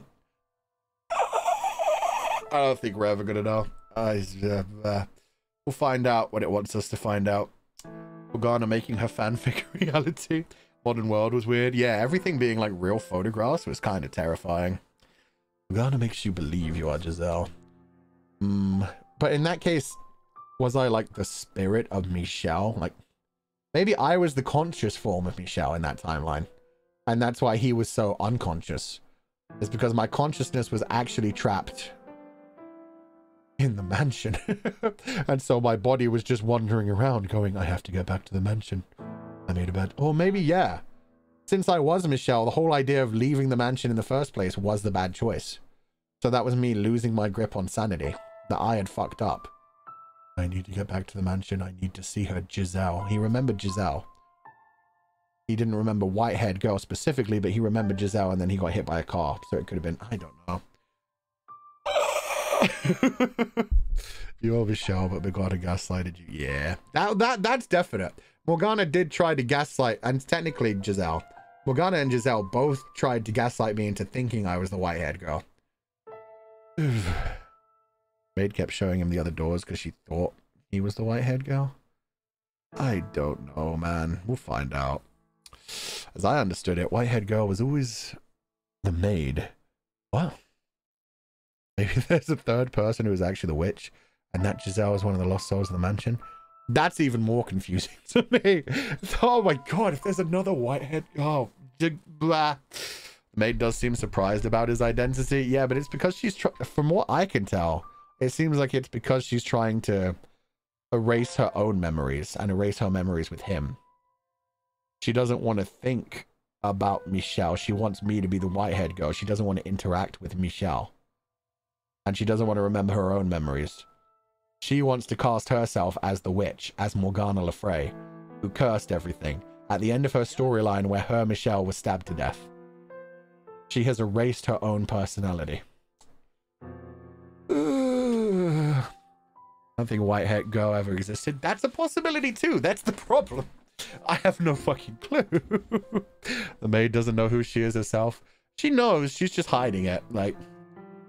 She invented this whole fake reality in the fourth door, but she definitely knows on some level. Because she freaks out when he calls her out for it. Because she... everything keep breaking around me? It's fine. Fine. Okay. Got the super chats now. I don't know what I can do about Streamlabs. I need to fight with someone. Should a whole Eternal Sunshine? Pretty much, yeah. Decided who she was. Okay, let me grab my comment grabber. Twitch it. There we go. Didn't think she knows. She was generally confused and panicking. It's a repressed memory thing, though. And she freaked out and, like... That's what I mean by, like, she didn't really get rid of it. It's not that, like, yeah, she 100% remembered, but she's gonna be reminded of it, is what I mean. Like, it's still buried down deep inside her. She freaked out so heavily because she vaguely does know that he's saying the truth. Like, she starts to break very quickly when he says, there never was a white-haired girl, that was you. Like, she denies it so much because she doesn't want that to come to the surface. The same way Michelle did at one point. Michelle was freaking out when he started to see himself in the mirror and shit at first, because it was like, oh, what did I do? Like, he thought he'd done bad things as well. I don't know. We're going to find out what they actually did in their timeline as well and see why they both, like, didn't want to remember. Susie Otsufu-chan, thank you for bringing a nice stream. No problem. This was a long time coming, but it was amazing. And now I can't wait for the 5th door. The 5th door is going to be fucking wild. Miyu, thank you so much for the 20 gifted Whoa, 20? Thank you so much for the 20 gifted membership, Miyu. Shimomi, the tragedy of the game is not only hurting my heart, but my brain also. White hair, black hair, Giselle, Michelle, darkness and sudden light mode. Yeah, there's being lost in the, like, eternal darkness of the mansion, which they can only do if they give up their own personalities. Or there was the whole thing where Michelle ran out of the mansion and found himself in the light, and then found himself in the real world. But he couldn't interact with Michelle, and he thought he was Giselle at that point. God, man. It's all so wibbly-wobbly, timey-wimey, gunky. They really are stuck in the abyss, huh? I guess so. I guess so. Yeah, Otsu for the stream. Morgana said those weren't our tragedies. Michael said they felt humane. It makes you ponder whose tragedies or were they all made up. Shit, you're right. So he can't be white-haired girl. She did, you're right. Not Morgana at that point, but actually Giselle. Giselle was the one constantly telling us. Oh no, there was somebody else who told us at some point. I think it was the old man, or maybe it was Morgana. But yeah, they did say at some point, and during this episode, those tragedies, you could survive them because it wasn't your story. But what would you do if it was actually your story? So I guess we were never white-haired girl. It was just some other random girl who got brought to the... The painting person said that? Okay. Yeah, the one who gave us the key. I don't know. Can white-haired girl be Michelle's sister? I mean, I guess if they both have albinoism, that's a possibility. Why would it continuously torture his sister? That's just so mean. I mean, 1099. Let me look up 1099 real quick. I'm pretty sure that's at the height. Oh, well, that's a different thing. 1099. Say no. Witch trials? No. That was in 1692. Oh, shit. The First Crusade.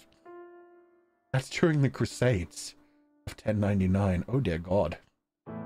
That's going to be interesting. Real Middle Ages. Jeez. A very religious time, anyway. Huh. That's why I knew 1099. Unless it's all loose tales about Giselle to give an idea what could have happened to her. Maybe. Maybe they never existed at all. But yeah. Thank you for donating the food funds, Neo. Oh, God. I know. What's desu? What's desu? Thank you for always having a good time. Fuchan-san. Does that say Rabun? Is that a cute way to say love you? I've got to translate this. Sorry, I'm not good at Japanese. Yeah, it does say Rabun. Fu-chan-san Rabun. Thank you for donating the food funds. Yeah, I guess it's a cute way to say love you. It's like, Rabun. That's adorable. Thank you for donating the food funds. Not sure if I got that right, but that's cute. I'm just dead right now. I feel that. When you know, you know, I guess. That's what I have to keep saying in this story. Like, I keep thinking, like, oh, I've got a theory. Let me say it out loud. And then I always have to end with, I don't know. We'll know when we know. It's pulled the wool over our eyes so many fucking times. There's so many different times where I'm like, I'm Michelle. I'm the white-haired girl.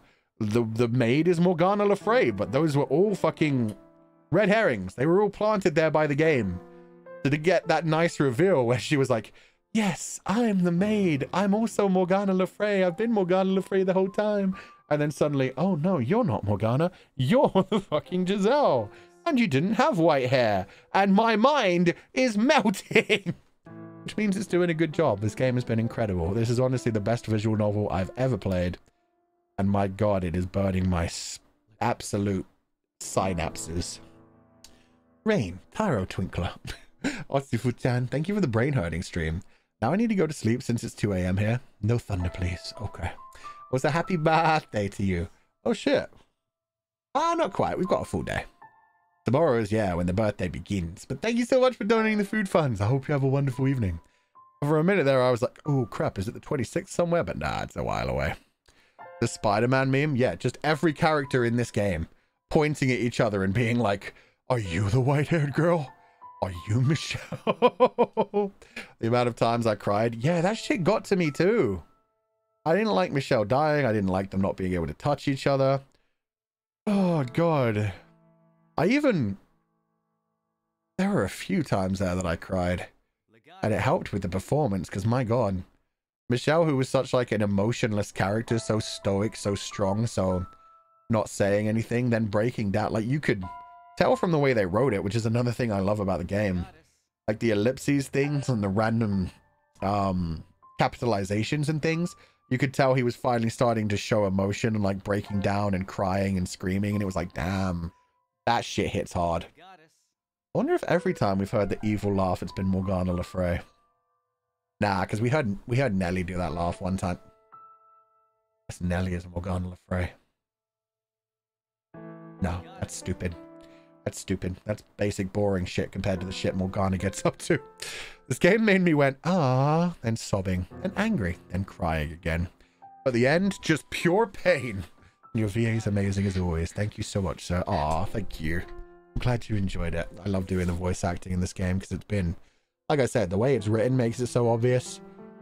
The emotions are so good. I love how they called out Door 4. They were like, Door 4 didn't have any humanity. It was silly. They were just characters. It was over the top. There were curses and shit.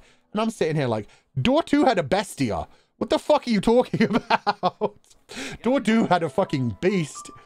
Who turned out, yeah, I mean, when you got to like the end of that one, you understood everything. But there's a witch in this story, man. Don't be calling me out enjoying my silly fairy tale tragic romance. They were characters, but they were good characters. I felt for them. I cried with them. How dare. I'm so glad he killed that first guy. Fuck me.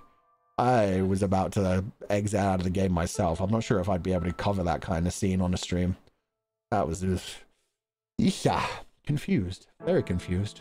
Whatever, I'm going to bed. Good night. Good night, Isha. Have a wonderful night. I hope you enjoyed what part of the stream you caught. Oh, man. What are you talking about? Beauty and the Beast was real.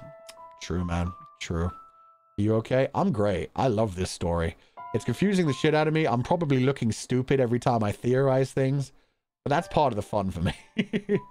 And I love how well this game is just completely making me go, huh, I'm a fucking idiot, but I love the new storyline direction.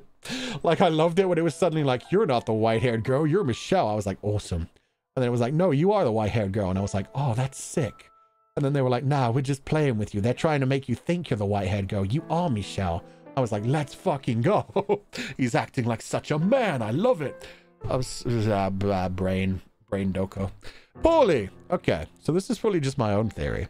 But the fact that Michelle said that he is reclaiming himself, in my own opinion, might have meant he is finally reclaiming who he is on terms of what gender he is. See, that's part of the way that I took it as well. Was that he had been reincarnated a bunch of times as a white-haired girl. Just to fuck with Giselle more, I would have imagined. But yeah, no, there were definitely lines there that said, like, none of those stories were his story. So I don't know if that's true. We'll find out by the end, though. I'm sure they will break down everything they've actually been through as a pair. We'll find out. Guess they have a notebook filled with theories at this point. Yep. It's like FF10 in terms of plot twists. I think this has already topped FF10. FF10 has some good moments, but yeah, this one, geez, there's been so many. Maybe it's also the fact that we're only doing like genuinely like one chapter every 2 weeks while we're actually at full speed.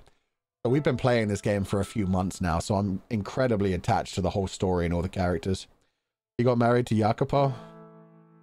Jacopo had his moments, man. Don't get me wrong, I'm fully on the whole like fuck Jacopo train as well. Also, I'm gonna unturn off Streamlabs now. Sorry about that. I've had them turned off because the sound, but it doesn't stop the sound even when I turn them off for some reason. But yeah, I'll turn them back on now. Yeah, Jacopo had his sexy moments. He fired a damn good headshot right at the end. Oh my god. Could have been Giselle's story, but she just changed Giselle's appearance. That could be as well. No, because we've continuously seen the maid interact with the white-haired girl. As far as I remember. Yeah, no, we definitely did. I guess she could have just been imagining that and torturing herself a little bit, though. Who knows? Okay, they're back to enabled. Whoop. Jacopo killed a sexy lady, though. She was very sexy. But she failed her shot, man. She did such a good job coming up with her revenge, and then she just couldn't fire a gun. That should have been the first thing she learned to do when she started plotting her revenge. That's all I'm saying. And she wasn't sexy until she turned evil. She really would have done better if she'd grown her hair out. I can't even remember her name anymore. I forgot Jacopo's name at one point. Oh my god. Adura Obscura, thank you for the stream. The story was very interesting to listen to, and I admit it was hard to make sense at certain points. Yeah. We're basically just along it for the ride, essentially. Maria, of course it was Maria. Maria is such a perfect name for that kind of character. She needed to grow her hair out, man. Let's be fair here. Her haircut did not give her any benefits. She only looked badass because, one, she was evil, and two, she was dressed to the nines when she came for revenge. And she was coming for revenge. That always makes people hotter. Hope Schmidt. Happy early birthday, boy. Bye. Thank you for donating the food funds. Have a wonderful evening, and thank you for joining us. Hot because evil, Maria? Yeah. Xana Lucas, my brain cells are gone, so good night. Good night, Xana. Have a wonderful evening. Jessica Winters, try not to spoil everything. Just heavy, heavy content warnings from here on out. Stay safe, confidants. Oh, lovely. Oh, that's going to be fun.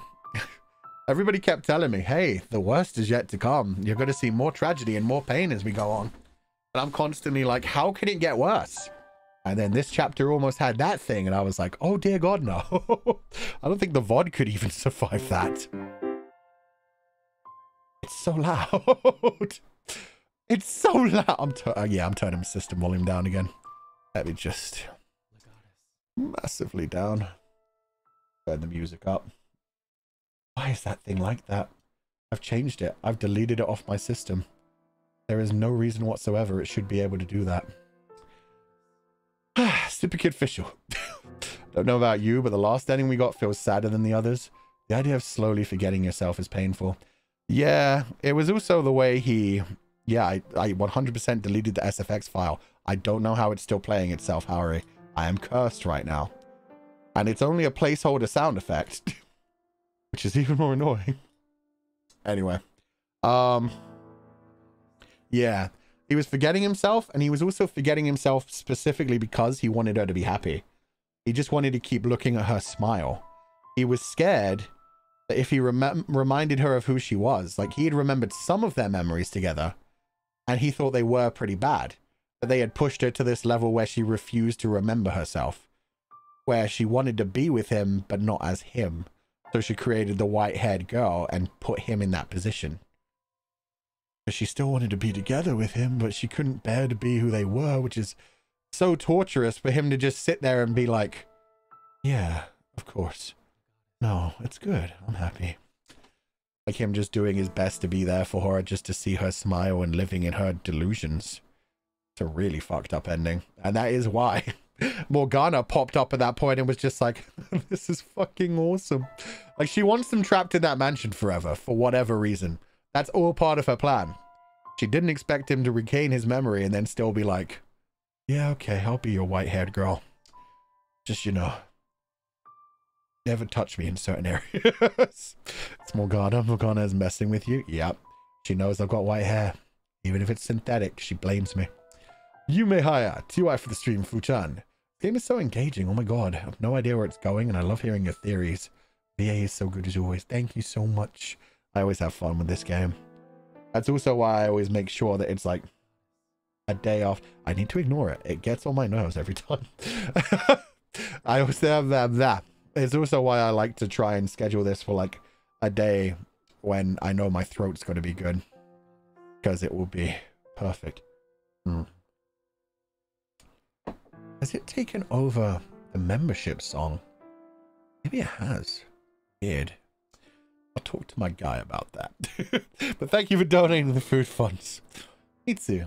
I love your theories because they're always well explained and help me think better about the game. Sorry, my English is dead right now. Anyway, Otsu, thank you so much for donating the food funds, Mitsu. Don't worry. My brain has been turned off for like ages as well now. We're just enjoying the ride at this point.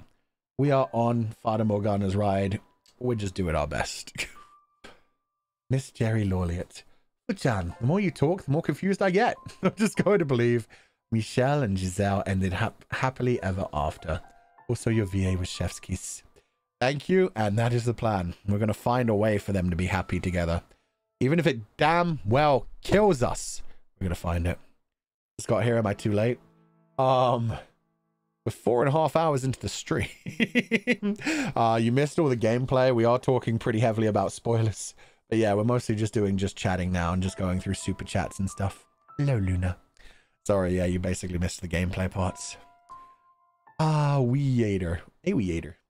Finally didn't fall asleep during your stream for once. It's 5 a.m, but I had a good nap before this. Rest well and have a lovely evening, you legend. At the same time, I hope you're not doing anything tomorrow. Hope you could sleep in. Thank you for the stream and happy early birthday. Thank you. I'll be there for all of your birthday stream. Awesome. Thank you so much. Also, VA Taskaru. Arigato. I had a lot of fun with it. And yeah, I hope you enjoy the birthday stream. Trying to give a little of something that everybody likes and I'll also have fun with. And then just desserts it on to finish it off. 5 a.m? I know, right? People need to go to sleep. My god. TY for the amazing voice acting. Otsupu-chan. No problem. Thank you so much. Hope you enjoyed the stream today. Sigh, Legata's voice simp. And I do that after the stream. I was starting to not even be able to do Michelle's voice near the end. Monsters. Hi, Fu-chan. Thanks for the fun stream. My first time watching a Fata Morgana stream because I was busy during your previous ones. The voice acting, the tragic and beautiful story. I love it all so much. And I only cried 3 times tonight. Also, advance happy birthday. Thank you so much for donating the food fund, Sai. That's so sweet of you. I feel like you would really like Door 2. If you ever get a chance to go back and watch the VODs. I feel like you'd really like Bestia. I did a lot of voice acting there that was like a lot of growling. Like literal growling and barking. And a lot of dark sadistic things got said. It was a fun time. I feel like you'd like that one. Thank you so much for donating the food funds and I hope you have a wonderful evening. Door 2 was iconic. Door 2 was great, man. I got to really go nuts. In a bunch of different ways as well. Like, I can't spoil anything. But man, the fact that we got to be evil in multiple different characters that time was fantastic. Liani. Good night, Fufu. What the hell, Kamiko? Good night, Fufu. Otsu. My time for bed, B-Day boy. Thank you so much for donating the food funds and have a wonderful evening, Ayani. Also, Kamiko, thank you for another ridiculously huge donation. Just really close to the last one too. Thank you so much. No spoiling? Nah, I won't spoil. My greatest hope when it comes to this series is like the more people who catch random parts live will be drawn in enough that they'll go back and watch the VODs. Because Fata Morgana is, or just play the game themselves. Fata Morgana is such a good game. And whenever you search for lists of like best visual novels, it's normally like in the top 3 in most lists. It's just, I still don't see many people actually talk about it. Even though everybody seems to acknowledge, yeah, it's like the best visual novel there is, or like one of the best visual novels there is on like all the lists I see. Like it doesn't seem to be too mainstream. It still seems to be like such a cult kind of thing where everybody loves it, but people just don't talk about it. So I guess it is hard to talk about as well. There's one, saying you enjoy a lot of these storylines is going to get you cancelled on Twitter. And two, there's just so many spoilers. Like, it must be anybody who's already seen these stories must be so hard pressed to be part of these streams and part of the discussion while I'm here like, yeah, I'm Giselle. No, I'm Michelle. No, I'm a Giselle again. No, I'm Michelle. I don't know what's going on. And then there's the guy in the painting. I don't know. 99. I don't remember what that is. I listened to the stream as background music and then repeatedly made that sound, and now my brain is a mess. Early happy birthday. Mwah, mwah. Thank you so much for donating the food funds. I'm glad you enjoyed it. I hope it didn't mess with you too much. Yeah. Trying to vaguely pay attention to this kind of storyline, pretty damn hard. Pretty damn hard. Apple Spider. Atsufu-chan. This game's so painful, but I'm absolutely entranced by it all. The theories, the tragedy, and your voice acting leaves me transfixed every time. Truly a masterpiece of a game. It really is. Yeah. And we're going to pretend that thing that just happened did not happen, because I just read it out loud, and I naturally did the SFX. And that's something I have to live with. But you know what? Now I'm going to Morgana Le Fray, you bitches. It didn't happen. It's gone. Yes, you are all the white-haired girl now. Take my hand. Come with me. You never heard that sound. Take my hand. Anyway, thank you for donating the food funds, Apple Spider. And I did it again. Not Morgana Le Fray. Giselle. Fuck me. Mickey. Happy birthday to you, Fulgur. I just wanted to use a big super to tell you. Sometimes I open your stream and sleep at one point, and then awake before you head out. But I think because your voice is so much easier to keep calm and feel comfortable. Hope you have a good day. Oh, it's really sweet. Thank you. I hope you have wonderful dreams when you do use it that way. Thank you so much for donating the food funds with the huge Akasupa. I hope you have a wonderful day, and I hope you continue to get good sleep. Thank you so much for joining us. We heard it. I woke up. Nope, don't believe it. Now living went free in my brain. No, don't believe it. We clip that part of the VOD. Probably. Grey Wall. TY for the stream. So happy. I was thrilled so many times during the whole story. Otsu o sheep. And good night, everybody. Good night, everybody. Thank you all for joining me. I hope you continue to have a wonderful evening. And Shin. Atsufu-chan. I spent 9 hours riding the bus home today. Oof. It was a painful night. I was dying. Hope you have a good day and good night. Was that like a really long journey, or was the bus just like really delayed? Was there like problems with the road? Either way, take care of yourself. Damn, that's a long journey. That's like a... God damn. Yeah, that's like a plane from here to Europe kind of. Jeez. Rest well. Have a lovely evening. Thank you so much for donating the food funds. And I hope you get good rest now, because yeah, that's... 9 hours anywhere, especially such an enclosed location, sucks. Nixie, first time finding the male protagonist hot in Fata Morgana. I love him. In this fake story, in this fake... You know what? I should have known it was fake, because yeah, you only get those kinds of stories in very, very fake things, where a person is so attractive because all they do is just stand there and be like, if you insist, go ahead. Yes. Be my guest. Don't worry about it. Like, he said so little. That's the kind of thing where it's like, oh, it's so cool and cryptic, but in real life you'd be like, yeah, okay, whatever, I'm on my way out. This dude's creepy. He was RPing Edward Cullen. Technically, Giselle was making him RP Edward Cullen. Anyway. Michelle, let's go. TY for playing. Fuchan, brain is so mushy though. Have a good night, Nixie. Thank you for joining us. Feel free to head to bed. I've literally been on a 16-hour flight. I could feel that. That sounds absolutely disgusting. I would not make that. Michelle, smash or pass? Smash, yeah. Yeah. He had so much top energy. He was such a beast. He was so mysterious. He was so dark. Kind of cool.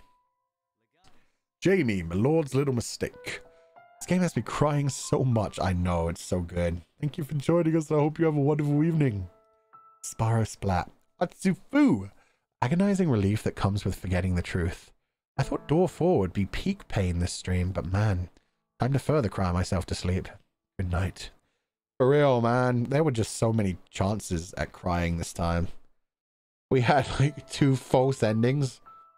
The final ending we got, like the extra bad ending at the end. Yeah, where he was like pretending to be happy just to see Giselle smile again, even though she was pretending the maid and he had to pretend to be the white-haired girl.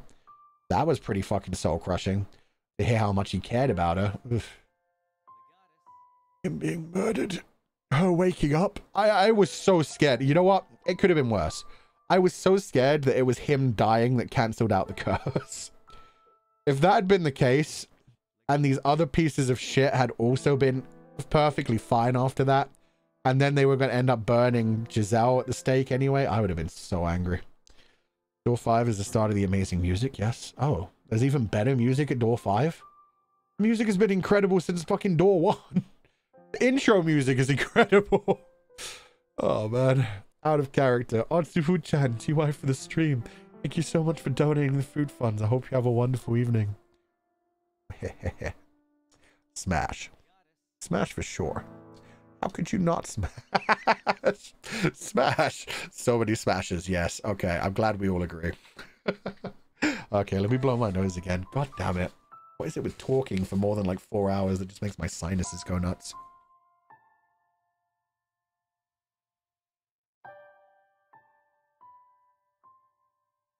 Brain turns to mush at 5 hours. Sinuses turn to mush at 4 hours. Fube, Otsufu. Always love your VA and theories about the game. Oh, thank you so much. Thank you for donating the food funds. Lollipop, Futchan said happy birthday in advance. I see a lot of people draw your art, but I can only give you a simple happy birthday wish. You happy. Aini. Yes, yeah. Thank you so much for donating the food funds. Don't worry if you can't draw anything. You didn't even have to donate. Just saying happy birthday would be enough. Thank you for being here. Thank you for donating the food funds. Thank you so much for being here, and I hope you have a wonderful evening. Fubei is what I heard. Futchan? Otsufu? I didn't... Fuba? I don't know where we heard Fubei. But okay. I agree, Guy. Michelle is so hot. Really just something about traumatized, broody, sad, white-haired boys. Yeah, true. True. Especially with the red eyes, man. White hair and red eyes is such a good combo. Jeez. Porfu. Is this Porfu-chan? I feel like I have to translate this name every time I see it, and I'm very sorry about that. But I need to again. Babu. Oh, it's Babu-chan. It's been a while, Babu. I should have known from the cute avatar. Babu-chan, thank you so much for donating the food funds. No message, but I hope you enjoyed the stream today. I hope you have a wonderful evening. Man, I prefer women, but smash. The great thing about bisexuality. It's just like, smash. Smash Giselle. Smash Michelle. Smash the white-haired girl in most instances. God damn. The whole thing when like the maid was like, come, don't you want to be evil with me? Just forget yourself and take my hand. And I'm like, yep. Okay, we'll go. Meanwhile, at the same time, if Michelle had offered me the same thing, holding that candle and being like, take my hand. You can live with me forever in this mansion. There's no light, only darkness. But we'll be together. I'd be like, yep. That hand's mine. Okay, let's go. Luther. I cried a lot today. Pain. But there's still hope, I guess. Your VA is stunning as always. Michelle's voice is such a nice and calming one. Now for him.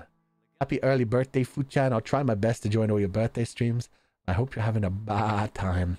Yeah, there are so many reasons I like Michelle. The voice I've given him, I don't think is the voice he would actually have. Like, I gave it to him because he's so big. Like, he's big. He has big, broad shoulders. He has that thick jaw, like very masculine jawline. He looks like, yeah, a top from like a Danmei. Like a big buff top from a Danmei. Which is why I essentially gave him the same voice that I always give to like Lan Wangji. If I ever have to like voice a Lan Wangji kind of moment, it's like, yes, of course, everything is fine. Calm and stoic, not emotionless, but not emotional. Just gentle and relaxed and deep. But then you see the way his voice is actually described, and it's like, neither deep nor light, just kind of airy, and I'm like, oh, that should sound more like my natural voice, huh?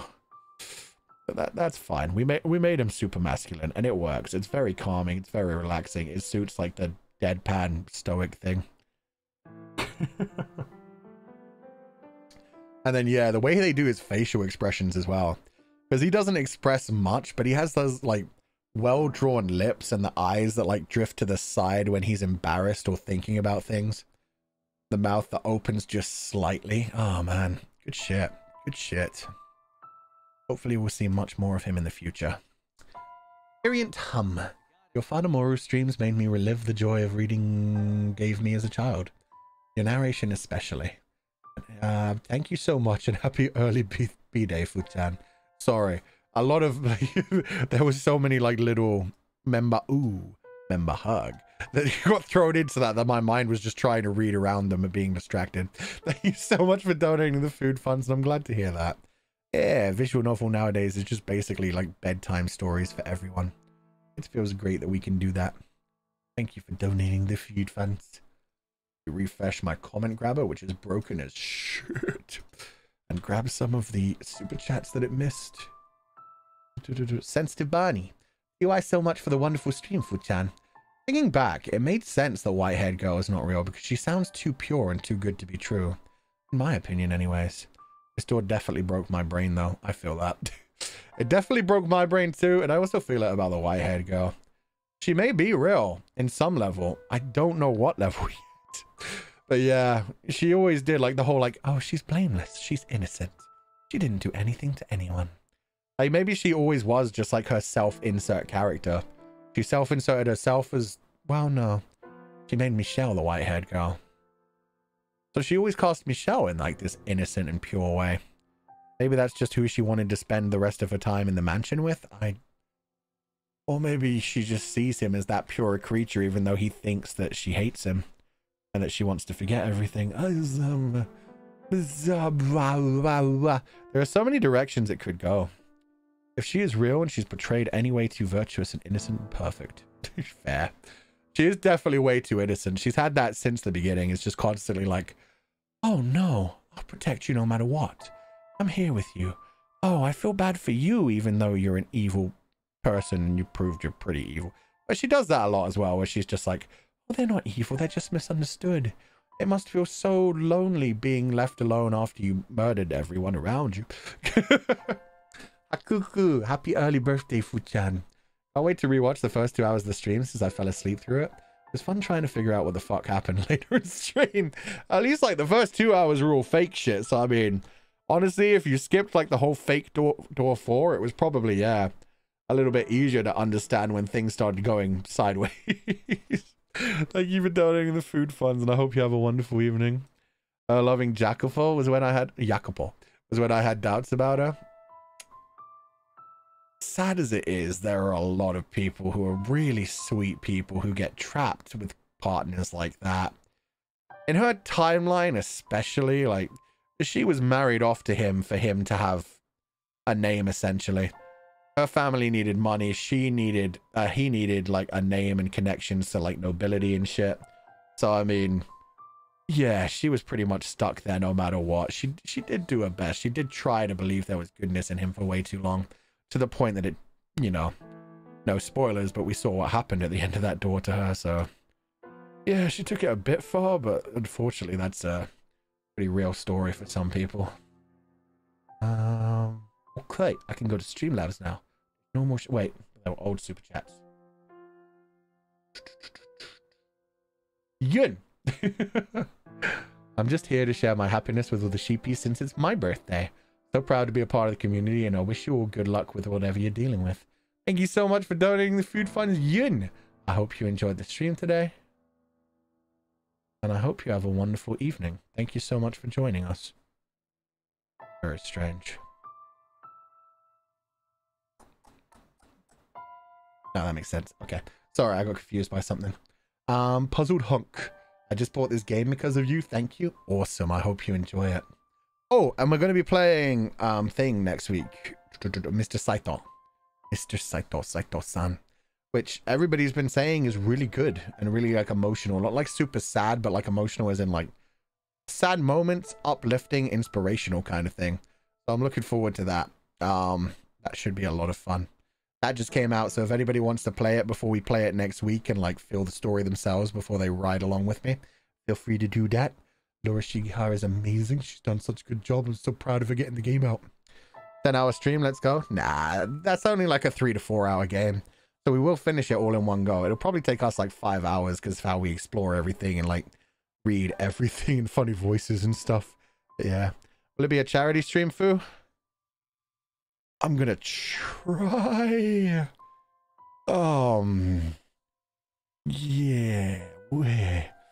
Doing my best is what I'll say. I can't say any more than that. Claudines. Chan, how can I open the door to your heart? Why does this sound so cringe? Because it's cringe as fuck. And you can't. Because I'm not a visual novel character. There is no door to my heart. Although I did like that. The whole like, yeah. We'll make our own door. The door into your heart. He was very manly at that point. But it was also very...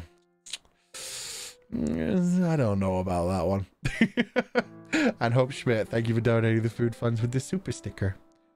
MM, thank you for donating the food funds. Morgana just hates couples and people in love. Honestly, mood. Rude. And Sally, what's behind the fourth door? A fifth door. Surprise. True. True, they really said. I like how they showed fourth door again and then turned it into fifth door to just be like, hey, fuck you. You don't get to escape from us. Susie, Otsufu-chan, thank you for bringing a nice stream. No problem. I hope you enjoyed it. And thank you for donating the food funds. And Shimomi. The tragedies of this game is not only hurting my heart, but my brain. Oh, this is the one I first read. Okay. We did catch up. Perfect. Definitely one that came while I was chatting. Babu-chan again. What's up, Babu-chan? Thank you always, Fu-chan. Happy birthday. Thank you for the early happy birthday. I hope you have a wonderful evening. Thank you so much for donating the food funds. Please rest well and take it easy. Fantasy insult? I would never. I love fantasy. So much. I'm glad we've been playing a lot more fantasy games recently. We started on this channel with a lot of cyberpunk, and I kind of like missold myself with that. Because let's be honest, I like sword and sorcery. I like fantasy. I like cyberpunk here and there, but fantasy is definitely my number one. Sci-fi, just underneath that. Oh my god. Denim Arena, do not mention other libraries in my stream unless they've actually been brought up. Especially fictional ships. Okay. Streamlabs. Let's go. Thank you to everybody who did donate to hit Streamlabs. Surprisingly, now the piano isn't playing. It played like twice earlier, but I know there were more Streamlabs donations than that. That was very confusing. I don't know what makes the piano play anymore. It hurts my brain. Doing my best to understand it. Trolling you for real. It really is. Mitsu. You know what combo is better than red eyes and white hair? Gray eyes and gray hair. Because you, Borg man. Enough with cringe stuff. Thanks again for the stream and the perfect PA. Bye you in all confidence. Ah, thank you for donating the food funds. Very sweet of you. Especially when the gray eyes have a little bit of pink in them. I love the little bit of pink in my eyes. Lamb Mama did such a good job. Anyway, thank you for donating the food funds. Maybe it's birthday haunting? Maybe. Maybe I just need to talk to some programmers. Almond Pocky. These endings were brutal, just like this entire series so far. Your VA skills add so much immersion, even if the haunted piano SFX keep interrupting. I'm both excited and worried about the fifth door. I'm not ready for the angst. Otsufu-chan. Thank you so much for donating the food funds, Almond Pocky, and thank you for watching something live. I know you mostly go through VODs. But thank you so much for joining us today, and I hope you enjoyed it. This is one of the ones that trolled me during the stream with piano sound effects. Sally, who just responded, I have to do this, lol. God damn it. I'm going to find what's causing the goddamn piano sound out of nowhere, and I'm going to purge it. This is so painfully. I can't believe I've actually disabled the thing online. I've disabled the fucking Streamlabs at one point. I've deleted the SFX file off my computer. I don't know what's going on. I don't know how it's still there. But thank you for donating the food funds and also jump scaring us and also ruining atmosphere. That not so thank you. Hey Pancake Roll. Anamora is back and I adore this game, but I'm part of VOD Gang on this one.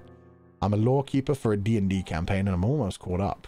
Call me a smaller archivist if you want. Awesome. Better at taking notes because it's so yeah. Drink water and have a good day. We drank many a water. Thank you so much for donating the food funds, Gay Pancake Roll. Sheep test it for your sake. He really hates the piano. It's just annoying when it's on, like... The problem is we've had it during Franbo and Fata Morgana, which are two very atmospheric games that I like to, like, pause at the moments where I want to pause and, like... when there's literally dramatic moments where the music cuts to a halt and I'm like, oh, this is so dramatic, let's go. It ruins the, yeah, it ruins the mood. It just, yeah, got bad. And I'm annoyed that I can't find any way to turn it off. It should be gone by Sunday, if nothing else, at least, because then we'll only have, yeah.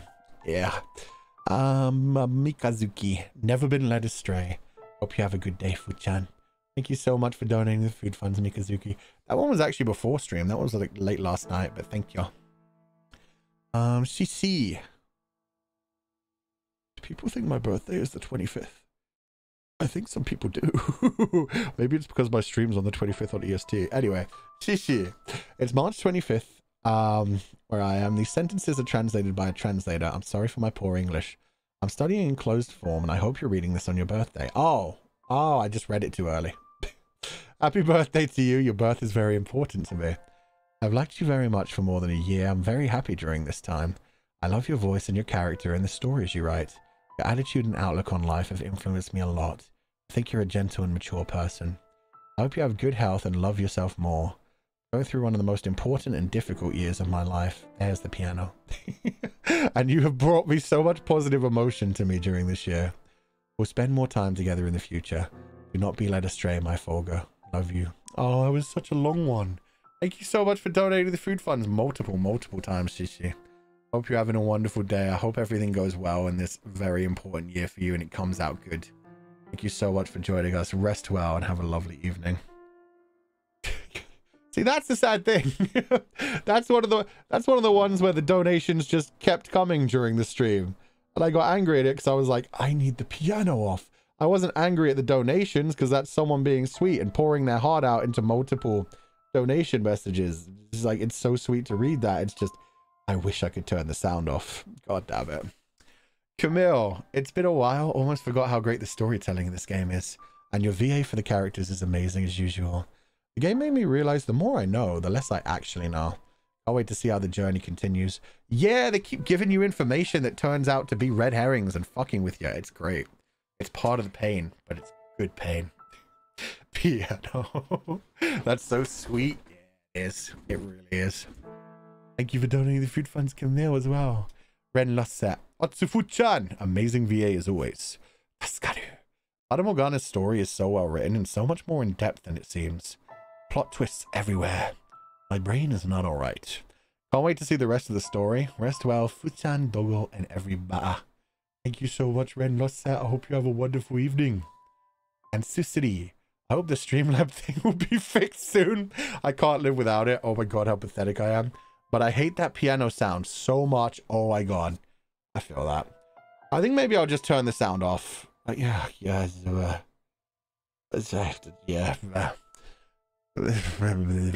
Amazing stream and amazing VA, Tasukaru. I like you analyzing theories. That's the journey for those kinds of games. Thank you so much, Susuri. Yeah, it's been a fun journey so far as well. There's been so much greatness. Just turn off. I mean, that's the thing. I said that. I said, maybe I'll just turn it off. And then I realized I've tried every fucking source. I've tried the one on my computer. I've tried the one on Streamlabs natively.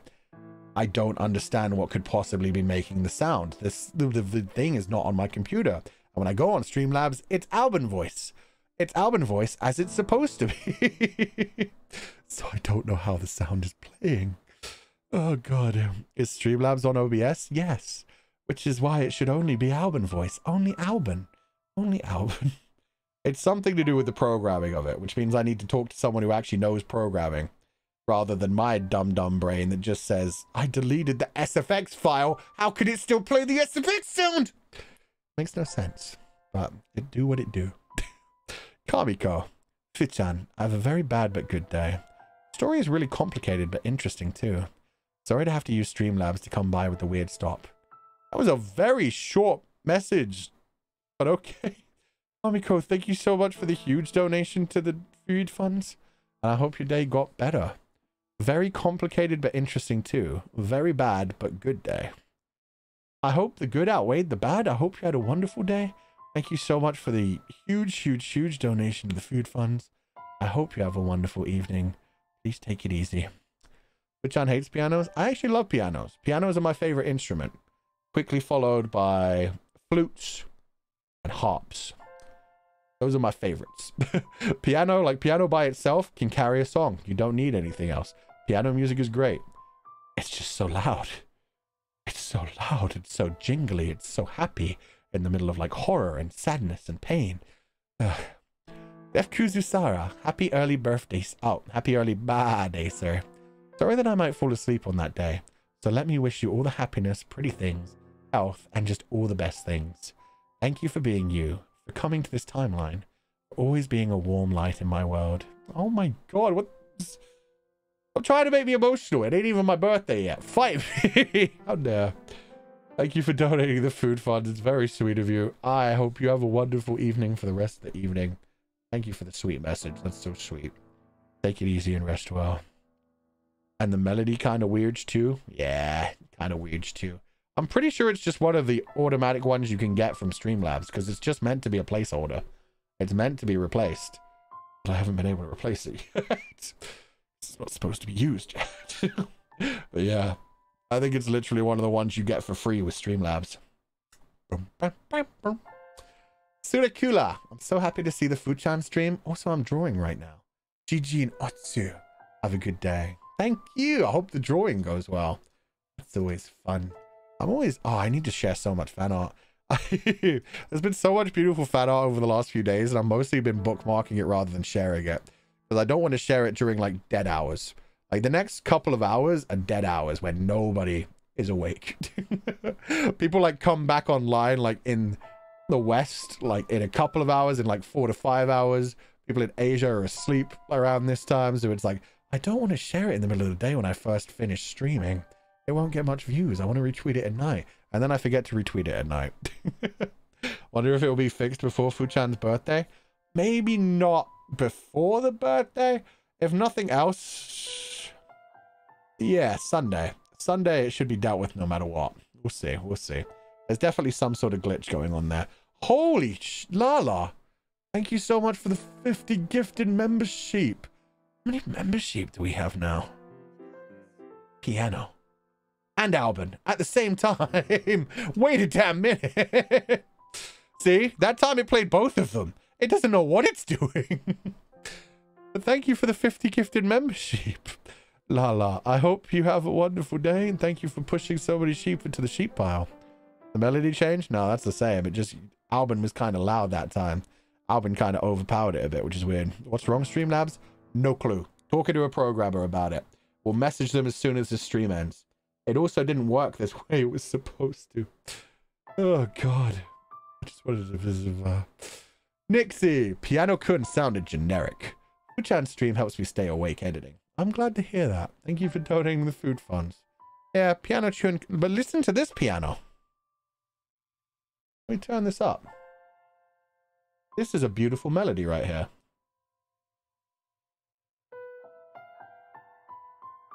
Nothing but piano. So beautiful. Captures the melancholy so perfectly. I love it. Piano can be so good by itself. Just not that random. If it was a sad thing, it would probably work more with most of our streams, to be honest. It's comfy. Is this the game sound? Yeah, this is the main menu thing. Wow. It's the main menu of the main game theme. If I go back to the title screen music's even better. This is the one that we had in the intro. It swells up so good. It's so powerful. I think this is like the main theme of the entire, like... Because this is Remnant of the Dreams edition. This is the one that has like all the extra stuff as well. A Requiem for Innocence, Reincarnation, and short stories. Which all take place after the house in Fata Morgana, I believe. But yeah, this is a really good song. Are we finished with the game? I had to leave halfway. Yes. But we're also done talking about spoilers. We're in just pure chatting mode now. We're just chatting about anything at this point. Mikazuki, thank you so much for 10 more gifted membership. That's so sweet of you, and I hope you're having a wonderful day. Thank you so much for joining us. More gifts. Oh, God damn it. You made me say the Twitch lingo. Requiem is before. Requiem? Wild. Didn't think there'd be anything before. I guess reincarnation's after? I don't know what short stories is. I don't know. Everybody says there's one I have to play. And I don't know which one it is. I just realized how... Let me jump back to this scene for a second. They've been changing the mansion. I didn't realize that. The mansion is so clear now. You could see the boarded up windows. And this must be the mansion from door 4. Because yeah, everything, like all the windows are boarded up. And you've got the stained glass window and the tower. I didn't realize it changed depending on which door you were on. That's badass. Because it's definitely like been hardly seen before. It's like a ghostly mansion you can barely see through the woods. Damn. This is the first time we see the mansion up close. I think this is the first time we've seen like the entirety of it. Yeah, you can see like the entrance door just underneath. Well, that doesn't make sense. Why would the entrance be underneath the stained glass? The stained glass should be in a different area. Ah, but it doesn't matter. You see the tower, you see the main building, stay at the stained glass. You can see everything. It looks so beautiful. God, to live in a place like that. You know what? Too much cleaning. Let me turn the music down for one thing. Too much cleaning. Way too much cleaning. You know what? I'll take like a 1-bedroom place, thanks. But that style, oh my God, the old stonework. Yeah, forget the stained glass too. Just the stonework. I just want a tower. I just want a tower somewhere on my property. That would make me so happy. Get a maid for that, I guess. Yeah, but then you have to pay a maid. Plus, I feel like it would just be really rude. Like, I don't think I'm ever the type of person that could let somebody else clean for me. Like, as a permanent thing. If it's like a one-time thing where it's like, yo, I'm gonna like move out, I need someone to do deep cleaning and I don't have the time, that makes sense. But having like a maid on staff, I cannot imagine. I don't know how people do that. Just have them come in and have to deal with all your dirt all the time. Better yet, get the maid. And you see, if I could get the maid, if I could get Giselle, sure, totally. Giselle's awesome. I would take her hand. I would be cursed for all eternity. That'd be fun. Cleaning is fun though. That's true as well. It's great to every now and then. Like every... I tend to do it like every 4 or 5 weeks. I proper like clean. I pick up like the little things as I go. And then every 4 to 5 weeks, I'll do like a proper, I need to clean that out. And then there are certain spaces that I don't clean for like ages at a time. But then it feels really good. You get like the spring cleaning thing. Like every couple months, you do like a real deep clean by yourself. And then it feels like you've really achieved something for the day. Your living space feels clean. You feel like you've improved your life and you're like, ha, not useless. Well made, son. How dare. Holy shit, Mew. Thank you for the huge Akasupa. TY for the stream. Teacup with handle. Hope everybody has a good day and rests well. Aw, thank you so much for donating the food funds, Mew. Aw, look at that adorable little cat, too. Mwah. Aw, adorable little tiny kitten. You wiping his nose? Oh my God, that's so cute. Thank you for donating the food funds. I hope you enjoyed the stream today and I hope you have a wonderful evening. Hope you have a good night's rest too. Having a clean space is good for your mental health. Yeah. I think it's also just very cathartic to actually clean things for yourself.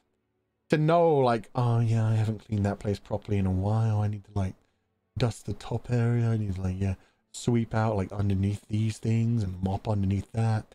And then you actually do it and it's like, yeah, I achieved something. And you get to like notice that for like the next few days. And then you forget about it. Then it doesn't even feel clean anymore. And it's like, oh yeah, it's on its way back. But it feels good at the time. You said he's not cute, sir?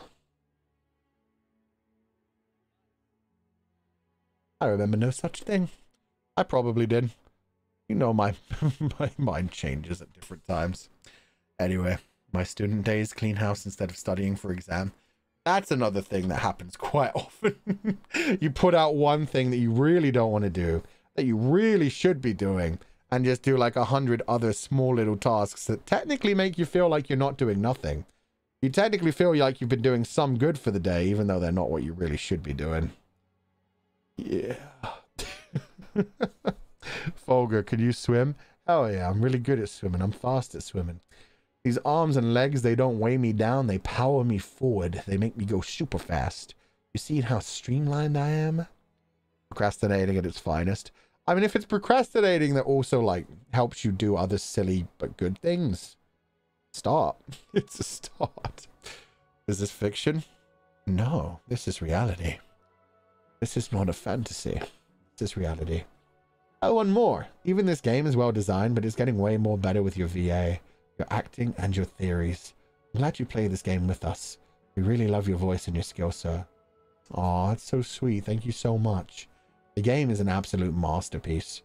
So yeah, my voice acting isn't dragging it down at all. I'm happy enough. Every time Morgana Le Fray laughs at me, my heart skips a beat. God, she could curse me any day. Just imagining you're like a human jet ski. God damn it. Fuchan is a human jet ski? I am no such thing. Well, there is that really funny meme. I think it came from Gintama, actually. The actual, like, meme itself, like, original. But people are, like, snowboarding on other people down on the ground. God damn it. Such a simp. Yeah. We haven't even seen what Morgana Le Fray looks like in this one. It's her laugh. It's her general outlook on life. It's her evilness. Good enough for me. That's all I need. It did. I thought it came from Gintama. It feels like a Gintama thing. Was that in the episode where they were trying to recover the dead body for the old woman? I feel like, yeah, that's one of the comedy episodes I actually watched, was they were like snowboarding a lot. Yeah, I feel like, yeah. Oh my god. Procrastination is my superpower. Jelly. Jelly. Evil laugh, instant attraction. Exactly. If evil, why hot? Again, hot because evil. It just adds. We've said it before with Maria. Not NIJISANJI's Maria. Maria from House and Fata Morgana. Evil. Hot. Normal, just conniving, just bitchy. Not hot. Boring. Meh. Soon as she turned evil, super fucking hot. POV, jet ski Fuchan, pulling me on the banana boat. Why a banana boat of all things? Somehow that makes it even more painful. Okay, scary. Door 4 reminds me of this thing I read where a curse learns and adapts to the victim's patterns and behaviors, making sure they suffer the worst way possible. Ooh. I know it's not the curse per se, but the tragedy of it is similar. It's very similar. That is a very similar idea where it tries to hurt you even more. It tries to give you some happiness just to give you even more pain. I read a creepypasta like that at one point as well, where I believe the title of it was 3 years of heaven were just the beginning of my eternity in hell. And it was the idea that somebody had passed away and they were told that they were going to heaven, and they spent like 3 years there really enjoying it, basking in the glow. And then suddenly it turned out that no, actually they'd sinned enough that they were going to hell. They just wanted them to have a taste of heaven to see just how much they were missing for the rest of eternity. And yeah, then they end up in hell and things go bad. Sounds like an isekai title? Hell yeah. Hell yeah. Damn, that's fucked. Yeah, extra torture. Extra torture. So much pain. Anyway, I think that's where I'm going to wrap up the stream today. 5 hours, not bad. Not 6 hours. We did good. I said we'd be streaming shorter recently. And tomorrow's the big day, right? Yeah, tomorrow's the big day. So by the end of today, I'm going to have 3 streams scheduled for tomorrow. At 5 p.m. EST, we're going to be playing Stick Fight with Noctix. At 7 p.m. EST, we're going to be doing a Totsumachi karaoke with a bunch of NIJISANJI EN members. A bunch of people have signed up. More people may just randomly turn up. And then at 9 p.m. EST, we're going to be playing Crab Game with NIJISANJI EN, some other NIJISANJI members outside of EN, and Indies peoples. So yeah, there's going to be a lot of people at that one. Should be about 30. If everybody shows up, there's every possibility nobody shows up and I celebrate my birthday alone. But we'll see. And then Sunday morning at 10 a.m. EST, we will do our Zatsudan and celebrate the birthday with just us. I'll be looking through like some fan art. I'll be responding, mostly just chat. It'll mostly just be an actual Zatsudan. I'll be going through the Zatsudan and just responding to messages. And yes, super chats and Streamlabs and everything. Like, I don't want to leave as many as behind as I can. I want to read as many as I can. and just general Zatsudan. But then, yeah, I'll start to look at images and stuff between things. So excited for the birthday. Me too. It's going to be a big day. So yeah, thank you all for being here. I'm going to wrap up for the day. I'm going to message the person and see if we can fix the problem. What time on Sunday? 10 a.m. EST. It's on my birthday schedule in JST times. It's 11 p.m. JST, so 1 hour before the end of the day. But yeah, essentially it'll be our normal time. We always start at 10 a.m. in most like days, so that time on Sunday. Okay. Do I have to do anything else? No. Okay. Everybody have a wonderful evening. As always, do not be led astray, my confidants. And that didn't work. And I will catch you guys next time.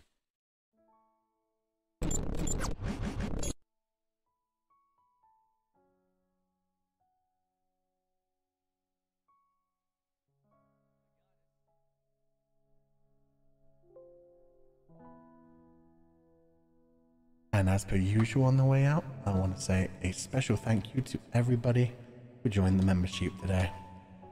Everybody who's joined for the first time, everybody who's rejoined, and everybody who gifted membership to the sheep pile, including Dada Yu, Cao Cao. Cao Cao tracked me down outside of Wulong. Scary. Niboshi, Jingle, thank you so much for the 5 gifted membership. YMN. Oh, and Jingle, thank you so much for the 10 gifted membership. Cookie Elf, Aku, Van, Jasmine T, Yutsunya Asahi, Scorpion, and Luthier, thank you so much for the 5 gifted membership.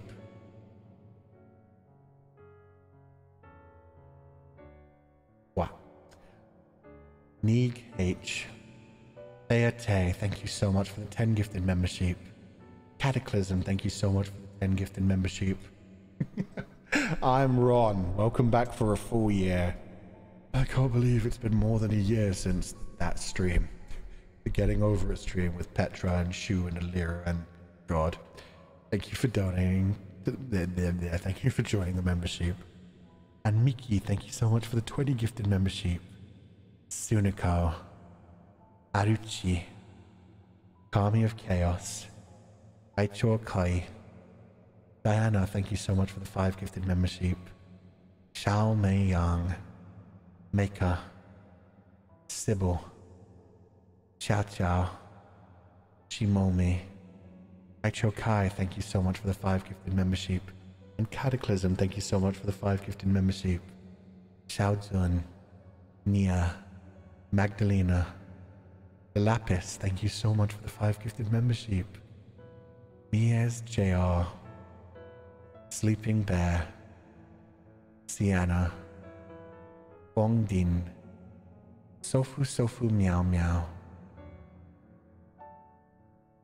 Wait a minute. There's a bunch of super chats in here in a row and that I didn't read. Hi Fu-chan.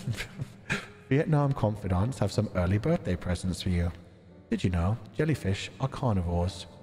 Did you know dogs don't consider you their owners, but their aniki? Did you know ba means either 3 or dad in Vietnamese? When a Vietnamese comfy goes ba, they may be calling you dad. Fight me. Sofu meow meow. Did you know many things can be found in a colon, including an eel? What? Did you know geese can be quite aggressive and are great house guards? I would love a geese guarding my house, I'm not gonna lie. Did you know among some birds, the male birds will disguise as female to steal from other males' nests? Genius. That's a beta male, but pushing it to the limit. That's a beta male that gets shit done. Did you know cheetahs go meow meow nya nya? I've never heard them do that. I think that's a lie. Did you know the seeds you've consumed won't start sprouting in your stomach? But there was a case where a plant grew in human lungs. Oh, that's terrifying. Did you know VTuber Fulgur Ovid from NIJISANJI EN Wave 5th Noctics has had 3 bathroom breaks ever since his debut? I did know that. People don't let me forget that. Let me see what the Vietnamese at the end of all these says. Happy birthday, Uncle Fu.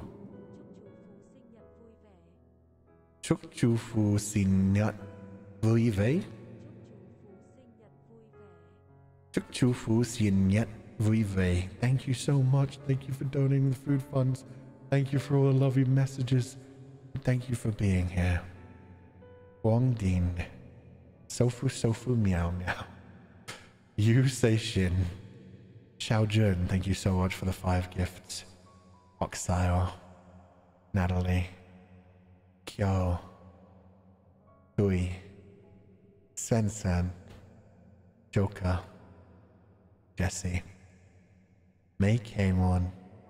Emily Jasmine Chang, thank you so much for the 5 gifted membership. MM, thank you so much for the 10 gifted membership. And Miyu, thank you so much for the 20 gifted membership. Mickey. Bobo. Amiko. Sai, thank you so much for the 20 gifted membership. Natsubaki. I Moon. Chiekore. Says in brackets, not green. Very confused. Neko Pawpaw. Lala, thank you again for the massive 50 gifted membership. Mikazuki, thank you so much for gifting 10 membership. And final, oh, no, 2 more. Xiao Mei Yang, Ia-chan, and finally, Aku. Thank you all for joining me. I hope you all have a wonderful evening. As always, do not be led astray, my confidants. And on the way out, I will send you guys to Pomo, who's playing Minecraft. Thank you so much for joining me. Tomorrow is a big day. We'll be celebrating our birthday with lots of streams. Do not be led astray, my confidants. And as always, I will catch you guys next time.